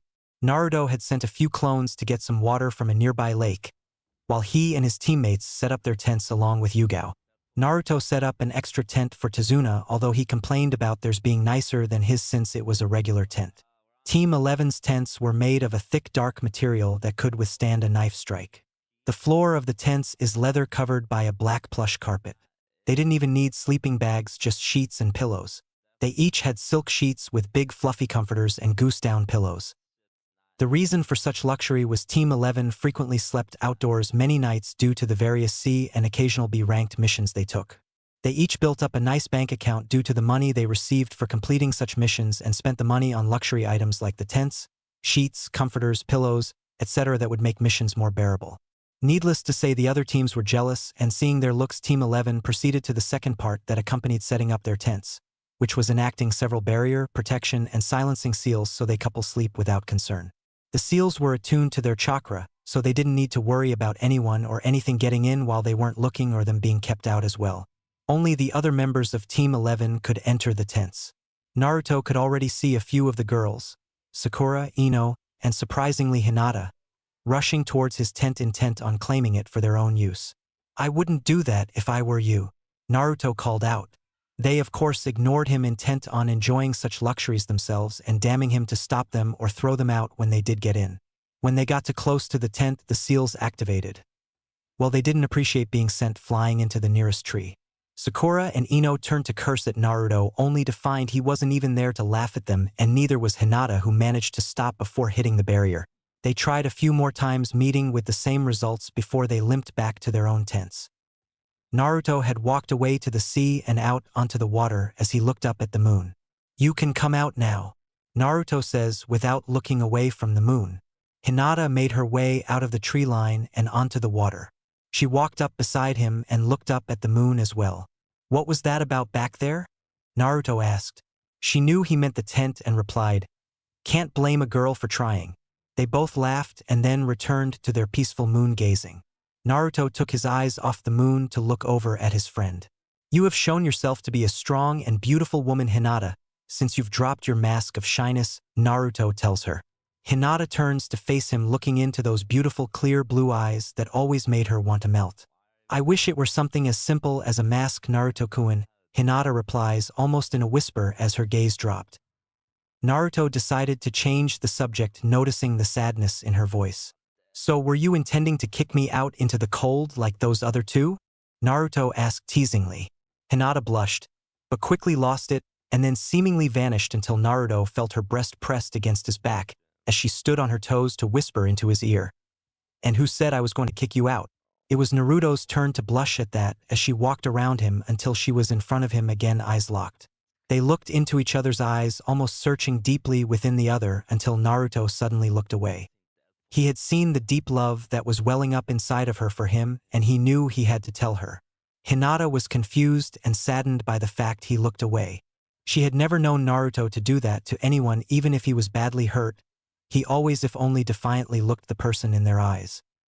"Hinata," About the other night when we were supposed to have our talk, Naruto started. Hinata remembered that night. She heard that Team 11 was returning from a successful C-rank mission. Not that the people she overheard talking about it were doing so in a positive manner, and she had gone to the gate on the day they were supposed to arrive back in town. Team 11 had made great time finishing a C-B rank mission in 5 days. She would have missed them re-entering the village if she hadn't forced herself to wake up early and skipped breakfast with her father and sister. No big loss. To be there as the team passed through the gate. She smiled brightly at Naruto and moved to his side as they walked towards the Hokage tower. They talked about nothing important until Team 11 reached the Hokage's office, and she had to wait outside for them to deliver their report. She retook her position by Naruto's side when they left half an hour later as she tried to talk to him. But he didn't really seem to be listening to her. When they got close to his apartment, she noticed him freeze and lock eyes in front of him. Hinata looked to where he looked and saw a somewhat tall red-haired woman with dark purple eyes who also seemed to be frozen. Naruto only broke out of his daze to address Hinata, asking her to postpone their talk for another time. She reluctantly agreed and looked at the woman again before leaving, even though part of her was demanding answers and wanted to refuse his request. "It's okay, Naruto-kun. I knew it must have been important for you to break our agreement," Hinata replied. "So who was she?" Hinata asked after a few seconds of silence. "She is my mother," Naruto answers. "Mother? I thought you were an orphan," Hinata questioned. "It's not something I want to talk about right now," Naruto says, turning to look at the moon again. "Okay," Hinata replies, stuttering for the first time in months. "Gah. Every time I get near him, my mouth and body betray me. I need to calm down and just ask him before it's too late," Hinata thinks. Taking a couple of deep breaths, Hinata grabs Naruto's hands and looks deep into his eyes. "Naruto-kun, I love you so much. Why can't we be together?" Hinata asks him, giving him a teary-eyed look. Naruto stood there and studied the girl. No young woman in front of him. Naruto sighed. "She probably won't accept what I tell her, but she has to know the truth," Naruto thought. "There are many reasons, unfortunately, Hinata, none of which are about me not liking you enough or finding you unattractive, because I think you're beautiful. Like I said earlier, you're becoming a beautiful and strong woman with each passing day. It's just you're a Hyuga for one thing," Naruto says, gaining a deep blush from the heiress before it changes to a confused look. "What does me being a Hyuga have to do with anything?" Hinata asks. Naruto decided to walk back to land, with Hinata following close behind, waiting for an answer. Once they reached the shore, Naruto started. "I hate your clan, Hinata," Naruto says simply. Hinata stood there frozen, the shock and pain clearly written on her face. WWHY clan. Hinata asks, her old self reappearing at his declaration. "I know you are one of the few our age who know of my constant companion," Naruto says. Hinata nods and says, "Yes, I heard my father talking about you one day. I don't think of the QB as a burden anymore, but since the day I was born, the council, including the clan heads, have been trying to have me killed or under their thumb. Your father and clan are prominent among them. Where some clans calmed down and saw the truth of the situation, others, including your father, have continued to persecute me. They have gone so far as to accuse, charge, and convict me of stuff I didn't do in the hopes of getting me executed," Naruto rants. Hinata gasps at that information, but otherwise stays silent, head down, thinking over what he said. "Now, if that were all it was, I would simply hate your father. Thanks to QB, I can separate the man from his actions or the actions of another. I hate your clan as a whole, because they have been a part of the fox hunts and abuse I've suffered, even the branch members who you would think would know about suffering behind a seal. But not you, who has never done as much as raise your voice even when I've done something wrong," Naruto continues. I am sorry for the abuse you suffered at the hands of my FF family." Hinata began to apologize, but was stopped. "Stop, Hinata. It's a nice gesture, but it is not your place to apologize for the sins of others. You have done nothing I need to forgive," Naruto tells her. "Then can't we be TT together?" Hinata asks, looking into his eyes. "Because, Hinata, I made an agreement with the daimyo, Hokage, and council that they get my services for 3 years and then I get to leave," Naruto informs her. "What?" Hinata yells, surprising Naruto, who's never heard her be that loud about anything. "Why you can't? What about me? I love you, Naruto-kun," Hinata declared louder than Naruto ever heard her speak. "Thank you, Hinata, that means a lot to me. But I have to go. I hate the Leaf Village, I have a strong dislike for my stupid father and his self-sacrificing ways, and I hate the people of the Leaf minus a mere handful that don't deserve my hatred of them. I have to go Hinata before that hate turns me into the very monster they tried so hard to make me. In 3 years I will turn my back on the Leaf, never to return, and I could never ask you to leave your family for me. Because I know that despite everything they've done to you, and how they make you feel, you still love and cherish them, Naruto tells her. Hinata just crumpled into him and cried, knowing he spoke the truth. Naruto tried to comfort her the best he could, but never receiving such comfort himself that he remembers. He could only hold her, which was enough for Hinata, who hadn't even received that since her mother died. A few minutes later, Hinata looked up at Naruto with tear-filled eyes and asked, "PPL please, and Naruto-kun, don't leave me?" Naruto looked at the girl in his arms and sincerely wished things were different. But they weren't. I'm sorry, Hinata-han. I don't know what I did to deserve such love from a beautiful and kind person like you, but I have to leave. I can't love you like you deserve to be loved, because it will only hurt you more in the end. I'm sorry, Hinata, but I promise I will always be your friend even if I'm a million miles away, and do my best to help you while I'm here. Besides, I bet you'll find a great guy who will love you with all of his heart one day, and you won't even remember me, Naruto says with a smile. Hinata wipes her tears away and just presses further into his chest. You're wrong, Naruto-kun, you'll always be the only man for me. But I understand and promise to be a good friend that you can trust, Hinata says softly. Naruto gives her a bright smile that makes Hinata melt and want to stay in his arms forever. But such bliss wasn't meant to be. Their teams were probably already searching for them, so they needed to get back. Secret base somewhere in Wave Country. What do you mean you haven't killed the bridge builder yet? A squat but well-dressed man yelled. Just what I said, Gato, the man is still alive and headed this way, said a very tall dark-haired man that had his face wrapped in bandages and a sword almost as long as he was tall strapped to his back. What are you going to do to rectify this situation? Gato asked angrily. There's nothing I can do for now, the tall bandaged man replies. What? Why? The little man shouted. The reason is simple. You waited too late to hire me and my group, the man responds. Look here, Zabuza, I paid you a lot of money to get this done and I expect results, Gato sneers. And you'll get them, but thanks to your haggling over the price. The old man was able to make it to the Leaf Village where he hired ninja protection. Now normally this wouldn't be too much of an issue, especially since you said the bridge builder probably only had enough money to hire a team of Genin and their Jounin sensei. However, Tazuna must have got one hell of a discount, as my subordinates counted 5 teams and 6 Jounin among them. I'm good, but even using all of your little henchmen, I would still need to call in a few favors to get the job done. Which means I need more cash and time, Zabuza says firmly. Unacceptable. I've paid you and I expect you to do what I paid you for, Gato says angrily. Look, if money is so important to you, then why not wait until after they finish the bridge? The Leaf Nin will go home, then I sneak in, take out the old man, and we blow up the bridge. This way you get what you want, I get what I want, and more importantly my team survives to see another payday, Zabuza replies questioningly. Look, you just leave the thinking to your betters, Demon of the Mist, because you obviously don't understand the situation and why this needs to be done now, not after the bridge is built. If that were the case, I wouldn't have wasted my money and sent my thugs to do it, Gato says condescendingly with air quotes as he says Demon of the Mist. Then make me understand, little man, Zabuza says, losing his patience with the portly man. Gato is close to tearing his hair out in frustration, but decides to oblige the much taller missing Nin. I have spent a lot of time and money destroying the spirit and mind of these people until they were nothing but whimpering dogs who won't challenge my authority on anything. They were so close to breaking before that old bridge builder gave them hope with his silly idea of reconnecting with the mainland to circumvent me. If Tazuna dies before his bridge can be built, then all hope dies with him. But if the bridge is finished, even if Tazuna dies and the bridge is destroyed, they'll still have hope that they can do it again. Hope that will lead to them defying me again and setting back my plans to conquer Wave Country before I move on to other countries ripe for the picking. So you see, I can't afford for them to grow a backbone, and I can't afford for Tazuna to finish this bridge, Gato says, finishing his lecture. Zabuza, for his part, just nodded at the little man and rubbed his chin for a moment.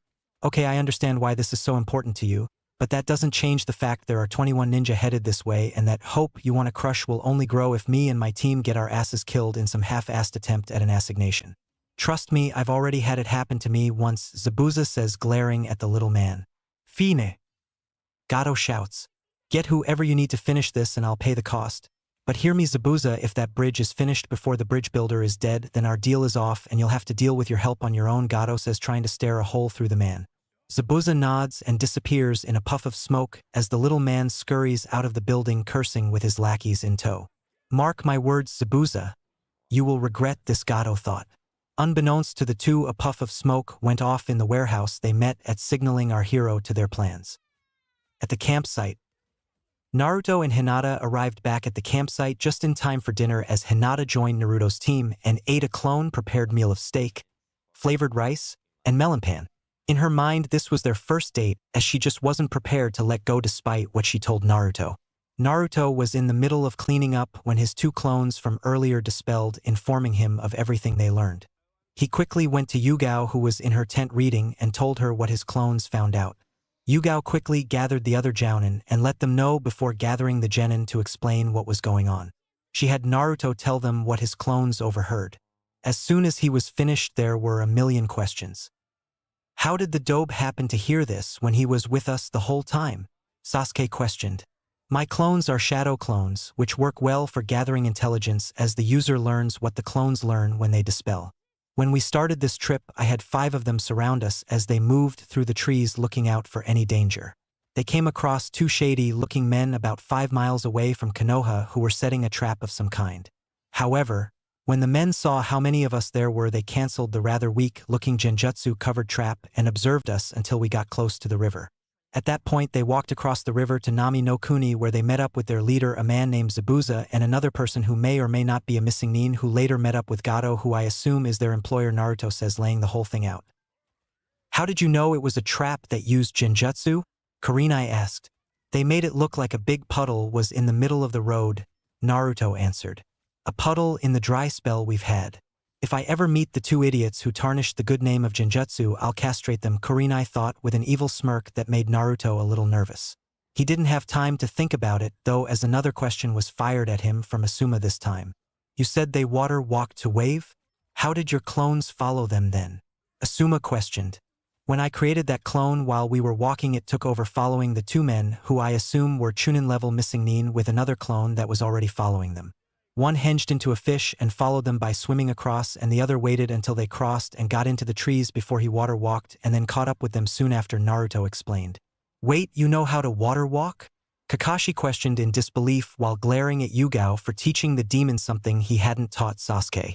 Learned it years ago, but that's getting off point, Naruto replies. Wait, you learned water walking years ago?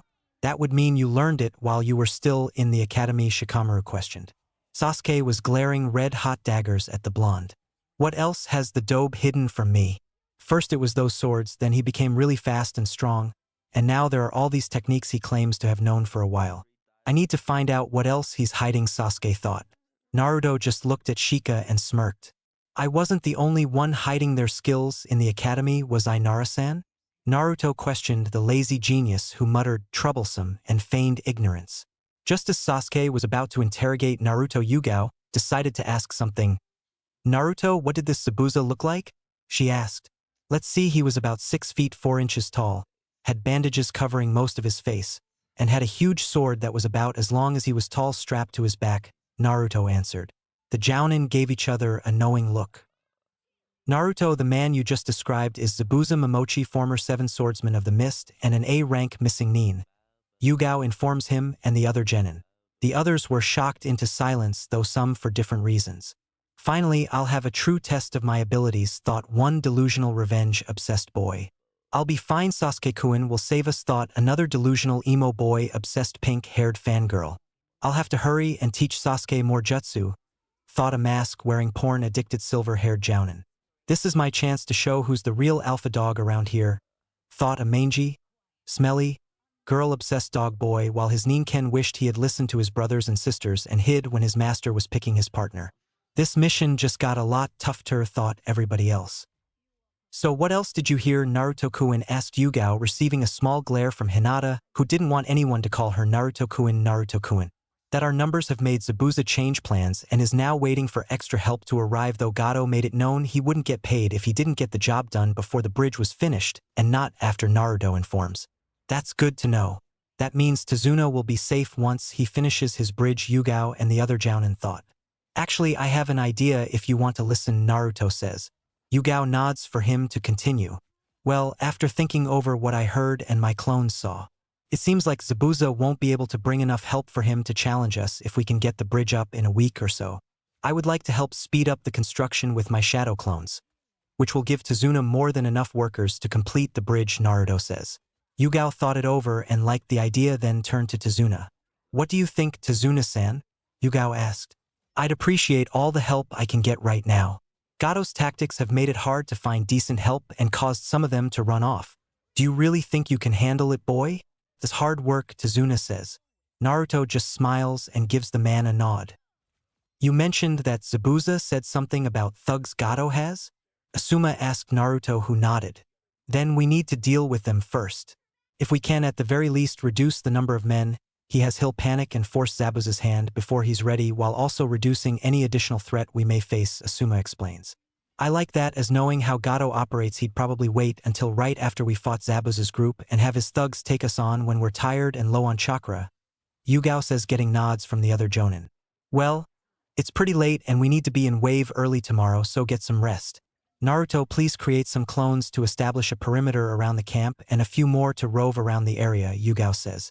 Naruto does as asked after dispelling the clones he created earlier, and then everyone heads off to sleep. Next day, Wave Country. The group was up with the first rays of sunlight and at the rendezvous point where they would meet with Tazuna's contact a couple of hours later. Unfortunately, they ran across another problem. Look, I'm sorry, Tazuna, but I can only risk taking you across once. Those who can't fit on the boat will have to find another way across, and I can only take 4 or 5 of you across, the boatman tells them. That is a problem, Yugao says. The way I see it, there is the flashy way of solving this issue, in which way may not even need the boat, and then there is the simpler, but possibly dangerous way, Naruto says to Yugao. Who asked you, Naruto Baka? Sakura shouted, her fists shaking. This was met with nothing as everyone continued on like she wasn't there. Well, the flashy way is those of us that can summon do, and we all go across on the summons. The real idea is 4 genin plus Tazuna get on the boat, while those of us who can water walk across carry those that aren't on the boat and can't water walk piggyback style, Naruto says. The choice was obvious, even if Naruto was right about there being a slight danger to it. Okay, but who gets in the boat and who gets carried? Yugao questions Naruto. I'd say Kiba and Choji would ride with Tazuna if they can't water walk. Sorry, Choji, but it would be hard to carry you all the way across a river the size of this one. And well, Kiba stinks, Naruto says, which gets a nod from everyone. Hey! Kiba shouts. I do not stink. He yells out and everyone ignores him. Choji just nods in understanding, although he doesn't like it either. Okay, that's 2 in the boat, who else? Yugao asks, looking for volunteers, but receives none. How about we determine this another way? How many of you know how to water walk? She asks the genin. To the other Jounins, surprise, Team 11 raised their hands, and unsurprisingly no one else did, even though one more did know the technique. Maybe I should have raised my hands and impressed Naruto-kun that way. No, if I did, then I might be forced to carry Ino or worse, Sakura. This way maybe Naruto-kun carries me, Hinata thought gleefully. The Jounin talked amongst themselves for a moment before a decision was reached. Okay, the following people get in the boat. Kiba and Akamaru, Choji, Shino, and Sakura, Kurenai says, taking an authoritative command once again. What? Why I am being lumped with those losers? Sakura shrieked. Simple. You are annoying, all 6 Jounin said decisively. Sakura shut up for once, making everyone thankful that the girl seemed to finally get it. That being said, Hinata got her wish as Naruto bent down in front of her and let her climb up on his back. Anko took Ami, Asuma took Ino, Kakashi of course took Sasuke, Yudai took the Kunoichi of Team 4 as he had a slight crush on Choji's cousin Akamichi Emi. Hamaki took one of the boys on his team, Kurama Osamu. Katsu was stuck with Shikamaru, who grumbled troublesome about being carried by a dude his age, and Naruto created a clone that took Uchiha Haru, one of the few surviving Uchiha whose parents never developed the famed Uchiha Kekkei Genkai, so no one thinks he will attain it, and last member of Team 4.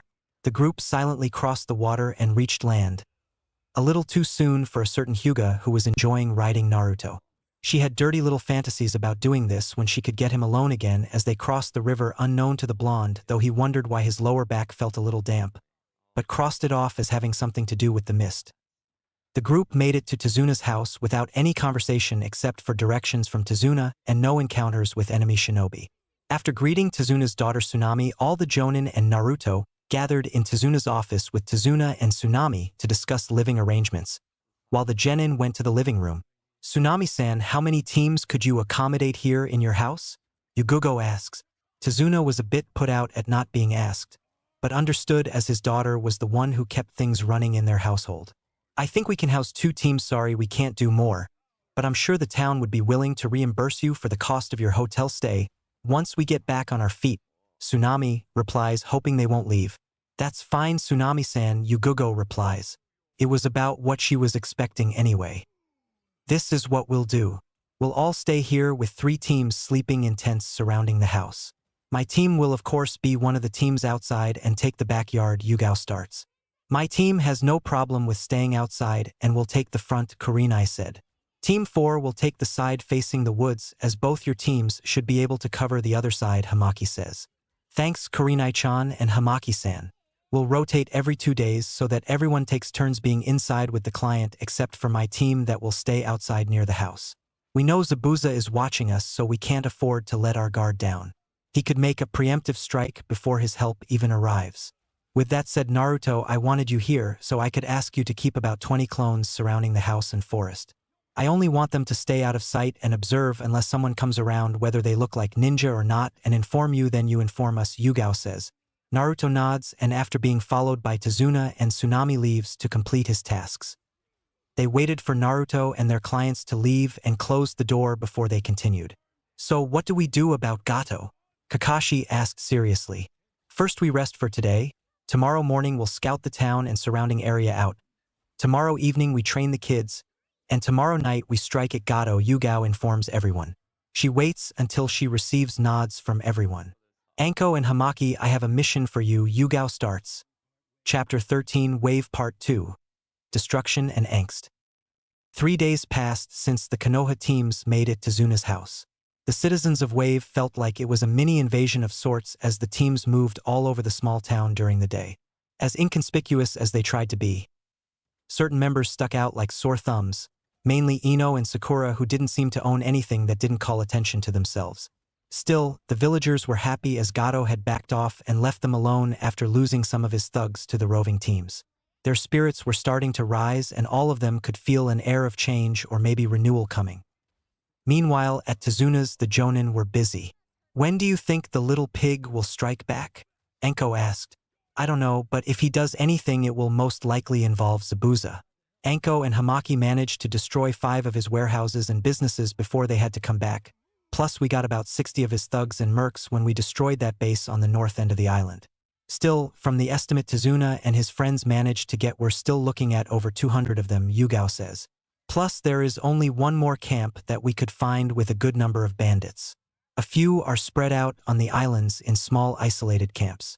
The rest congregate in his mansion on the east side of the island or in that whorehouse in the town that I've seen a lot of his goons coming in and out of at all times of the night, Hamaki adds. The problem is we can't move against the whorehouse without a high risk of civilian casualty. Then there is the problem that some of the girls in there are not in the best mental condition, which could make the rescue effort difficult, especially if we're fighting at the time, Anko says, thinking over some of the things she heard during her scouting. "What about his mansion?" Kakashi asks, wanting to move on. "Look, I agree we should focus there, but we're saving Gato for last and I want to get those women out of there now, not in 1 or 2 weeks, Kurenai says firmly. "I agree with Nai-chan," Anko says. Kurenai grimaces at the nickname, but gives a nod of appreciation to Anko for the support. They all turned to look at Yugao as Asuma agreed with Kakashi and Hamaki was abstaining from voting against either side. "This isn't worth an argument. You both are right, but as Kurenai said, we're hitting Gato last or waiting for him to get desperate enough to come at us himself. In the meantime, we have a target we can hit that will hurt Gato a lot, and all we have to do is the right thing by saving some poor innocent women from a bleak fate," Yugao says. The guys all realized it was pointless and submitted, while Kurenai and Anko flashed a cheesy grin and the V sign for victory. "So how do we attack without them killing people before we can stop them?" Hamaki asks. "That job will be Anko's and Naruto's," Yugao says with a smirk. What can a male genin do in an operation like this?" Kakashi asked, truly interested. Oh, you'll see, Yugao says as she leaves the room. 8:00 p.m. outside Fish and Dips. Naruto really didn't want to do this. He argued against this every way he could, and he only agreed on the condition that he dressed himself. Alone, no help, and that his method of doing it is secret. Honestly, Naruto didn't need nor want to let out this ability. Yugao had promised him she didn't tell them anything except what they already assumed about his ability. That it was just a stupid, childish, and sexist henge. The other genin were all kept away with training as he and Enko made their way to their destination, with most of the jonin trailing them after leaving clones to watch out for the kids and clients. Half an hour later, they were standing in front of the building. Naruto took a deep breath, then walked into the gang hangout/strip joint/whorehouse Enko in front. As Naruto walked in and shut the door behind them, she looked over the place and had to fight hard to keep frowns from forming. It was large for a strip club, at least bigger than the ones she went into in Konoha. She guessed the walls were white, but with the dim-colored lighting that flashed different colors around at least the area she was in, it was hard to tell. She saw a large stage with a couple of girls mindlessly dancing to what she could best describe as noise. There was a bar all the way across the room with a man who looked to be about 6'3", bald, and overweight with a few visible tattoos on him behind it. She could make out 5 ladies of different ages roaming the floor until one took a man and headed up a set of stairs. Naruto took note of the upstairs, but knew what they was looking for would be someplace hidden. Walking over to the bar in a manner he figured only someone like Enko could pull off, he watched as the woman grabbed the bartender's attention. Literally. Turning the man around to face her, she grabbed his crotch and asked, "Is Gato here, big boy? I heard he was looking for mercs who could get a job done, no questions asked," she says, giving a little extra squeeze to his equipment. De no. Jigeto hasn't been here in weeks. He manages to get out. Know where I can find him? She asks, leaning over the bar, giving him a show that threatened to send him into a blood loss-induced coma. No, but if why you wait here, he might come in. He stutters, having a hard time controlling himself. Enko nods, giving the man a smile and a gentle pat before she lets him go and sits down. Enko waves Naruto over and sits down on a bar stool next to the woman. "Bartender, get me and my little sis a bottle of sake with 2 glasses," she said, getting the man's attention again. He quickly grabs a bottle of cheap sake and pours it into 2 large glasses. Enko notices him leering at the now female Naruto instead of her and secretly pouted. How could any man see this gorgeous body and not be all over it? She questioned. She had to admit, though, the transformed Naruto was sickeningly cute. I still have to find a way to get him to forgive me, she thought, catching another heated glance coming from the younger girl. Naruto so far hated this mission. I'm so close to just saying fuck it and kill everybody in here, Naruto thought as she caught the bartender blatantly ogling what should look to him like a 12-year-old girl. Catching another man who sat on the stool next to her getting a little too close while trying to look down the front of her dress, Naruto had to wonder if maybe being called a demon wasn't a compliment. Naruto was brought out of his thoughts by Enko. Hey! Blondie-chan, get your little ass moving, the special jonin calls out. Naruto looks at the woman only to find she's back flirting with the bartender. Just do this mission and you'll never have to see her or this place again, Naruto reminded himself. Deciding not to stick around and catch the rest of whatever was going to happen, Naruto asked where the bathroom was and went where the bartender pointed. Upon entering the bathroom, which was disgusting, Naruto took off his clothes and sealed them away in a scroll he pocketed, transformed into a spider, and crawled under the door, then up the walls and down to the employee-only area of the club a level below the club. Naruto made it to the lower level surprisingly easy, even if he was using the form of an inconspicuous spider to do it. They had no traps or alarms or even guards to protect the area. There were signs of what went on down there and several clothed captives, but no men to guard them. Seeing a door in a far corner with light shining underneath it, Naruto moved towards it, leaving the women for now, as his objective was to incapacitate as many thugs as he could without alerting anyone, and then call in the troops to handle the darker aspects of the mission. Moving towards the door, he notices it's heavier than the rest with a few minor seals on it, but he still made it underneath without detection. Naruto had to stop and gather his breath to stop from puking. The smell was horrible as it stank of stale ejaculate, piss, and excrement. It was a large area, possibly bigger than the upstairs itself, with concrete floors and about 20 cement partitions, giving the feeling of stalls in a barn. As Naruto moved across the walls, he could see girls and women as young as 8 and as old as 50 chained up to the bed looking malnourished and in need of medical care, some worse than had bowls or dishes like dogs with what looked like dog food and water in them seemingly untouched and a large bucket next to the bed in place of a toilet. Naruto guessed this is where Gato broke the girls, but figured this was probably just one of many places he did that at. Naruto walked the entire length in his transformed state, which took a while but didn't see any thugs, just girls. Figuring he had been gone long enough, Naruto created 10 clones that looked like he normally did and had them start working on freeing the girls from their binds and then hide out until the raid started or one of the thugs decided to use one of the girls, in which case the clone would knock him out if possible and if not dispose of him.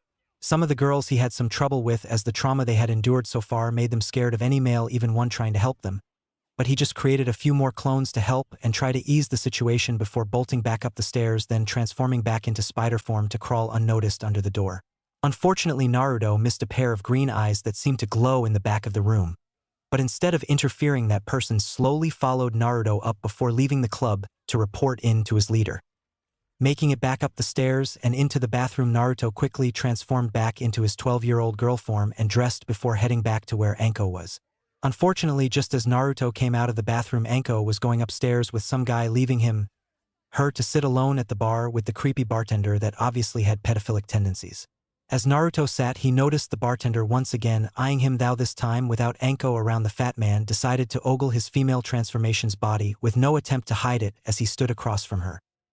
Deciding to speak up, Naruto asked, "Bartender-san, do you know where my One-chan went?" The bartender sort of giggled sinisterly for a second, hoping the young girl didn't notice.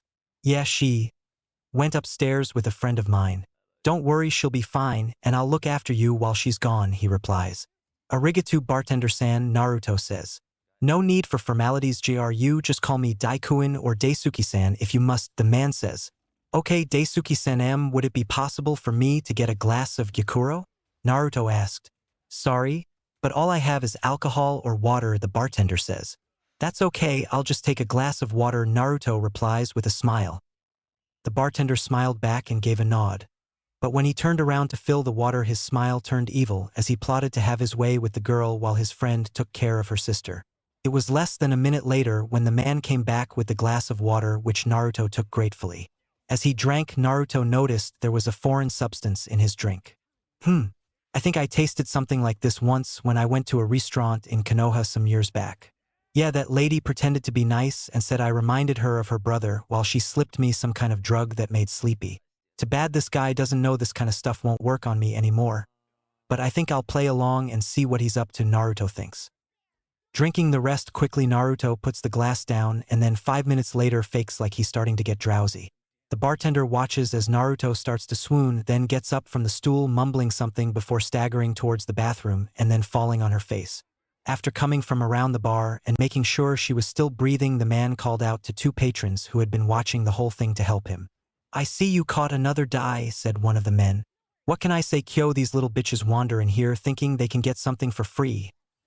Well, nothing's free in this world, and I'm just the man to teach them that," Daisuke replies, grinning.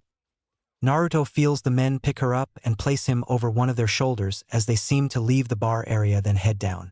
Figuring they would take him to where they broke the other women, he continues to fake sleep. The men make it to the lower level, opening the sealed-off door as Daisuke has a special key. The clones, seeing that someone is coming in, shushed the women and had them pretend to still be chained. They were prepared to attack, but saw their creator and decided to stay hidden. Naruto feels himself being put down and placed on the hard cold concrete, and then footsteps as the men moved off a slight distance. But it made no difference as Naruto could easily hear them with his enhanced senses. "Kyo, go upstairs and let the boys know of our guest here, and have Michi bring the older one down here if he's done with her.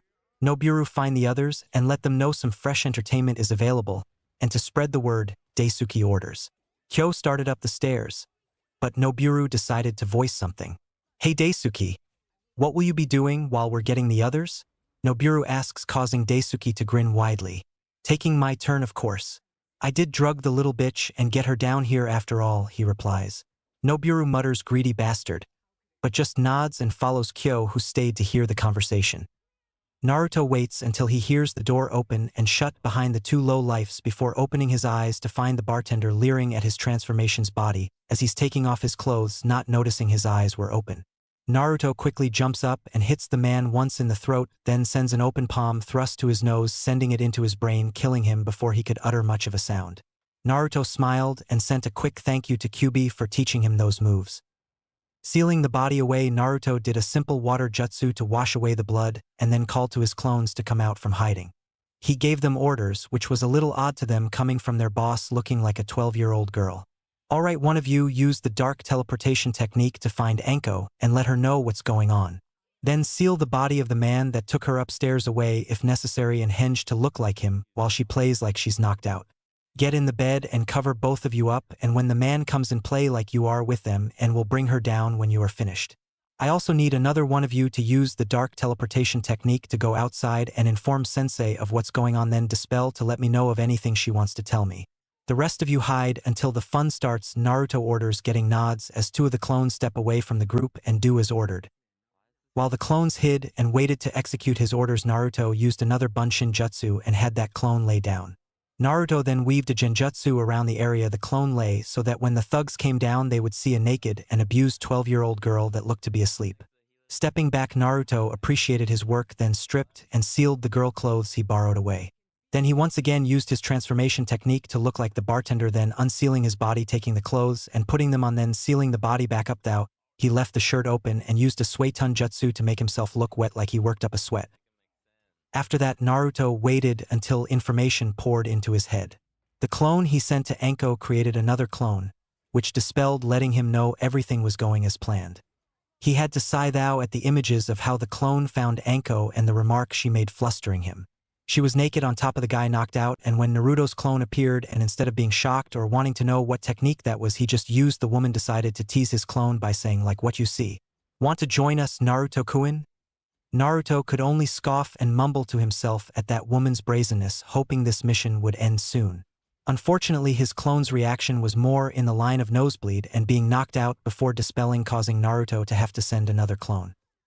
Naruto soon twinged again as more information came to him. It appeared the others liked his plan and decided to wait for the other thugs to arrive before acting. So the only thing Naruto had left to do was wait. It was only a minute later when the door opened again, revealing Kyo and about 10 men of varying ages. Naruto disguised as Daisuke moved to stall them. I see that didn't take you much time, Kyo, Naruto says. Kyo for his part looked at him with a bit of confusion in his eyes. You know Danzo's forcing everyone to keep a low profile. Since those ninjas showed up, he's been real jumpy, and with so many of our men killed and his buildings destroyed, everyone has stayed closer to the base. Kyo says, eyeing his friend closely. I know that. I just thought I saw more men upstairs, Naruto lies. There were a few more, but they said they liked where they were at and stayed upstairs. Personally, I said, good, less competition. If you know what I mean. Kyo says, nudging his friend. Naruto nodded. Should we wait for Nobiru? Naruto asks, hoping the man would say yes. Now, besides, you already got your turn, and now I want mine before that team shows up with 100 men all wanting to take their turn. Kyo says, undaunted, looking over the body of the girl laying on the floor. That many, huh? Naruto says in an offhanded manner. Yeah, maybe more. Nobiru told me he was headed to the base, so I figure a bunch of them will want in on this. You know, with those ninja around, we haven't been able to snatch anything fresh all week, and the ones Danzo keeps he keeps to himself, Kyo says. Okay. But we should wait for Michi, that way there will be 2 new sluts to bang, Naruto disguised as Daisuke says. Kyo and the men he bought thought about it and nodded. But quickly Kyo said, if he takes too long, I'm taking my turn with the girl regardless. The men nodded, also thinking the same. Some of the men turned and, with nothing else to do, started leering at the women already confined in the basement, but went no further as they didn't want to waste a load on already broken whores. Naruto looked at each of them and wanted to kill them now, but he had time now and would wait, hoping the other man would show up with his friends before these bastards grew impatient. 10 minutes later, the men started advancing and Naruto was close to activating a technique to kill them all when the door opened up again. It was only the clone he had hinged to look like the guy they called Michi. Hey Michi, done already? One of the men called out. Yeah, and I need some help getting the slut down here, the clone called out. What? She too heavy for you? Another of the thugs called out, laughing. She's heavier than she looks, all right, the clone sheepishly replied. Naruto decided to step up, hoping this would buy him more time. Fine. Two of you go with him and we'll wait to start the fun, Naruto disguised as Daisuke said. There was an argument, but a few minutes later 2 men and the clone left to bring Anko down. It was 10 minutes later when the door opened. Naruto started to slowly gather chakra just in case it was Anko. It was better to get a few than risk a comrade's life by using a dangerous technique near them even if you hated them. However, the fates seemed to smile on Naruto as instead of his clone and Anko it was Nobiru with about 50 men trailing in the door behind him. Naruto had hoped for more, but he wasn't greedy. Stepping to the back as the crowd of men poured into the basement, Naruto signaled what he wanted his clones to do as they got into position around the large gathering of men. I thought you guys would be pulling a train on the girl by now, Nobiru said. We were waiting on Michi to bring his slut down. But I guess we waited long enough and can get started. The hinged Naruto said, getting agreements all around. Who goes first? One of the thugs that came with Nobiru asked. I've already had my turn, so I'll leave that up to you guys, Naruto said, and left the others to fight, moving towards the stairs. The fighting hadn't died down when Michi finally reappeared with a seemingly unconscious Anko and the 2 men who went with the clone to retrieve her. Just as they started to head down the stairs, Naruto activated his trap, quietly intoning, Bunshin Daibukuha, clone great explosion. The men that were fighting stopped as the genjutsu fell apart and the clone started to glow before suddenly exploding, tearing through the first 10 men that surrounded the clone and injuring 5 more. The rest were mostly just stunned and had trouble hearing. This was the cue the clones and Anko were waiting for. The clones dropped down from their positions on the ceiling and, taking out a kunai, began to stab the men farthest from the explosion in their backs and neck. Anko quickly joined in, using her Sanaijishu, hidden shadow snake hands, to poison the 2 men holding her. The men quickly fell to their knees and clawed their necks where the snakes bit. Anko didn't even wait to see if they died or not, instantly running into the crowd of men, and using 2 kunai she began cutting into them. Naruto sat watching the melee, creating a few more clones to help in the attack while he took off the dead man's clothes and put on his normal all-black clothes and shoes, then tied up his hair. Finished, he watched as Anko and his clones ruthlessly cut down one man after another with no pause, not even sparing so much as a look back to their victims. He had to admit the woman was good and deadly, especially with that snake jutsu of hers. Naruto had other worries though, mostly if the explosion that shook the building a bit would alert anyone upstairs before they could finish and get the girls out. Naruto decided to head on upstairs when there were all but 5 guys left and dismissed all of his current clones as the remaining ones were covered in blood. He created 20 new clones that would help the women and girls who were still pretending to be chained up out of there and back to their homes. Walking up the stairs, Naruto freed the woman on the 2nd level, then continued up the stairs. He found everything was empty, as it seemed like the explosion scared off the other thugs and the women with his clones long gone. Going upstairs, Naruto found more women, but no men, so he got the women together who were in better shape than those he found downstairs and herded them downstairs and out of the building. Getting outside, Naruto looked around for any more of the thugs and found the street wet and a few scorch marks on the ground. That was when the Jonin and his sensei leapt down from where they hid on adjacent rooftops. Nice job, Naruto. Where is Anko? Yugao asked. Finishing up. There were only a few left when I had the clones gather up the women and leave, so she should be here any minute, Naruto says. Just as he finished saying that, a blood-stained Anko came waltzing out whistling a tune. Hey Blondie, what happened to the dress? I thought it looked really cute on you, Anko teased. Naruto just growled at the woman before walking off back towards the house, the male Jonin following. Was that really necessary, Anko? Yugao chided her friend. Yes, it was, Anko replied before turning a side eye towards her longtime friend. You think he'll forgive me? Anko asked suddenly. For the joke? Yugao asked. No, for, Anko replied softly. It suddenly dawned on Yugao what she was talking about. Naruto never talked about it, but Anko did, as the guilty had been steadily dragging her down. To have any part in the abuse of someone who many thought could be her male twin, if you dyed his hair of course and changed the color of his eyes and made him older, really ate away at the woman. Aside from missions like this where she got to cut loose and spill some blood, she was very subdued, and it kind of freaked everyone who knew her out.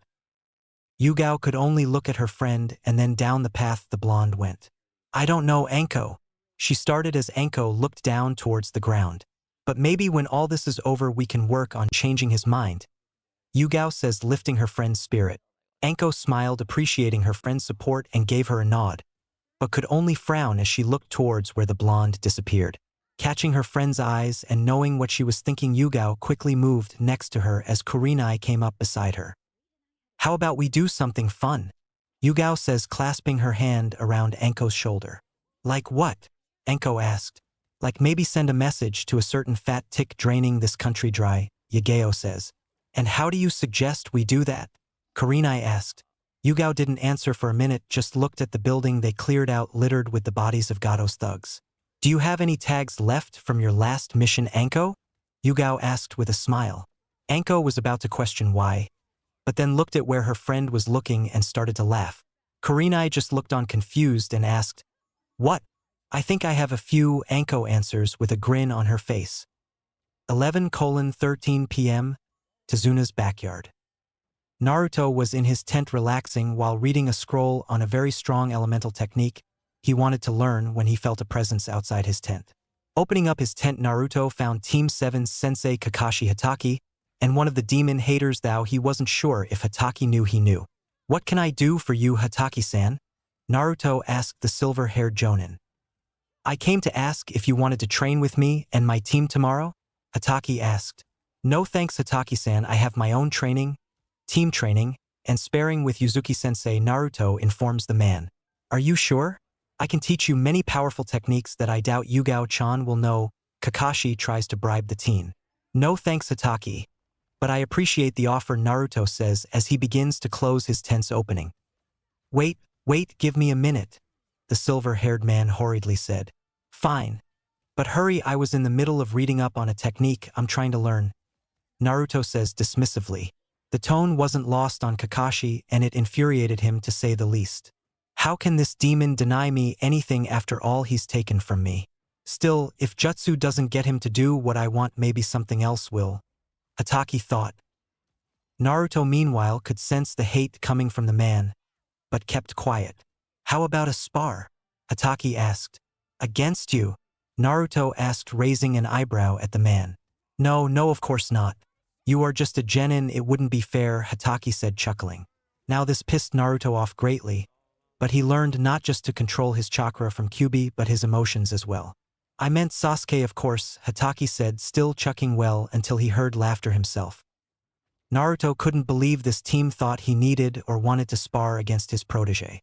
It was just too funny and he had to laugh at the thought. Sasuke truly was the most talented of the other genin when they were in the academy. A fact the team would make sure to rub in to any and everyone who would listen. However, since their graduation, the Rookie Nine, as many would call them, had changed in a number of ways. Most of the girls stopped their fangirlish ways. Hinata gained confidence in herself and was getting stronger every day, and Ino and Ami had grown to love training and stopped their foolish diets. There wasn't as much change among the guys, if any, and aside from him, Naruto would admit Sasuke was still top dog among the male genin. However, if you add in the girls, he had been overtaken by Hinata and Ami once both dealt with their issues and took the advice of several high-level kunoichi. He could still beat Ino, as in Naruto's opinion she still relied too much on her Shintenshin no Jutsu mind-body switch technique. But she was learning more techniques and slowly breaking away from relying so heavily on her clan techniques, though she was still learning them from her dad and fellow clan members. Naruto could only laugh at the lame offer. Ha! Ha! Haha, thanks for the laugh, but as foolish as you think me sparing you is, I find it similarly foolish to place me against Sasuke. I know you saw what happened after our graduation, and that was using barely a quarter of my raw physical abilities. Now I could beat him with one hand. Right now, you're not much of a challenge either, Hatake, Naruto taunts. Kakashi's eyes screwed shut in rage. This was it, he'd had enough of the smart-mouthing demon bastard. Big talk, genin. How about we see just how good you are with a little spar tomorrow? If you win, I will personally write down all of the B and C level jutsu I know and let you choose 5 that I will write down and give you, Kakashi offers. Naruto was no fool. This offer was too great to pass up. He knew Kakashi's rep as the copy ninja, a man of 1,000 techniques. He wasn't much as a man or a ninja these days, but that transplanted eye of his had stored a ton of knowledge from his many years in service. All right, Hatake, I think you're full of shit, but your rep speaks for itself. I'll even add that if you win, I'll spar with Sasuke and help him train until the mission ends, Naruto says. Both nod in agreement as Hatake walks back to the house. It was only a few minutes later when another presence was felt outside his tent, but this one was a much more welcomed one. Hello, Yugao-sensei. Something I can do for you? Naruto says with a smile. Not real why I just saw Hatake team leave towards the house and wondered what he wanted? She asked. Oh, he wanted me to train with his team tomorrow, Naruto says nonchalantly. How'd that go? Yugao asked, knowing his answer without asking. Oh, I rejected it. He challenged me to a spar against Sasuke. I laughed, he mocked me. I mocked him and Sasuke, he challenged me, and I accepted, Naruto says all with a grin. What? Naruto, you can't. Not now, when we have no idea when the enemy might attack in retaliation. Besides, despite what you may think, Hatake team was legendary among ANBU, and is still a really strong adversary, Yugao warned. I know, sensei, and I am aware of our situation, but if I do this I can end this once and for all. Plus, he offered up 5 jutsu of B and C level when I beat him, Naruto responds. Igao sighed. Fine? I doubt I could talk you out of it anyway, she says in resignation. Naruto smiles in response, but Yugao wasn't done yet. But I will referee the match, and when I say it's over, it's over. Also, no use of that chakra, any of your elements aside from wind, no summons and no jutsu above B level, am I clear? She says in a tone that brokered no argument. What? Why? That puts me at a disadvantage when he can use all his elements plus that Sharingan of his, Naruto complains. I will allow him to use his techniques, but to be fair, and because I always hated the Sharingan's copying ability, I won't allow him to use it, Naruto, Yugao said. Naruto grumbled a bit, but nodded in acceptance. At least I get to use my swords on him, Naruto thought with an evil grin. Yugao quickly put a stop to that. I will only allow wooden weapons to be used, Yugao says, turning Naruto's grin into a scowl. Look, Naruto, I know you hate the guy and you have your reasons, but we're on a mission and he's still a valuable tool to use in the upcoming battle. I need to know you'll be professional enough to cast aside old grudges and not permanently injure or kill the man, she asked him. Naruto nodded, but was not happy, as while he wouldn't kill anyone from Konoha for the next 3 years, he had looked forward to seeing Kakashi's face as he ripped him apart. Though he would still be sure to impart as much pain as possible on the porn addict, he just wouldn't cripple the team. Next day, 1:15 p.m. Tezuna's backyard. At 1, all 5 teams and their senseis gathered to watch the spar. The Jonin, except for Yugao, were all of the opinion this would be over quickly with Kakashi the victor. The genin also shared that opinion, save for a certain pale-eyed girl and Naruto's teammates. Some hoped Kakashi would severely injure the blonde for their own selfish reasons. Everyone looked out into the clearing, making sure to stay a safe distance from the fight. Naruto just stared at the copy Nin as said loser casually read his porn, pissing off all the women and Naruto. Are you going to read porn that you've probably read 1,000 times by now all day, or are we going to get this over with? Naruto asked the silver-haired porn addict. Kakashi didn't even put his book down, saying, You say something? In a distant land, a shout of youth was heard, followed by a similar yet higher-pitched shout. Yugao stepped in and called for the match to begin after reminding each fighter of their restrictions, as she added another saying the fight was not to leave the backyard. Meanwhile, in the woods, a certain missing Nin and his accomplice were watching with interest. What do you think, Haku? The taller of the duo asked. I think the blonde one will win, especially if that copy team continues to underestimate him, Haku answered. So you think the blonde is the most dangerous of those Leaf Nin? The tall man asked. No, I think the purple-haired woman is the leader and strongest, but I could be wrong. There is something about the blonde that tells me he's even more dangerous, Haku analyzes and receives a grunt from the tall man. Back to the fight, Naruto and Kakashi simply stood in their positions for 5 minutes. Naruto knew the man was trying to bait him into making a mistake and wouldn't move first, so he took the initiative. Moving faster than those gathered believed, Naruto was quickly on the silver-haired man as he swung a seemingly wild left hook.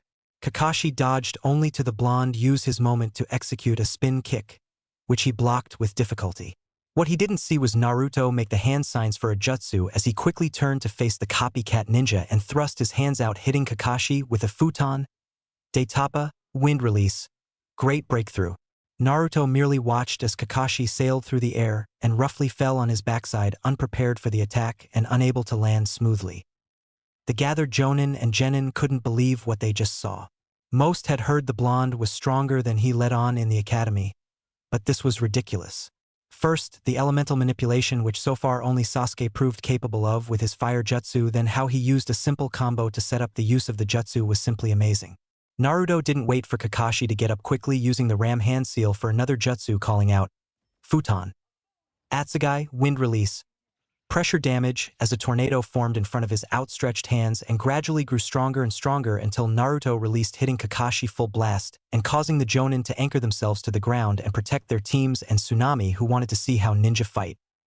Naruto watched as Kakashi was picked up and slammed into a tree that was soon uprooted due to the pressure of the wind and Kakashi receiving cuts and large bruises.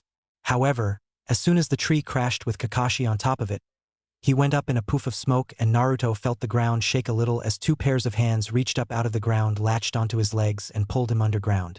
Kakashi soon revealed himself coming up out of the ground a few inches from where Naruto was and walked over to taunt him. "I see you used a clone to substitute with before my jutsu hit you," Naruto says, and Kakashi nods. "I suggest you give up, Naruto. You can't beat me," Kakashi says cockily. On the sidelines, the group watching were amazed, especially by that last jutsu Naruto used, which the Jonin recognized as a B-rank wind ninjutsu. "Funny, I was thinking the same thing," Naruto says before the clone puffs into smoke, leaving Kakashi to look into an empty hole. Kakashi almost didn't hear him as Naruto came charging up from behind, but the former ANBU managed to spin and catch the foot heading for his spine. Pushing Naruto's leg aside, Kakashi moved in to deliver a haymaker to Naruto's chin. But the boy was too quick as Naruto moved and hit Kakashi with a quick jab to his stomach. That didn't stop Kakashi from retaliating with punch to Naruto's stomach. What Kakashi didn't expect was for the Naruto he hit to puff into smoke, leaving him unbalanced as another Naruto came from behind and delivered an axe kick to the top of his head, only for a log to suddenly replace Kakashi as the force of Naruto's kick split it in two. Naruto looked around and spotted the man leaning against another tree. Kakashi was trying to look cool, but inwardly he was frightened at how powerful the kid was. If he didn't know any better, he might think the kid was better than him. Now, he wasn't given more time to contemplate as a fist was heading straight for his head. Ducking underneath, Kakashi tried to get some distance between him and the wielder of the fist, but the kid just moved with him and kept punching at his head, body, and tried to kick his knees once. Naruto just kept up the offensive as Kakashi moved around and kept using the Korimi no Jutsu body replacement technique. But Naruto could sense where he was and was instantly on him. One thing Naruto knew about Kakashi was that he had relatively low stamina, or at the very least nowhere near his level. Tiring Kakashi out would be a simple way to win, but Naruto never liked taking the easy way out. Keeping Kakashi on the move, Naruto drew in a deep breath and then blew out a stream of air, wind release stream, that impacted Kakashi right on his chest, leaving him off balance. Naruto took the advantage and used a jutsu that made Asuma gasp, cocking back his fist and gathering his wind chakra so it swirled around his fist. He called out, "Futon." Senpuken wind release, whirlwind fist, as he landed a hard punch into the Kapinin's stomach. If that was all he did, it would hurt, but Kakashi would have shrugged the attack off. Instead, he got the force of Naruto's punch, which knocked the wind out of him, and the wind which turned into a whirlwind that instantly engulfed him, then drilled him through two trees and into unconsciousness. Kurenai quickly ran to Kakashi's side and checked his pulse. "He's fine, just some cuts, bruises, and he is unconscious," she calls out. Naruto, no longer caring, walked away, heading towards his tent. He didn't get far before he was bombarded with a bunch of questions. "How did you get those jutsus? Teach me," of course, came from a self-proclaimed avenger. Naruto just ignored him and looked at the rest, enraging the last loyal Uchiha, who mentally ranted about blonde bastards that didn't know their place. "Actually, I would like to know that as well. Where did you get those jutsu?" Asuma asked. "I guess you're referring more to your jutsu futon." Senpuken, wind release, whirlwind fist. Naruto says, getting a nod from the man. "Your father, the Hokage, decided as a, I guess you would say, repayment for all the abuse I suffered until recently, and as a reward for my help against Danzo and Mizuki, the Hokage decided to let me learn some jutsu, and that one and the others were a few I chose," Naruto says. "Dobe, I demand you give me those jutsus, as only an elite like me should learn them, and not some loser like you," Sasuke demands, only to be ignored again. "Hey! Sasuke wants those jutsus, so hand them over," shouted his loyal lap bitch. She was ignored all the same, making the two turn red with anger. "How did you get so strong so suddenly when you were so weak in the academy?" Ino asked, not believing what she saw. Naruto looked at her, then the group that had grown quiet, wanting the answer as well. I only attended the academy 4 times. The first 2 days, the exam, and then when we received our team assignments, Naruto says, stunning everyone. What? That's impossible. We saw you there every day, she shouted, with the others shaking their head in agreement. Naruto just sighed. What you saw was the same clone technique I used against Kakashi. Kage Bunshin are not only solid, but they take at least half of a normal shinobi's chakra, making it hard to tell the clone from the user. They also have the side benefit of the user gaining their memories and experience when they are dispelled. The downside is they are easily dispelled by a solid hit, which is why in the academy I declined all those spars and appeared to be weak. I spent every day training with someone who took an interest in me and helped me train, Naruto replies. Who trained you? Answer me, Sasuke demanded once again. Naruto looked at the boy with an even gaze. Why should I answer you about anything? Naruto asked. Because I am an Uchiha and deserve it more than some low-class orphan whose parents deserted him, Sasuke says angrily. That didn't last long, however, as Naruto punches the Uchiha right in the face with all of his strength, knocking the boy to the ground. Sasuke groaned as he raised his hands to rub his cheek. It felt like a couple of teeth were broken by the fist that smashed into him. However, Naruto wasn't done and quickly stomped on Sasuke's stomach, then placed his foot on his neck and slowly increased the pressure. The others that were frozen first by the insult, then how quickly Naruto had knocked the Uchiha to the ground, unfroze and moved to stop the boy from killing the arrogant boy. Shikamaru quickly activated his Kagemain no Jutsu, shadow imitation technique, and captured Naruto using his shadow jutsu. But when he tried to make Naruto move, nothing happened. What's going on? Why won't my jutsu work? Shikamaru asked, but he got no answer. Ino tried to run up and hit Naruto with her improved speed, but soon found herself sprawled out on the ground from Naruto hitting her before she could hit him. The same thing happened to Choji, Kiba, and Ami. They couldn't throw kunai or shuriken at him for fear of hitting Sasuke, so the rest stood back. Naruto, stop this at once, Kurenai shouted. Naruto didn't answer or even look at her, so Asuma took a shot. Genin, stand down. Asuma barked at Naruto, who only laughed. I think you forgot, Jonin, that I am only obligated to take orders from Yugao Sensei, Naruto says, going back to applying pressure on the Uchiha's neck. Sasuke at this point was letting out high-pitched squeals and sounds as he was once again reduced to clawing at Naruto's leg to get out from under him. Now listen to me, you arrogant little prick. I have no love for my family, but that does not mean I will allow some insignificant little insect like you to denigrate them. I'm tired of your attitude. I thought you got the message last time, but here it is again. I am not a dobe, your punching bag, your shield, nor your friend. The only thing we have in common is our service to the village, and in that vein I will work with you in a civil manner. But I do not like you and will never answer to your silly and petty demands.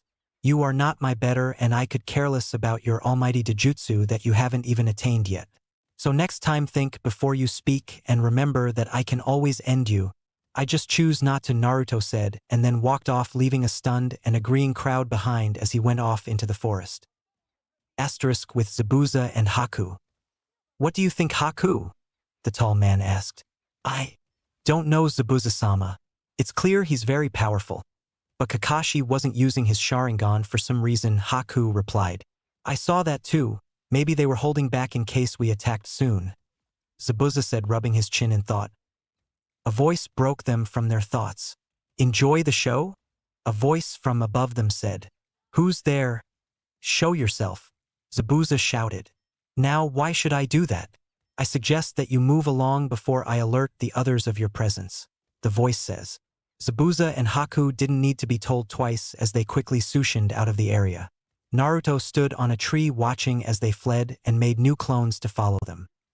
Asterisk 9:00 p.m. Tasuna's house dining room. Naruto was eating dinner with Tazuna, his family, and all of the Konoha teams and their senseis. It was quiet so far as everyone save for Naruto and his team were thinking about what took place earlier and wanted to question the blonde about what he did and said. The tension was palpable as Naruto and his team sat on one side of the dinner table across from Tazuna, his family, and teammate, while the rest of the teams were situated around the room, all occasionally looking or glaring at the blonde teen as he ate. Finally, someone snapped. Why? Why are you all here? There is no such things as heroes and Gato will kill all of you. Why don't you all just leave and go back to your comfy homes and live your safe and privileged lives where you don't even know the meaning of suffering like we do? Inari shouts. At this, everyone looked at Naruto expecting him to explode, but Naruto just kept eating, ignoring the little boy. Inari didn't like the fact that Naruto kept eating during his tirade since he was the main one he was aiming his comments at. Fed up with the blonde, Inari reached across the table, picked Naruto's plate up, and threw it to the ground. However, this didn't get the response Inari was looking for. Naruto calmly looked at Tsunami and asked, "Would you mind if I had second, Tsunami-san, as I didn't seem to get my fill from the first serving of your delicious food?" The others looked on, shocked, not believing the Naruto they knew would take Inari's tantrum so easily. Tsunami, for her part, was embarrassed at how her son acted and was impressed with the blonde, but sadly replied, "No. I'm sorry, Naruto-kun, that was all the food we had left." Naruto nodded, then reaching into a pocket on his vest where he hid his seals. He unsealed a previously prepared ham sandwich and started eating. Tsunami and her father looked on in shock, wondering where the sandwich came from. The Genin minus those on Naruto's team also made similar faces, and the Jonin weren't doing much better, wondering where the blonde learned Fuinjutsu. Inari was absolutely livid that Naruto didn't even acknowledge him or his pain, and reached across to snatch the sandwich out of his hands. That was a bad move, as Naruto was always protective of his food due to lack of availability of it and the many times he'd had it stolen from him as a kid. Naruto quickly smacked the kid's hands hard, creating a painful stinging sensation, making the boy retract his hands and rub them as he glared at the blonde. "Listen here, brat. I grew up not knowing when my next meal would come, if it would be edible, if it would be poisoned or tampered with, if it would be stolen from me, or if I would enjoy it. To get by, I would eat the bugs and rats that infested my apartment just to survive day to day," Naruto started. To say the other Genin were shocked by this revelation would be an understatement, and a few thought it was mere lies. The Jonin, however, knew of the blonde's suffering and looked down in shame, showing those who cared to look that what he said was true. Only Kakashi had a look of indifference, as he thought the demon deserved to live that way. "I had to live in that condition from the time I was 4 when they kicked me out of the orphanage for good, till the time I was 7 when I got smarter and started hunting and living in the forests. I had to watch as others lived that cushy life you were talking about, as they looked down on me, barely sparing a glance, or if they did they took what little I had and beat me or worse. Yet here you are with a mother and grandfather to look after you, in a nice house with warm meals provided to you, and you call this suffering," Naruto says in a dark but calm voice. "The pain of losing someone precious to you is great, and I know you are suffering, as the old drunk told us about Kaiza and what he meant to you. It is a pain I know all too well, as I was forced to watch one of the few friends I ever had as a child tortured alongside me and killed. I survived. Unfortunately," he whispered, though a few heard him or were able to read his lips. "But I'm not crying or seeking revenge. Instead, I'm doing something about it, and soon my dream will come true," Naruto says. This had an effect on almost everyone, as even Inari was near tears at the blonde's story. Naruto decided to get up and leave, not wanting to answer any questions, but was stopped by a gentle voice. "Naruto-kun, what is your dream?" asked Hinata, hoping to help him in any way possible and possibly fulfill her own dream. "That is simple," Naruto said, gaining everyone's attention. "My dream is to be free of the chains that currently hold me down," Naruto says as he walks out the door. Later that night with Haku and Zabuza. "Have you heard from all of them, Zabuza-sama?" Haku asked. Zabuza just nodded, prompting Haku to ask, "Are they all coming?" "No, 2 of the weaker ones declined, as did Raiga, unfortunately, and a few more are dead from what I have been able to find out," Zabuza said, wishing he could have said yes. "How many were you able to get?" Haku asked. "Choseki and Gantetsu of IWA, Meizu and Gozu, Taro, Taichi, and Michi all said they will be here within the week," Zabuza says. "What? But Zabuza-sama, you saw that boy and his group. None of those guys will be of any use. They'll just slow them down a little and get us all killed," Haku said, surprising Zabuza, as she never went against him. Haku, though, was shaken by what happened in the forest. For someone to sneak up on her without her sensing it was scary to her. "I know that, Haku. Calm down. I could use Gato's men. But ever since that group got in town, they've been killing them off left and right while destroying the little pigs' businesses. Honestly, I'm not sure anything less than a reunion of the 7 swordsmen will help in this situation, and we both know that ain't happening," Zabuza says. "Then what are we going to do?" Haku asked fearfully. Honestly, I don't know. The midget wants us to move into his mansion, and when the guys get here we'll go. At least then we'll be surrounded by his thugs, giving us the numbers advantage. We just need to hold on until they arrive in a few days, Zabuza says as Haku nodded. Unbeknownst to them, a near-silent poof went off, causing a certain blonde miles away to smile.